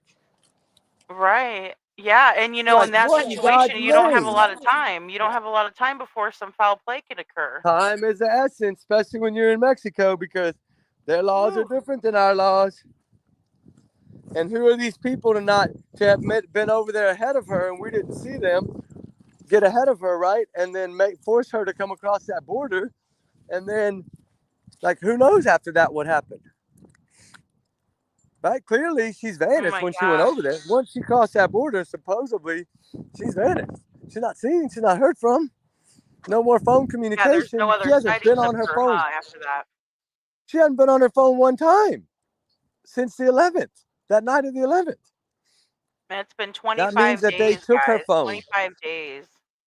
I think, in my opinion, I think this Mariana is now Hannah. And I think that was the setup from the get-go, was his girlfriend. They wouldn't even ever legally have to get married because he's already married to Hannah. So she could just take Hannah's identification, like take Hannah's ID, right? And now this is Hannah and Daniel. Just like the marriage license says, right? Like, and then Hannah's gone in Mexico and vanished. And so now she's Hannah. Right. And they just lived their American dream after that, right? He's got his visa, they're citizens.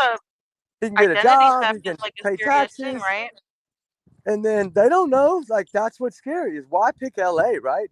But if you do the deep dive on LA, go watch that series about women that vanish in LA. Go watch that documentary. It will blow your mind that what's happening, what we're witnessing right now happens probably 25 days a month in LA. Really?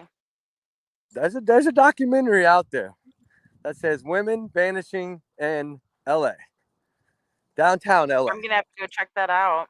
Oh, it's make you cry. You better take some tissue with you because I'll probably use 3 boxes of Kleenex. I'm serious. Oh You my know me, gosh, though. I it's got a so big sad, heart. isn't I it? cry for. I'm a big baby when it comes to that kind of stuff. But I mean, Me I too. can't I help do it. I have too. 2 daughters, right? I'm the same I way. have 2 daughters, so of course it breaks me down, right? Yes. Well, like It's my sad. daughter went to Mexico for for the Christmas. I told you she went with her boyfriend, and his dad had taken the 2 of them down there for Christmas, and I was like very nervous because obviously she's never left the country before that, and I was like, you know, and she's an adult like now, and so and at that time it was a couple years ago, and like she couldn't understand why I was so like worried, and you know. It was Yeah, just it it is scary, not that right? I It didn't trust who it she is was kind with of at all, scary. because you know, but just being in another Yes. country, you like you said, the rules are different and they might not look. I don't know. It's scary. Yeah, it's scary. It is scary, right? It is. Want to say hi, Ruby? Ruby, there she is. Hey, Ruby. Ruby, say hi. Hey, What this you way, dude. doing, Ruby?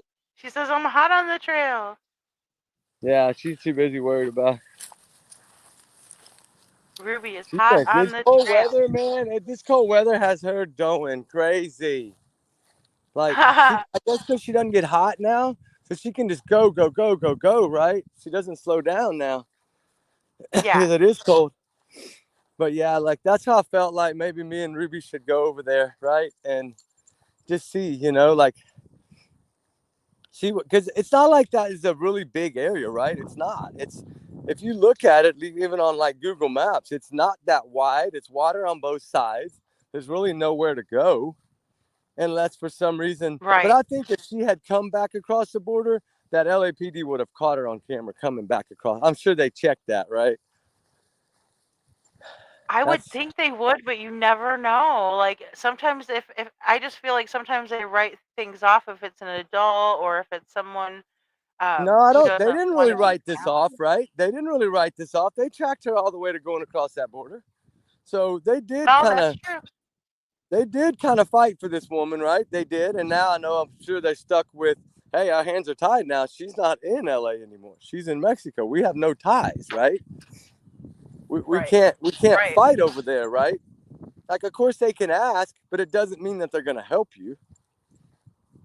Like, they feel like, I think they feel like she went across there on her own, right? And they're just leaving it at that. But maybe they're thinking that she was embarrassed, or maybe, you know, and that's cool. If there was no bad messages, I would say that, yeah, maybe she is embarrassed. Maybe she just needed time. But then when you look at everything else that transpired, that's when it kind of throws you back to, God, we got to give this woman at least we got to try to find her and make sure. Like, if we find her and know she's okay, then cool, right? We're good. We just go on about our business, right? And then we go Right. work on something else. That's just how we do, right? And that's the part that is so hard. And then you have like her aunt, of course, that sends me that while ago, literally like 30 minutes ago, right? And right before I got on, right before I popped back in a while ago, I got that message from her. And it's like, she's telling me she's going into Mexico by herself. So here's a woman that's not going to quit, right? So as a family member, not going to Well, quit. yeah, she wants to find out what happened to her niece. Oh my God. Yeah. It's like, how do we give up if she's not willing to give up? Like, that's what Exactly. makes And it if hard. she needs help, and you know, yeah, absolutely. I mean, anything that we can do over here, and you know, of course, prayers of that's Yeah. definitely And powerful. it's so But hard because anything that so many people look at it, and I understand everybody looks at it in their own way, right? Everybody has their own speculations, and that's what makes America America, right? And it just makes it tough because well, you and it don't know also which way to go. helps solve things, I believe, because it brings ideas. But in the same way, I don't think that people should be speculating on money that was given to the family out of other people, the kindness of someone else's heart. That's what kind of, you know, I just don't, I guess I don't see the value in talking about that when Hannah's still out there. I don't see the value in it. Yeah. Because I get it. unless I you get it. directly gave money to that family and you're upset about it, and you want to get on YouTube and complain, well, that's one thing. But for people to just harp on it that didn't even give any money, probably, it just kind of Yeah. annoys me. And like, what I always say is It's put yourself irrelevant. in that shoes. Put yourself in their shoes. That's what I always say. Before you speculate, put yourself in their shoes. Or you know what better? Put yourself in Hannah's shoes. Right. Like, imagine if all this just happened to you. Yeah. Imagine if you were going through this, right? You had trusted someone, and then find out that they got you to a strange place, and then like your world just flipped upside down. All of a sudden, you have no Well, money, and you no know how nothing. many families do not, like, even when women are in long-term domestic, V situations, like a lot of times the family members don't, like, they don't help you out. They're like, that's your own fault. You should have left. And, you hear a Yep. lot of that kind of stuff. And I know because I've been through it. And yeah, so like I automatically, when I hear what has happened to her just on the surface, like of what she told her friend and everything, it makes me think that she has been manipulated by this person for a minute, and she was calling Yeah. out for help from her family. She's willing to marry him, so Well, she her must have had friend. some place in her heart for him, right? Like, that is a sacred island, right? So she feel like she must have loved this man. And then to find out that this man has a girlfriend, and if Hannah did not know that, wow, like she was totally betrayed. Very romantic destination. Like, even if it is your home, it's a very, because you can go to the city hall, but like if they have that sounds really romantic to me. That's just my opinion. Maybe, but Yeah, I am kind of a hopeless romantic kind of a person, but that sounds super romantic to me. yeah, that's totally romantic in every which way, right? That I agree with that. These dogs are. Hold on, I'll make sure that I can't get through this fence. Oh I don't no. want these dogs. That'd be horrible if they jump through this damn fence. Ruby, you get away from there. I don't know them dogs. We're like on this little back side of this area, and there's like a neighborhood. There's a neighborhood on one side of it, and there's a big old dog. Luckily, it's a fence keeping us from him. Whew. But Ruby, of course, Ruby thinks every dog wants to be her friend. That's her problem. She don't realize that they might eat her. She's like, I'll be your friend. I'll be your friend.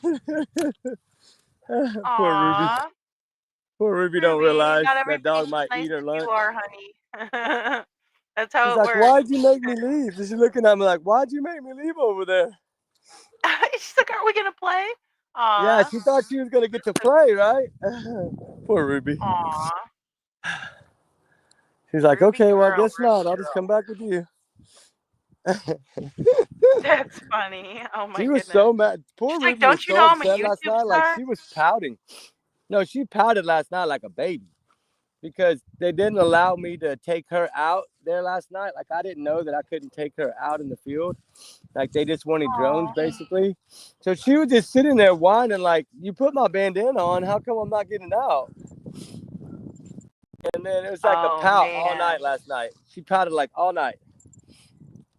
I don't blame her. I'd have been mad too. Like, wait a minute. Okay, so I Yeah, got all she was ready like- and now we're not doing anything? What? Yeah, it's like, why are they not letting me get out, right? She's a diva. It was She's like, cute. what the heck is going on? She's like, don't you guys know who I am? Yeah, like, okay, I'm a YouTube star over you here. heard of Come me? on now. But it was, and I get it. Sometimes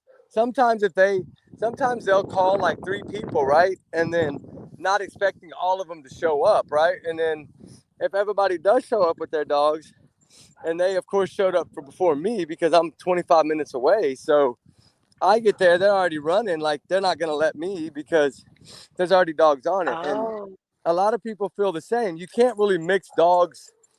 If dogs are used to working by themselves, it's hard to put them around other dogs because then they get sidetracked. Sure, And it's so- distracting for them, huh? Yeah, I don't want her to be distracted. Ruby doesn't really get distracted too easily, but if there's another dog, she will. She'll be like, I want to play or something, right? And I didn't want that to happen, so. But it just, and it was so cold anyway. It was so cold and windy that in a way, I'm glad I didn't make her get out there. But Yeah. That's funny that she was pouting though. I love that. oh my God, like till She like was letting you know how 11 she o'clock felt last about night. it. Oh no, like then she went and laid by the door, right? When I got home, she's just laying on the rug by the door, like staring at her little lease on the wall. Like, you're really not gonna take me anywhere? Yeah, she does pout sometimes. That's so funny. And then she never Well, really next gets time tired you'll be either. That's what's cool. Is she never really gets like down to where she won't go. And that's what I like, is like She she likes never it. like She, you seems can to I wear think that out. she enjoys it, doesn't she?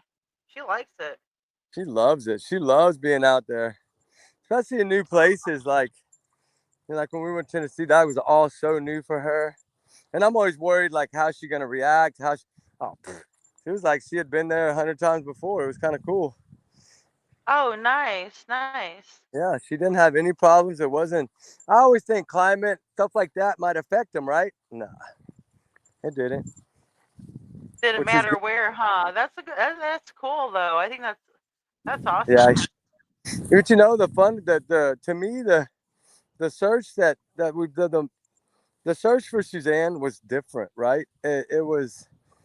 I don't know why she was so much more. Hold on, she was so much more alert during that search. Like, I don't know why. I don't know if maybe they had ran that area with dogs or something before, and she was picking up on all the activity. But she did, like, that was probably the most focused she's been in a long time. But she was literally like so focused, right, that it was unreal, right? Like, I couldn't believe how focused she was on that case. And it worked out good, though. I mean, I wish we would have found more, but like, that woman's still out there somewhere, right? And Yeah, I mean, she needs to be found. there's so many. There's so many out there. I mean, Yeah. yeah, it's just weird. It's a great big So world, many. but then you also think like, I don't know. Yeah, but this man didn't have much time. That's what I don't get. He did not have much time to do this. And he was only gone 1 hour the first night. So Yeah. how far could he have gone, right? I mean, we know the next day he went to Home Depot, bought concrete, trash bags, all that stuff, but we don't. And then, of course, her friend said something about, if I'm ever missing, look for me at the lake. But I don't know, just concrete didn't sound too good, right? Yeah. Reminds me of the Scott Oh Peterson my case. gosh. Terrifying. Yeah, the Lacey Peterson case, right? That's what it reminds me of. Yeah. Yeah, he used that to wear her down, and that's why they only found her torso. Yeah. And you know, there's Great still some in people that think jambalaya, she's in. but she's asking us if she missed our answer about the aunt in Mexico. So Anna's aunt is going to go to Mexico and try to find her. She just at least wants to know that she's all right, and that she's just there on her own will. You know, is that am I saying that right? Right? Yeah. You think? Well, you got the message. I shared it with you. That's what she Yeah, says, right? I mean, I just wanted to know your take on it. You know what I mean? Because You it's can like that's post what it. I'm gathering from it. You can post that message if you want. Post it for everybody to see it right now. It doesn't matter. Okay, I let mean, me that's see just how I how can this do it. woman I should feels. be able She's to. clearly on her own, right? Like, clearly Yeah. she's on her own now. And that's sad, right? Or here, you know what? I'll read it really quick. So Yeah, you can read it. it says, just because I'm not sure, like, oh my gosh, this computer's ancient. I'm gonna go get one probably over the weekend, hopefully, if I can finagle it. But Go to Best excuse me, guys, Buy. I'm sorry. Best Buy. Head Doing over a to credit Best card. Buy. I know. Well, I mean, I'm thinking that there's like good sales on stuff. That's how I got my mic at a good price. Because I was like, this looks like a 0% Black right Friday. now. If you go get a Best Buy credit card, it's like 0% for 12 months. Mexico is huge and dangerous, Gracie. And I don't know. Do you know if any of them speak Spanish? I don't know. I don't. But you know, that is a tourist area. That's all your white sand beaches and your freaking resorts. And that is an area that's right on the water, right? It's all beaches. So they can get away with not knowing the language. it's just like then. California. Think about it. It's just on the same beaches as California beaches, right? It's the same beaches. It's just Okay, yeah, you're 'cause it's crossing a all the border. Gulf of Mexico. Yeah, the resorts are like the same. Like it's very nice. Like if y'all remember when they found Aaron Rung with his daughter and his fiance, that's the area. Those are like beautiful beach resorts. Beautiful resorts. Yeah. Oh yeah. Well, so excuse me, I'm so sorry.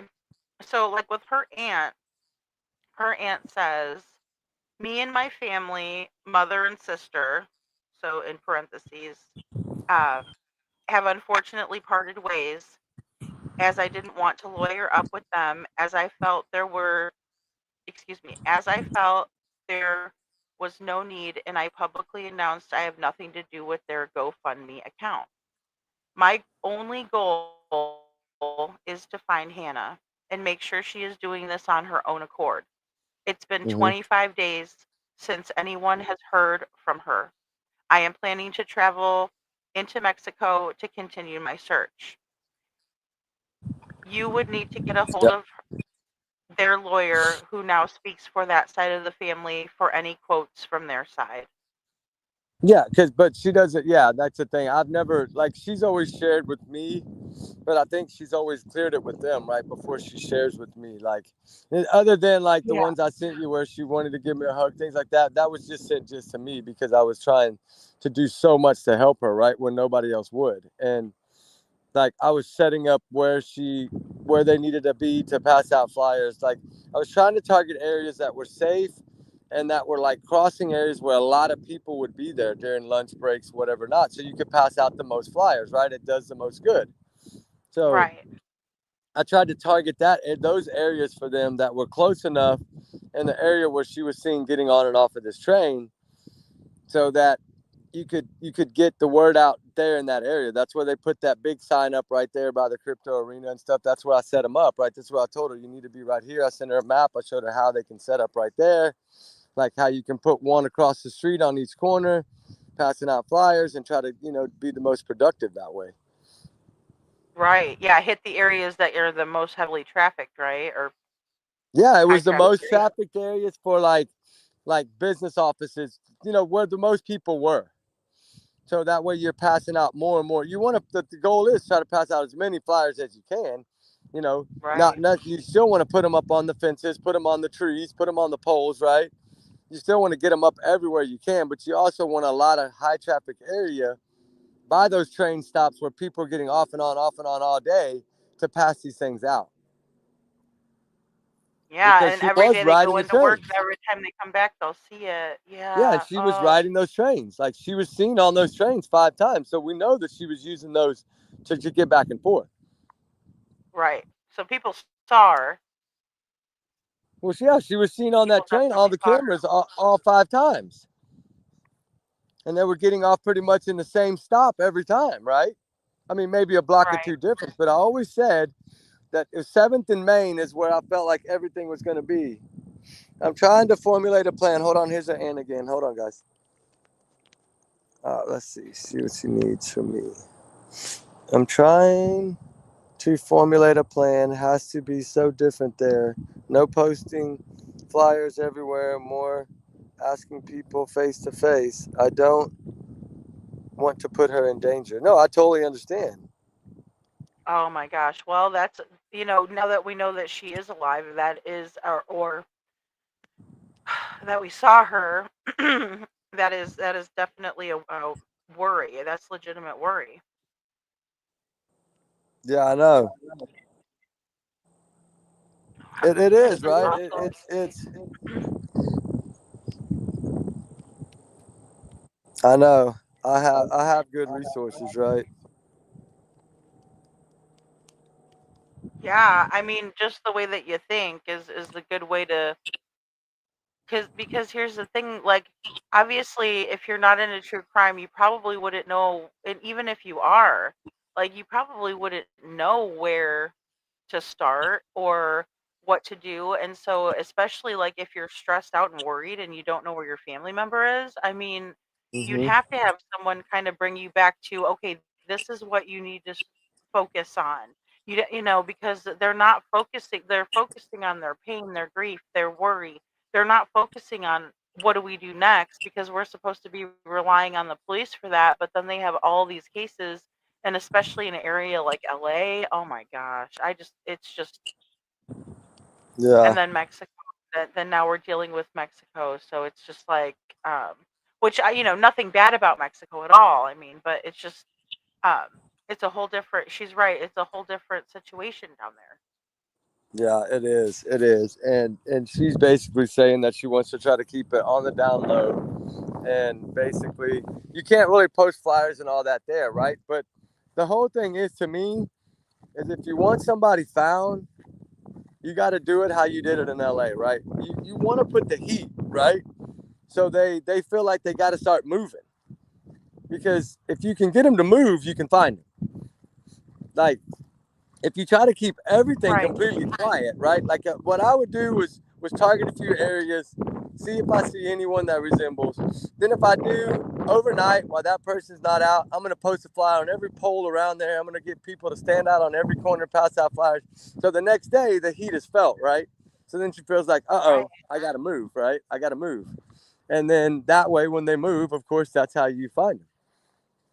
But that's my way of doing it. But everybody, of course, is different. I think get it. that's a really good strategy. Yeah, and just finding out. Well, the great news is that we do have like the footage, so we could track her. But like the bad news is that we don't have anything after the 12th, and it's That's a been long time ago. days after. You know. And we know she didn't have any money, right? We know she didn't have any bank cards at work. So what is she doing? How is she living? How is she eating? How is she sleeping? How is cell she? phone. I mean, it of course, it's probably not. Well, it is probably cold there, right? I don't know what the weather would be like there. I would. They're think not like it'd be Florida, like right? nicer, They're not but hot. it's They're been not like cold. Texas. Well, Florida, I I was going to say it's been cold the last couple I nights. wonder Oh what my it is God. right there and across the border of California into Mexico. I wonder what that temperature is right now. But I'll Google you know, it really. I'll Google it really. I know fast. the mountain areas like Lake Tahoe, all that is cold, but on the water, it's usually not near as cold, right? Like look at you in Florida. When you're usually by the water, it's not really near as cold. Right. But I mean, I could be wrong. Look at Virginia and all them; it's freezing there. But I mean, I don't know. It might be 70 cold there. degrees in Mexico City right now. It's cold. Well, it's 70 degrees in Mexico City Okay, right now. that's perfect weather. Perfect weather. Yeah, it's nice weather, and it's not. It's cloudy, like it's sunny and cloudy. You know what I mean? It has like a sunshine and then a little cloud. Yeah, but this woman needs to disguise herself some kind of way. She needs to color her hair. She needs to do something different and then get over there and blend in. I don't know. I might go for a couple of days. You can do a lot in 24 hours, right? Especially in an area that's not large, right? Like that. Like she's on foot. How far is she possibly going to get? 25 days or not. What is she going to walk town to town? No, nobody's going to do that. They're not going to walk out on a stretch of highway 20, 30 miles between the next town, and they're not going to do it like that. I don't believe. Maybe she learned Spanish too, though, so maybe she is equipped She might to be know in that Spanish, area. right? I She don't might know. know a little bit. Yeah, might. because if She might know she married Spanish. that guy, she might have tried to, But he was like, what, Ecuador or something like that, I think. Argentina or somewhere. Argentina, maybe? Now, that is a different dialect than, But like, that is kind of even Spanish, right? Isn't it's Argentina kind of Spanish. Spanish? It's still Spanish, but it's like a different kind of like, because even like Puerto Rican people will speak a different Spanish than Mexican people. Yeah, Like that's true. actual Spaniards, because they're European, they'll speak a different But dialect. It's translating all nowadays, Spanish. you can still Latin. communicate. You know, a lot of those people there, those fancy resorts, I'm sure every resort's got a few people that speak English to help their tourists, right? I'm pretty sure of that. I know, Gracie. I think she needs to get a hold of the authorities too. I would think so, right? Like I would say get a PI, right? I would get me a private investigator that knows the layout. And then I would just start staking out somewhere. I would sit on a park bench and take a sack lunch and grab a newspaper or a magazine. And I'd sit there and just read it and watch all day. And then maybe move to a different bench the next day. Act natural. Because she's moving on foot. So she's traveling by foot. She's getting out to eat. If she's Anything she's doing on foot. So of course you can Right. stake out and sit, right? Like, and wait to see if she's, find a couple of restaurants of things that she might like to eat and sit out there, where you can see a little bit of all of them and find a good location and just sit there and see if you see her, right? I mean, that's all you can do at this point because you don't have any other help. Oh my goodness, they're really in a bad way Unless with you want to me. hire like a big vast group, right? Like hire, get over there and flash a little money and hire 20, 30 people, right? That know the area, show them the picture and say, okay, if anybody finds her, like, here's $1,000 for you cash. They're going to go find her, right? That's what I would do. Let them bring her to you. Yeah. Let them bring her to Rachel you. was asking if she's with her husband, but I don't think she No, knows. I don't know. But what about the girlfriend? What about the girl? If he has a girlfriend, he doesn't care about Hannah. He just used her for freaking. We got to remember the text messages that were put out, right? This guy scammed her anyway, so I don't think he's going to be nowhere near around. I really don't. Right. I think it's going to be Hannah by herself, or who knows there might be a twist in it. Who knows? But I would definitely try to round up some boys that are playing in the street, whether it be street basketball or soccer or whatever they're doing. I'd try to find some good little locals find one or two of them that can speak English and throw them all a $20 bill, and say, hey, if y'all find her, I got $1,000 for y'all cash, and then let them get out there and find her. Right. Yeah. Because for them, that's a lot of money. $1,000. They'll be walking their shoes out, for $1,000. Oh, I know. I mean, that's the good part is that our money's worth a little bit more than the peso. So, I mean, we're able to, we have an advantage on that, right? She does too, because it's going to make things a little cheaper. But oh boy, it's just. But $1,000 would probably get the job done, right? Or make it real high, right? Like 2,500 or something, and see, like, if you find her in the next 2 days, right? Then I give you $2,500. And either y'all can all find her together and split the money, or one of y'all can find her and get all the money. Right. And then just right. let them go. Let the ones that know those streets do the work. I don't know. I would be doing it totally different than most people, right? Because the faster you can get the word, if you can get locals to help, it's always better. I agree. I mean, yeah, because they, like you said, they know where they're at. They know what they're. And if you need someone to translate, they can translate. Yep, and that's the whole thing is to try to find a way to utilize the locals somehow, some way, right? If you don't want to pass out flyers, you don't want to do this and that, just take you 10 or 15 flyers with you, and make it to where you can cross the border to sleep at night. You're not staying in Mexico, right? Unless you're staying at a nice resort where you're safe, and just tell all these locals, come to the front desk, page me, tell them to page me if you find her, and I'll come pay you, and you could take me to Hannah or whatever, right? Like, that's what I would do. Right. That can get a little bit dangerous too, though. It's like, oh my God, How? No, don't tell them what room you're in, right? No, you just tell them come to the front desk and tell the front desk to page you. Oh, okay, that's a good idea. That's good. I was like, oh my God. No, don't tell them where your room is. Hell no. Like, heaven forbid, no. Like, no, tell them come to the front desk, page me, tell them to page me. I'll leave my name at the front, tell them to page me. And then if you find her, you bring me photo evidence or whatever, or and then, of course, have a police officer that you've been working with to help you. Call him right away. Say, all right, come meet me at the hotel. They're going to take us to Hannah. Then have somebody with you that's law enforcement to go with you. Like, do it safe. I'm not saying do it crazy. Do it safe, of course. Yeah. Or a PI, somebody that you trust, right? A PI, somebody that can go with you.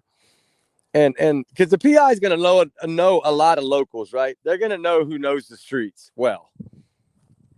And that's what you're going to have on something like this, because we know she walked over there. So she's on the street somewhere. We pray that she's somewhere over there. I mean, who knows? Maybe they had a boat there to take her to Argentina. I have no idea what they could have possibly done, but we just know the last known was she walked over there on foot. So she didn't have a rental car or nothing, right? Right. And if she couldn't get a ticket home, she probably don't have a rental car. So, I mean, if she doesn't have a phone, she can't book anything either, right? Like, she's having to find somewhere to stay that's either, if she had any cash left, she's probably trying to find a place that she can pay cash to stay there without showing an ID, which is probably hard in a resort area because now there's these hotels and these Airbnbs are so strict, right? On who stays there that, you know, I don't think a lot of them will take cash anymore. Right. They're too Oh scared my you'll tear it gosh. up, right? So I don't know. It's hard to say, right? It's just so hard to say. Like, we could go on and on about it all day long, right? But it's at least she's willing to take the chance. And you don't get Well, there's answers just if so you many don't take the scenarios chance. that could happen now that we know more information like this, you know? It's nice, yeah, that we know it. It's nice that the thing is I'm sure there's other people. I'm sure there's YouTubers and everything already over there trying to break it, right? Trying to find her. I'm sure there's a lot of people probably trying right now to get the answers because they know they can find her and they can get the truth, then they can post it, right? Or they can make a video on it or whatever, right? And get the answer. That's what we do. That's what journalists do. That's what people do is they want to find the truth. And you got to dig sometimes. Like, look how many people And go some of search them for are so children. good at digging. You're good at digging. Yeah, it's about digging. That's what you got to utilize your tools. You got to make friends along the way. Yeah, like I said, I didn't just start this. I've been doing it 8 years. So of course I built up a pretty And think outside the good, box, right, too? Think outside the box. yeah, pretty good team I can count on, like, to get information. And I'm one that I like to make sure stuff is vetted before I just throw it out there because I don't want to look like an idiot because then you get labeled a channel that doesn't tell the truth, right? And then what are you going to do from there? You're never going to grow like that. That's my biggest fear is doing something like that, like breaking something that wasn't really true, and then like, oh my, or like even saying some stuff that's not true. Like, I would rather somebody tell me so I can address it and apologize and whatnot, or whatever I have to do. But I don't want to have to put something out that's fake or false. You know what I mean? That's like, ugh. That's why I always say, you got to lurk in the shadows to find the truth, right? You got to kind of do the sneak attack, right? To get the answers you want sometimes. Exactly. Yeah, but I mean, I think that's like the tried and true way to do it, right? I mean, that's like how it's always really been done. You know, like you said, like sitting on the park bench with the sack lunch, with your newspaper, looking just natural. Like, oh, nothing to see here. I'm just a guy in the park. But you're really looking. Yeah, for that's what you got to do, right? Like, I mean, you just have to try to do things sometimes to find the answers you need, right? You don't want to run up to someone because they might run. So you want to figure out their routine, figure out what they're doing, then try to figure out where they're staying. Then once you get all that information, then you can kind of surprise them, right? Like, be standing right outside their door when they come out and be like, hey, I know where you're staying. I know where you're going during the day. Just tell me what's going on, right? Are you okay? Are you safe? That's all you want to know. And then if you get the answer you want, then you turn around and walk off, right? Because that's it. You give them their privacy, you give them their space. I have a feeling that that's what her aunt would do as long as she could know that she was okay. And I really would, like, it would break my heart that my family didn't at least do that. Yeah, exactly, right? It would bother you. Like, messages. why y'all giving up on me, right? I send y'all the damn messages telling y'all that I was tricked and I'm feared for my life. And here y'all are going back home. Oh my gosh, I know. Like, you're giving up on someone. Yeah. It's like you're ghosting. You're Joe Dirting them, right? Like, you're getting up on them. Yes, exactly. Yeah, because why would you, if you cared, then why wouldn't you show them that you cared at least, whatever you got to do, especially That's with right. those And messages. Like, if those messages didn't exist, then maybe, like, I might have a different opinion, but the fact that she reached out to her friend like that, I mean, that is a big when one you for me. send it to your best friend that you probably would tell more than you would tell your family, that's when it got scary to me. It wasn't so much the family ones. Yeah, they kind of spooked me a little. But when you tell your best friend that, which probably knows everything in your life, probably knew you were married to this guy, probably had told you at one point you're crazy, don't do it, but still your best friend still love you, still support you. Right. Right. And so, yeah, of course, that's when it comes to a best friend like that, And I've seen the clips of her and this best friend. I know how happy they are as friends. So it does like make you understand that it has a lot of meaning to it, right? She's not going to tell her best friend. Like if she just wanted to leave, she'd have told her best friend, hey, I'll keep reaching out to you, but I'm taking a break from family for a while. Like they don't understand me. They don't get me, right? Like I'm just going to lay low for a little while. Oh, And then that's it. 150%. Then the best friend can rely to the family, say, hey, Hannah needs a little time. Just give her space, please. You know, I'll be in contact with her, so we'll know she's okay. But she only wants to talk to me right now, right? Like she just needs some time. That's how that would have went, I believe.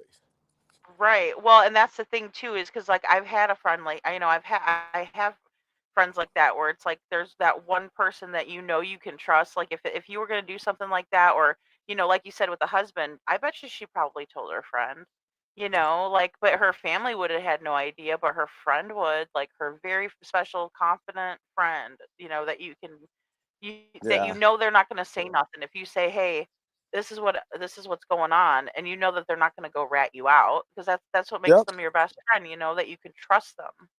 Yeah. And you have that little clip I sent you, right? I know it's only 12 seconds, but you can see how well they're best friends, right? In that little clip. Just Oh at the way yeah, where they're they're like, making their yeah, face expressions. sisters. Yeah. Yes. Like, when it comes from a best friend like that, you have to take it to heart, because I'm sure her best friend's taking it to heart. I mean, if But I was on the other end of that and my best friend told me that, I would really stop at nothing to go get her. yeah, You know what I mean? and Go I look don't for know her. if she's not looking. The best friend might be looking, right? I don't know. Maybe she Yeah. can't leave Hawaii and go look. I don't know, right? So Well, it's a lot of money too. That's true. That is true. That's true. very expensive. And at this point now, you can't come out and ask for a freaking fund, because nobody's going to want to give you any money because of all the See, hoopla that's and the upsetting. speculation That upsets drama. me. I don't like that. Too much speculation now for anybody to ask for help, right? And Right. I just hope the outcome is great. That's all we pray for, is the outcome is good. But it's really going to be, these people are going to think about what they said long and hard if this woman's not found, right? It's going to make a difference, I think. But hopefully that's not the case. It's just such an unfortunate situation that I don't know. There's a lot to consider, especially with how long it's been. All of that. Like last time 25 she was days. seen. 25 days is a long time. Yeah, it is. It really And it might is. be longer than And that. What's today? Today's the 3rd? today's 6th, December 6th. Oh, the 6th? All right. Okay, and it was the 12th. So, wow. Yeah. 22, 32, that's 20. Yeah, right at Coming like up in a 25 month, days. Yeah, 25 days. Wow, that Yeah. is a long time. And that's just since she was last seen. That's Last she was heard last from seen. was like the 9th or the 10th. Yeah. See. Oh my gosh. So it has been longer, right? So But we don't know what's happened to her in that time frame. Yeah, like before that, and then because like I said, she didn't look like she was like under the influence of anything when she was passing over the border. She didn't. To me, she didn't look happy, sad.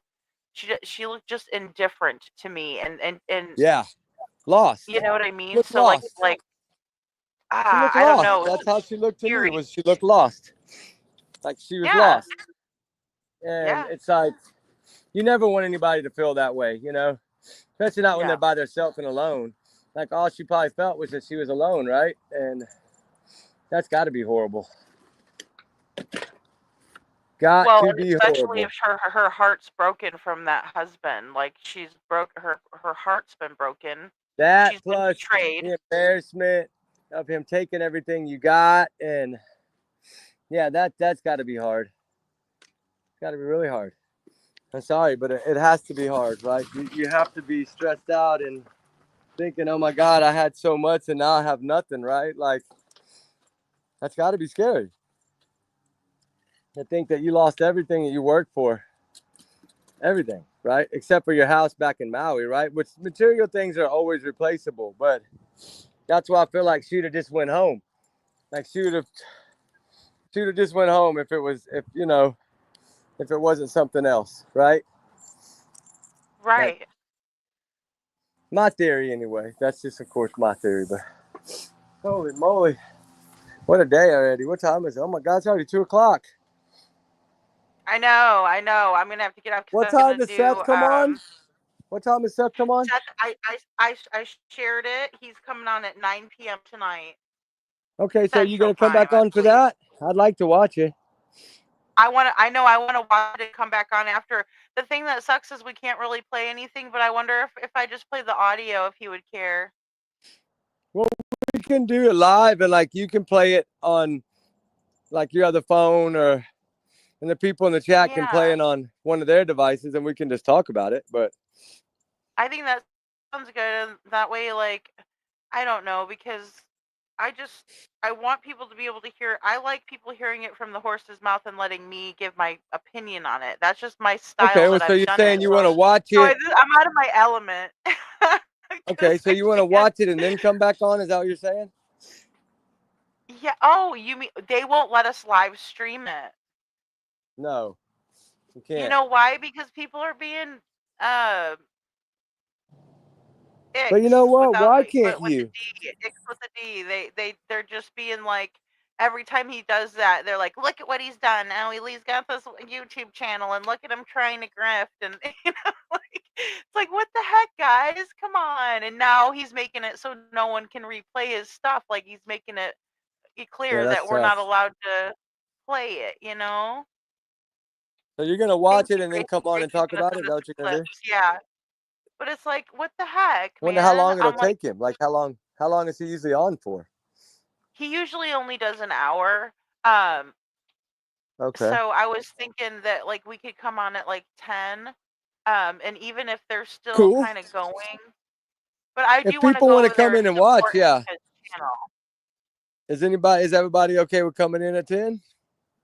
I mean, I would think so. I know the lot lizards are up at night because that's what I'm usually, and I don't mind because I can always like take a quick nap or whatever. Like, I'm gonna go down Well, it's and cold, so I'm gonna go down yeah, to the it's pool and cold work out tonight. quick. I'll light a fire and we can talk about it. I mean, I'm down for it because then I want to do a nighttime live tomorrow night because I got some stuff I got to do during the day if that's okay with you, because I've got some stuff I got to take some Christmas stuff back to the storage because I have way too much Christmas stuff in here, and I need to just only have a Okay. few little things up. And Well, then do I that. also have to and- get my warm clothes. Oh my God, Rich, I put all of my freaking warm clothes in my storage, which is just right across the street, but still, like, in Florida, it's like 7,000 lanes long. And so, like, if I walk, I'd be playing Major Frogger. But anyway, I need to go find some warmer clothes because it does get cold here at night. It gets chilly. Like, I need to sweat. Yeah, it's supposed to get down in the 40s. Oh, well, hell, yeah. It's gonna be So, but cold, does cold that weather. sound like a good schedule for the weekend if we was to do like tonight and then tomorrow night? Yeah, that's fine. And then if anything breaks, of course, night. if anything breaks in any of these cases, like we don't have a verdict yet, right? We still don't have a verdict, right? Daniel Penny, no verdict with from an hour ago. I just checked it. The jury's deadlocked and the judge isn't having it, apparently. Yeah, they're not. I don't think they're gonna change their mind. Wow. Okay. All right. Well, yeah. That way I can get some stuff done, and then I can get a fire built and all that, and then just send me the link if whenever you want to come on. Yeah, for sure, for sure. Okay. Oh Well, my thanks gosh, for having me. Forever Nikki's mom said it's 12 where she is. 12 degrees. Ooh, that sounds like Chicago. It's Oh my 12 gosh. degrees. Yeah. Holy See, crap! Chicago would be like, it's 12 with the windshield of minus 75. And I'm like, what the hell? God, you gotta put chapstick on your butt cheeks. That's crazy. Man, Right? 12 degrees. That's cold. Woo, that's cold. Man, that's like Wyoming weather. I know. Well, That's how and it's just one of those things where it's like it depends on where you. But see, I was thinking that just moving to Florida, I'd be hot all the time, so I have all my shorts and like short sleeve shirts and Even the one that I wore last night it's a long sleeve shirt, but it's like kind of like see-through-ish, you know. So Yeah, it's you need not some very hoodies and stuff. at all. You need some hoodies and a jacket. I know, right? You guys are gonna see me bundled up. See, that's you know, and all kinds of. It's gonna be I'm like really cold tomorrow Espo. night. And I was like, "Where you at?" And I'm gonna be like, "Florida." Yeah, it's supposed to get Florida. down like 39 tomorrow night. It's supposed to be cold. Oh, good Lord. I mean, we say that's So I cold, have to but to go them to my people, storage. And I have to get it's, and see, and it's yeah. not just like I know where everything is because I'm just the most organized, awesome person out there. No, it's that I have to figure everything out where it is, and then I got to look through it, make sure and then I got to come home with it. And because I live in such a small little space, I got to find a spot for it. Otherwise, it just looks like a mess. So it's just Yeah. it's a whole Clutter. it's a whole. Okay, well, y'all do that, and then I'm gonna do some stuff, eat some lunch, all that stuff, and then build a fire, I guess, and then check all the updates, and then I'll probably make a couple videos for my channel, and then just let me know when you want to go on. That's cool. Gracie, I heard it's so beautiful in Louisiana. My daughter went down there. I don't think it was too far south, but I bet you it's really pretty. I love when you guys say like down by the bayou. I think that's like so pretty. Oh man, it's pretty, and yeah, Louisiana is really pretty. Like even Lafayette, we have a training facility in Lafayette. I used to go to Lafayette all the time. Even a lot of those smaller towns are pretty. Oh, I Really bet. cool. Well, you know what? I like to go. I'd like to go to the cemeteries and stuff. I know that makes me sound like a vampire, but I think that would be really cool because like that's really big for people down there. I know they honor their dead in a very cool way Yeah. down there. So All right, guys. Well, hey, me and Ruby am are I gonna in talk to y'all Alaska? tonight. We're gonna get out of here. She's looking at me funny. She's ready to eat, so I gotta feed her and stuff. And then Okay, yes. just let me Ruby, if know, you're and then yeah, girl, you we'll pop on deserve tonight. it. That'd be cool. Okay, yeah, All absolutely. right. Let's pop on. I'm thinking to be like our 10 or 10:30, but when I set it out in the description, I'll just be like time to be determined because of Seth. I want to because I want to make sure like everybody's over there. I mean, I know people are going to leave his chat to come over here, but I'm just saying to be, because I want to go over there and support it, that Okay, and cool. whatnot. All right. But Well, you do yeah. that, and then I got that way I can do my stuff, and then we'll talk later, then, guys. All right, y'all have a good one. All right, you guys have a good lunch. Thank you, All Rich, right, for we'll doing talk to y'all all that you later. Be do. safe, everybody. All right, bye. Bye. He's so awesome. I mean, him and Ruby really work hard, guys. I mean, geez, he's getting called out all the time. That's why he wasn't able to just hop right on with me today because he was going on. And we're trying to figure out good times to do the lives and stuff. Yeah, French Quarter. I think that's where she actually was at. Trevor Nikki's mom. I think she was there because I know they did a lot of like the stuff right in the downtown area. Okay, Kimpton. Cool. Oh, West Virginia, West Virginia. That's right. I would like to go visit. Ooh. I'd like to visit anywhere though, like anywhere I haven't been. Like Rich was talking about California earlier. I've never been to California. Oh, hi Rich. Let's see. And wow. Yeah, that is cold. That is cold. New Orleans.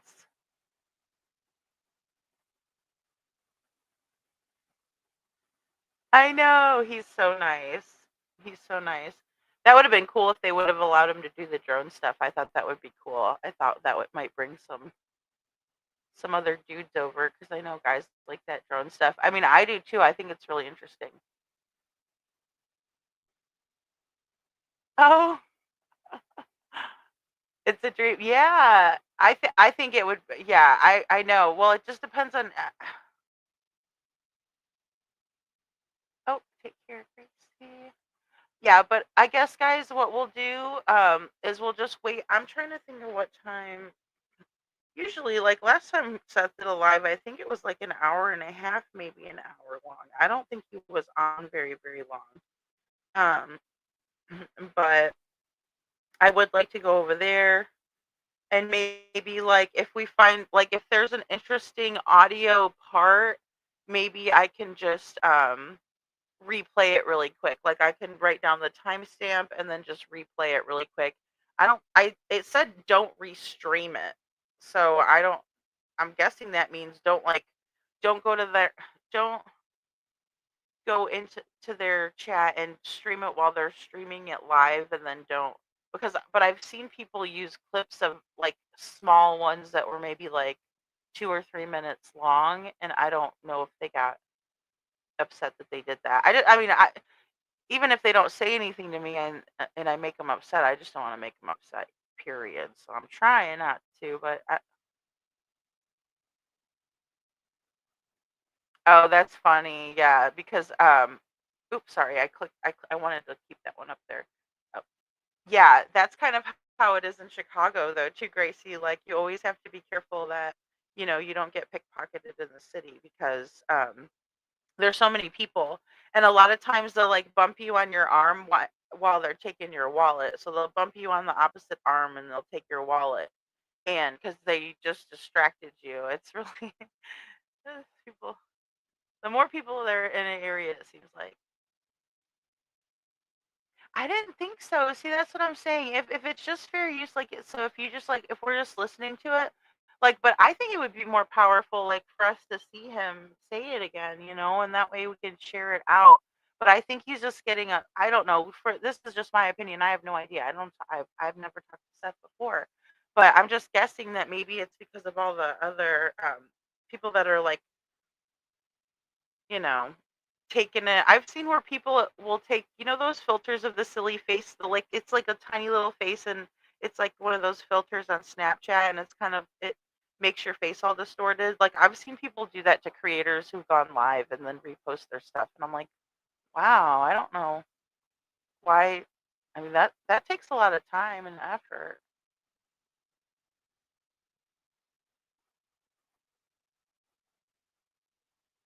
Yeah, I probably could ask him. I just feel bad because I'm like, I don't want to sit there and like ask, and then like I know he's busy with stuff, so I'm always torn. I'm like, 'cause I don't know. I don't know. Because there's people that I wouldn't mind having come up on panel and stuff like that, but it's like I don't want to, like, I don't know if he's just so busy. And then also with his channel, I just figured once he put content on his channel, he would let us all share it out that way. But then again, when people are misusing it, I guess that's maybe why he's not. I guess that's why I came to that conclusion anyway. Yeah, that's a really good idea. Like when you travel to do the traveler's checks and stuff like that. I don't travel a whole lot, but that is a really good idea.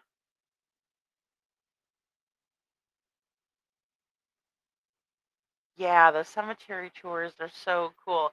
I know. See, like, yeah, some people. That's why I said Forever Nikki's mom. That's why I said I don't want to sound like a vampire, but like some people are like, why would you ever want to do that? Or, like I was telling you guys, I have a good friend that works at the mortuary, and her brother is like he was my friend first, so that's how I know her. But he did not want to step one single toe in the same room as the cadavers.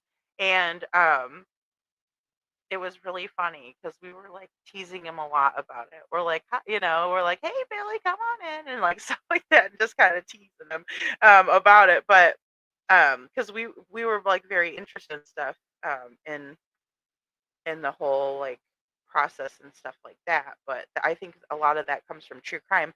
But then also it made me think a lot differently about people passing away, and then like your own kind of passing and stuff like that, because it's I'm like, boy, I hope that like when I'm in that position, people are really kind and like to me, and they don't like they do the right thing. Or I was like, I hope I never have to have an autopsy done, or something like stuff like that.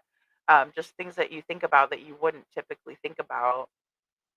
And of course, she's got a lot of stories because she used to do home removals for people um, that had passed away. They would call her like all of a sudden because I was really, really close with them. So I spent a lot of holidays with them because I didn't have any family in Missouri. And so um, all of a sudden she'd get called, to a call. and we would just sit down for dinner or something like that, or if it would be like somebody's birthday and we'd be having Sunday dinner, and then like somebody would call her. So it was really, a time consuming job because she could get called any time within the time frame that she was working. And now I think she just works mainly in the office, but it takes a special person to do what she does and work with people, especially when they're grieving like that.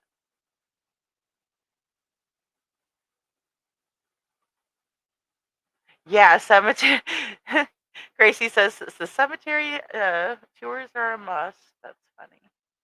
I know because I'm really like that. I love it. I think it's so cool. I just think it's cool how they honor the dead, and they like walk, do the walk-in with the music is so cool.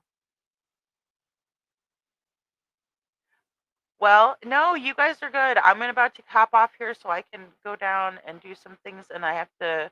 Uh, I'm gonna prepare some things. I'm gonna try to see if I can't get a better internet signal because it was weird. Whenever I was trying to play those videos, it just wasn't working quite right. It kept kicking me off, and it was like taking too much um, to run both things. I guess is probably what happened. But we'll see you later, Freebird. Thank you so much for being here. And yeah, it is me too. Like at first I didn't realize how much it was until she got into it, and she would tell us all these stories, and so I would just like sit there and listen, and I'm like, wow, that is really neat. Um, yes, you can catch the second line on Sunday. Okay, cool. Oh, yeah, jazz funeral. See, that's what I want. If somebody, I would rather that than people like really crying and everything like that and upset. I would want people just to be like, let's have a party. I think that's so cool. I think that's really, really interesting. Uh, yeah, I love that. I love that idea. But yeah, if you guys are not busy later, definitely come in and check us out. We'll be talking about, yeah, celebrate your life. Exactly. Exactly. Say the good things, say the bad things, be like, she could really be a real bee sometimes, stuff like that would make me laugh. And I love that. Um, but yeah, definitely come in later and we'll go over some Sebastian Rogers stuff. I wanted to see if I could probably download the videos on here. Like I could probably make us a video and we can watch like one of my videos where I cut everything up so that it doesn't get struck. But see, that would take a little bit.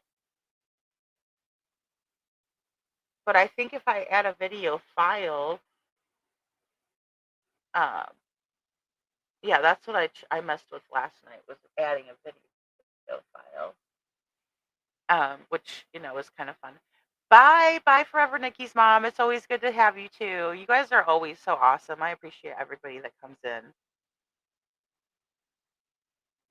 Yeah, yeah, definitely. Look, you know, I mean, and pretty soon, that's what I want to be able to do. Like, if you guys send me something in my email, because I have my email up on my page, excuse me, in my channel description. Then you guys could email me things and I can pull it up and we can talk about it, which I think is really cool. But see, like right now, if I do it on this laptop, I'd have to have it all downloaded to the laptop. And it's an old one.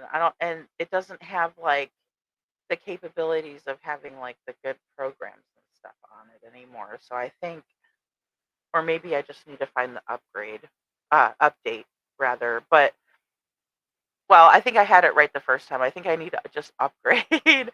But yeah. So well, awesome. Yes, Gracie, and then I want to go over and watch your breaking news too. Cause see, I would love to play that, but maybe let me see if I can do it really quick.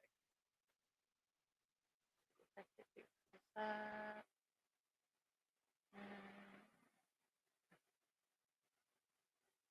Share.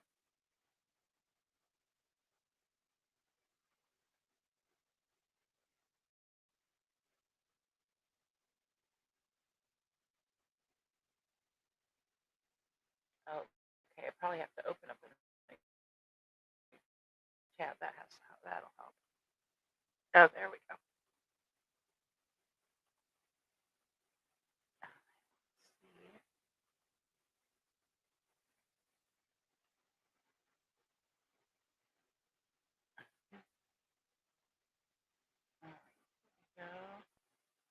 See, there it is. Okay, it's popped up.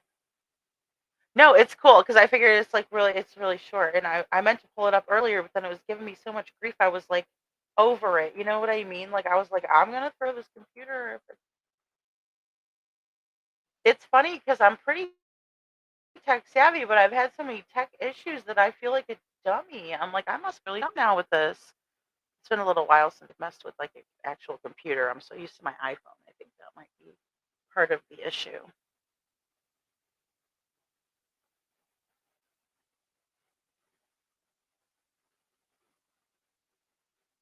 Aw.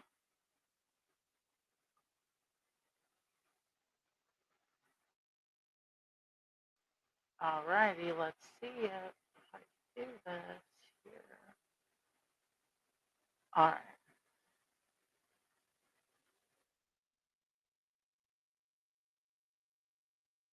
Oh, see, it's like so slow. And then I looked down at the bars and there's 5 bars. Well, it's all the whole little freaking pyramid. Oh, no, I want to go ahead. I want to wait.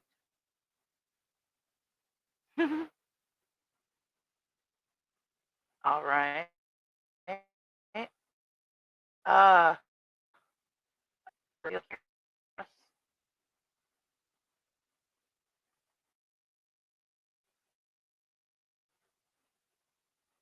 it took a workshop before. I'm trying to get my daughter to take self-defense classes, and she looks at me like I'm crazy. And I'm like, then take taekwondo.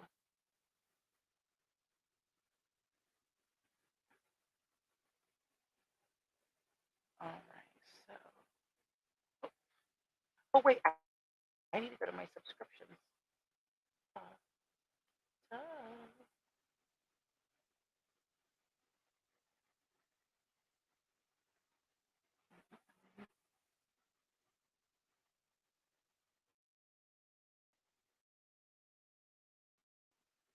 I also need to get a mouse because the not my favorite thing to use.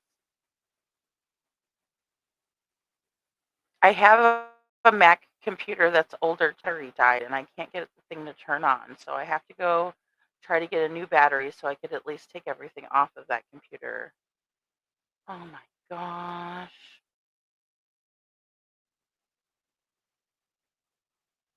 What a pain in the patoot. See, and this is why. And it's so slow. Okay, I have no patience level. It's terrible. What I could do probably too, Gracie, I was thinking I could probably like, I'm so impatient. I'm sorry, you guys. Now you're going to see. You're going to see Lady Freedom in action. I'm super impatient. Couldn't wait 2 seconds. I'm like, ah. But what I want to do, what I can probably do is like send it to me since it's short and we can watch it later. And what I'll do is because I could also present like a file from the computer. So I think and then I won't be using the internet, see, for both because it just slowed down so much. Like right now it's running super smooth. And then later on too, I'll have Rich up and then it's gonna mess up like a jerk. And I don't so but oh, okay. Oh, both very pretty names. Both very pretty names for both of you guys.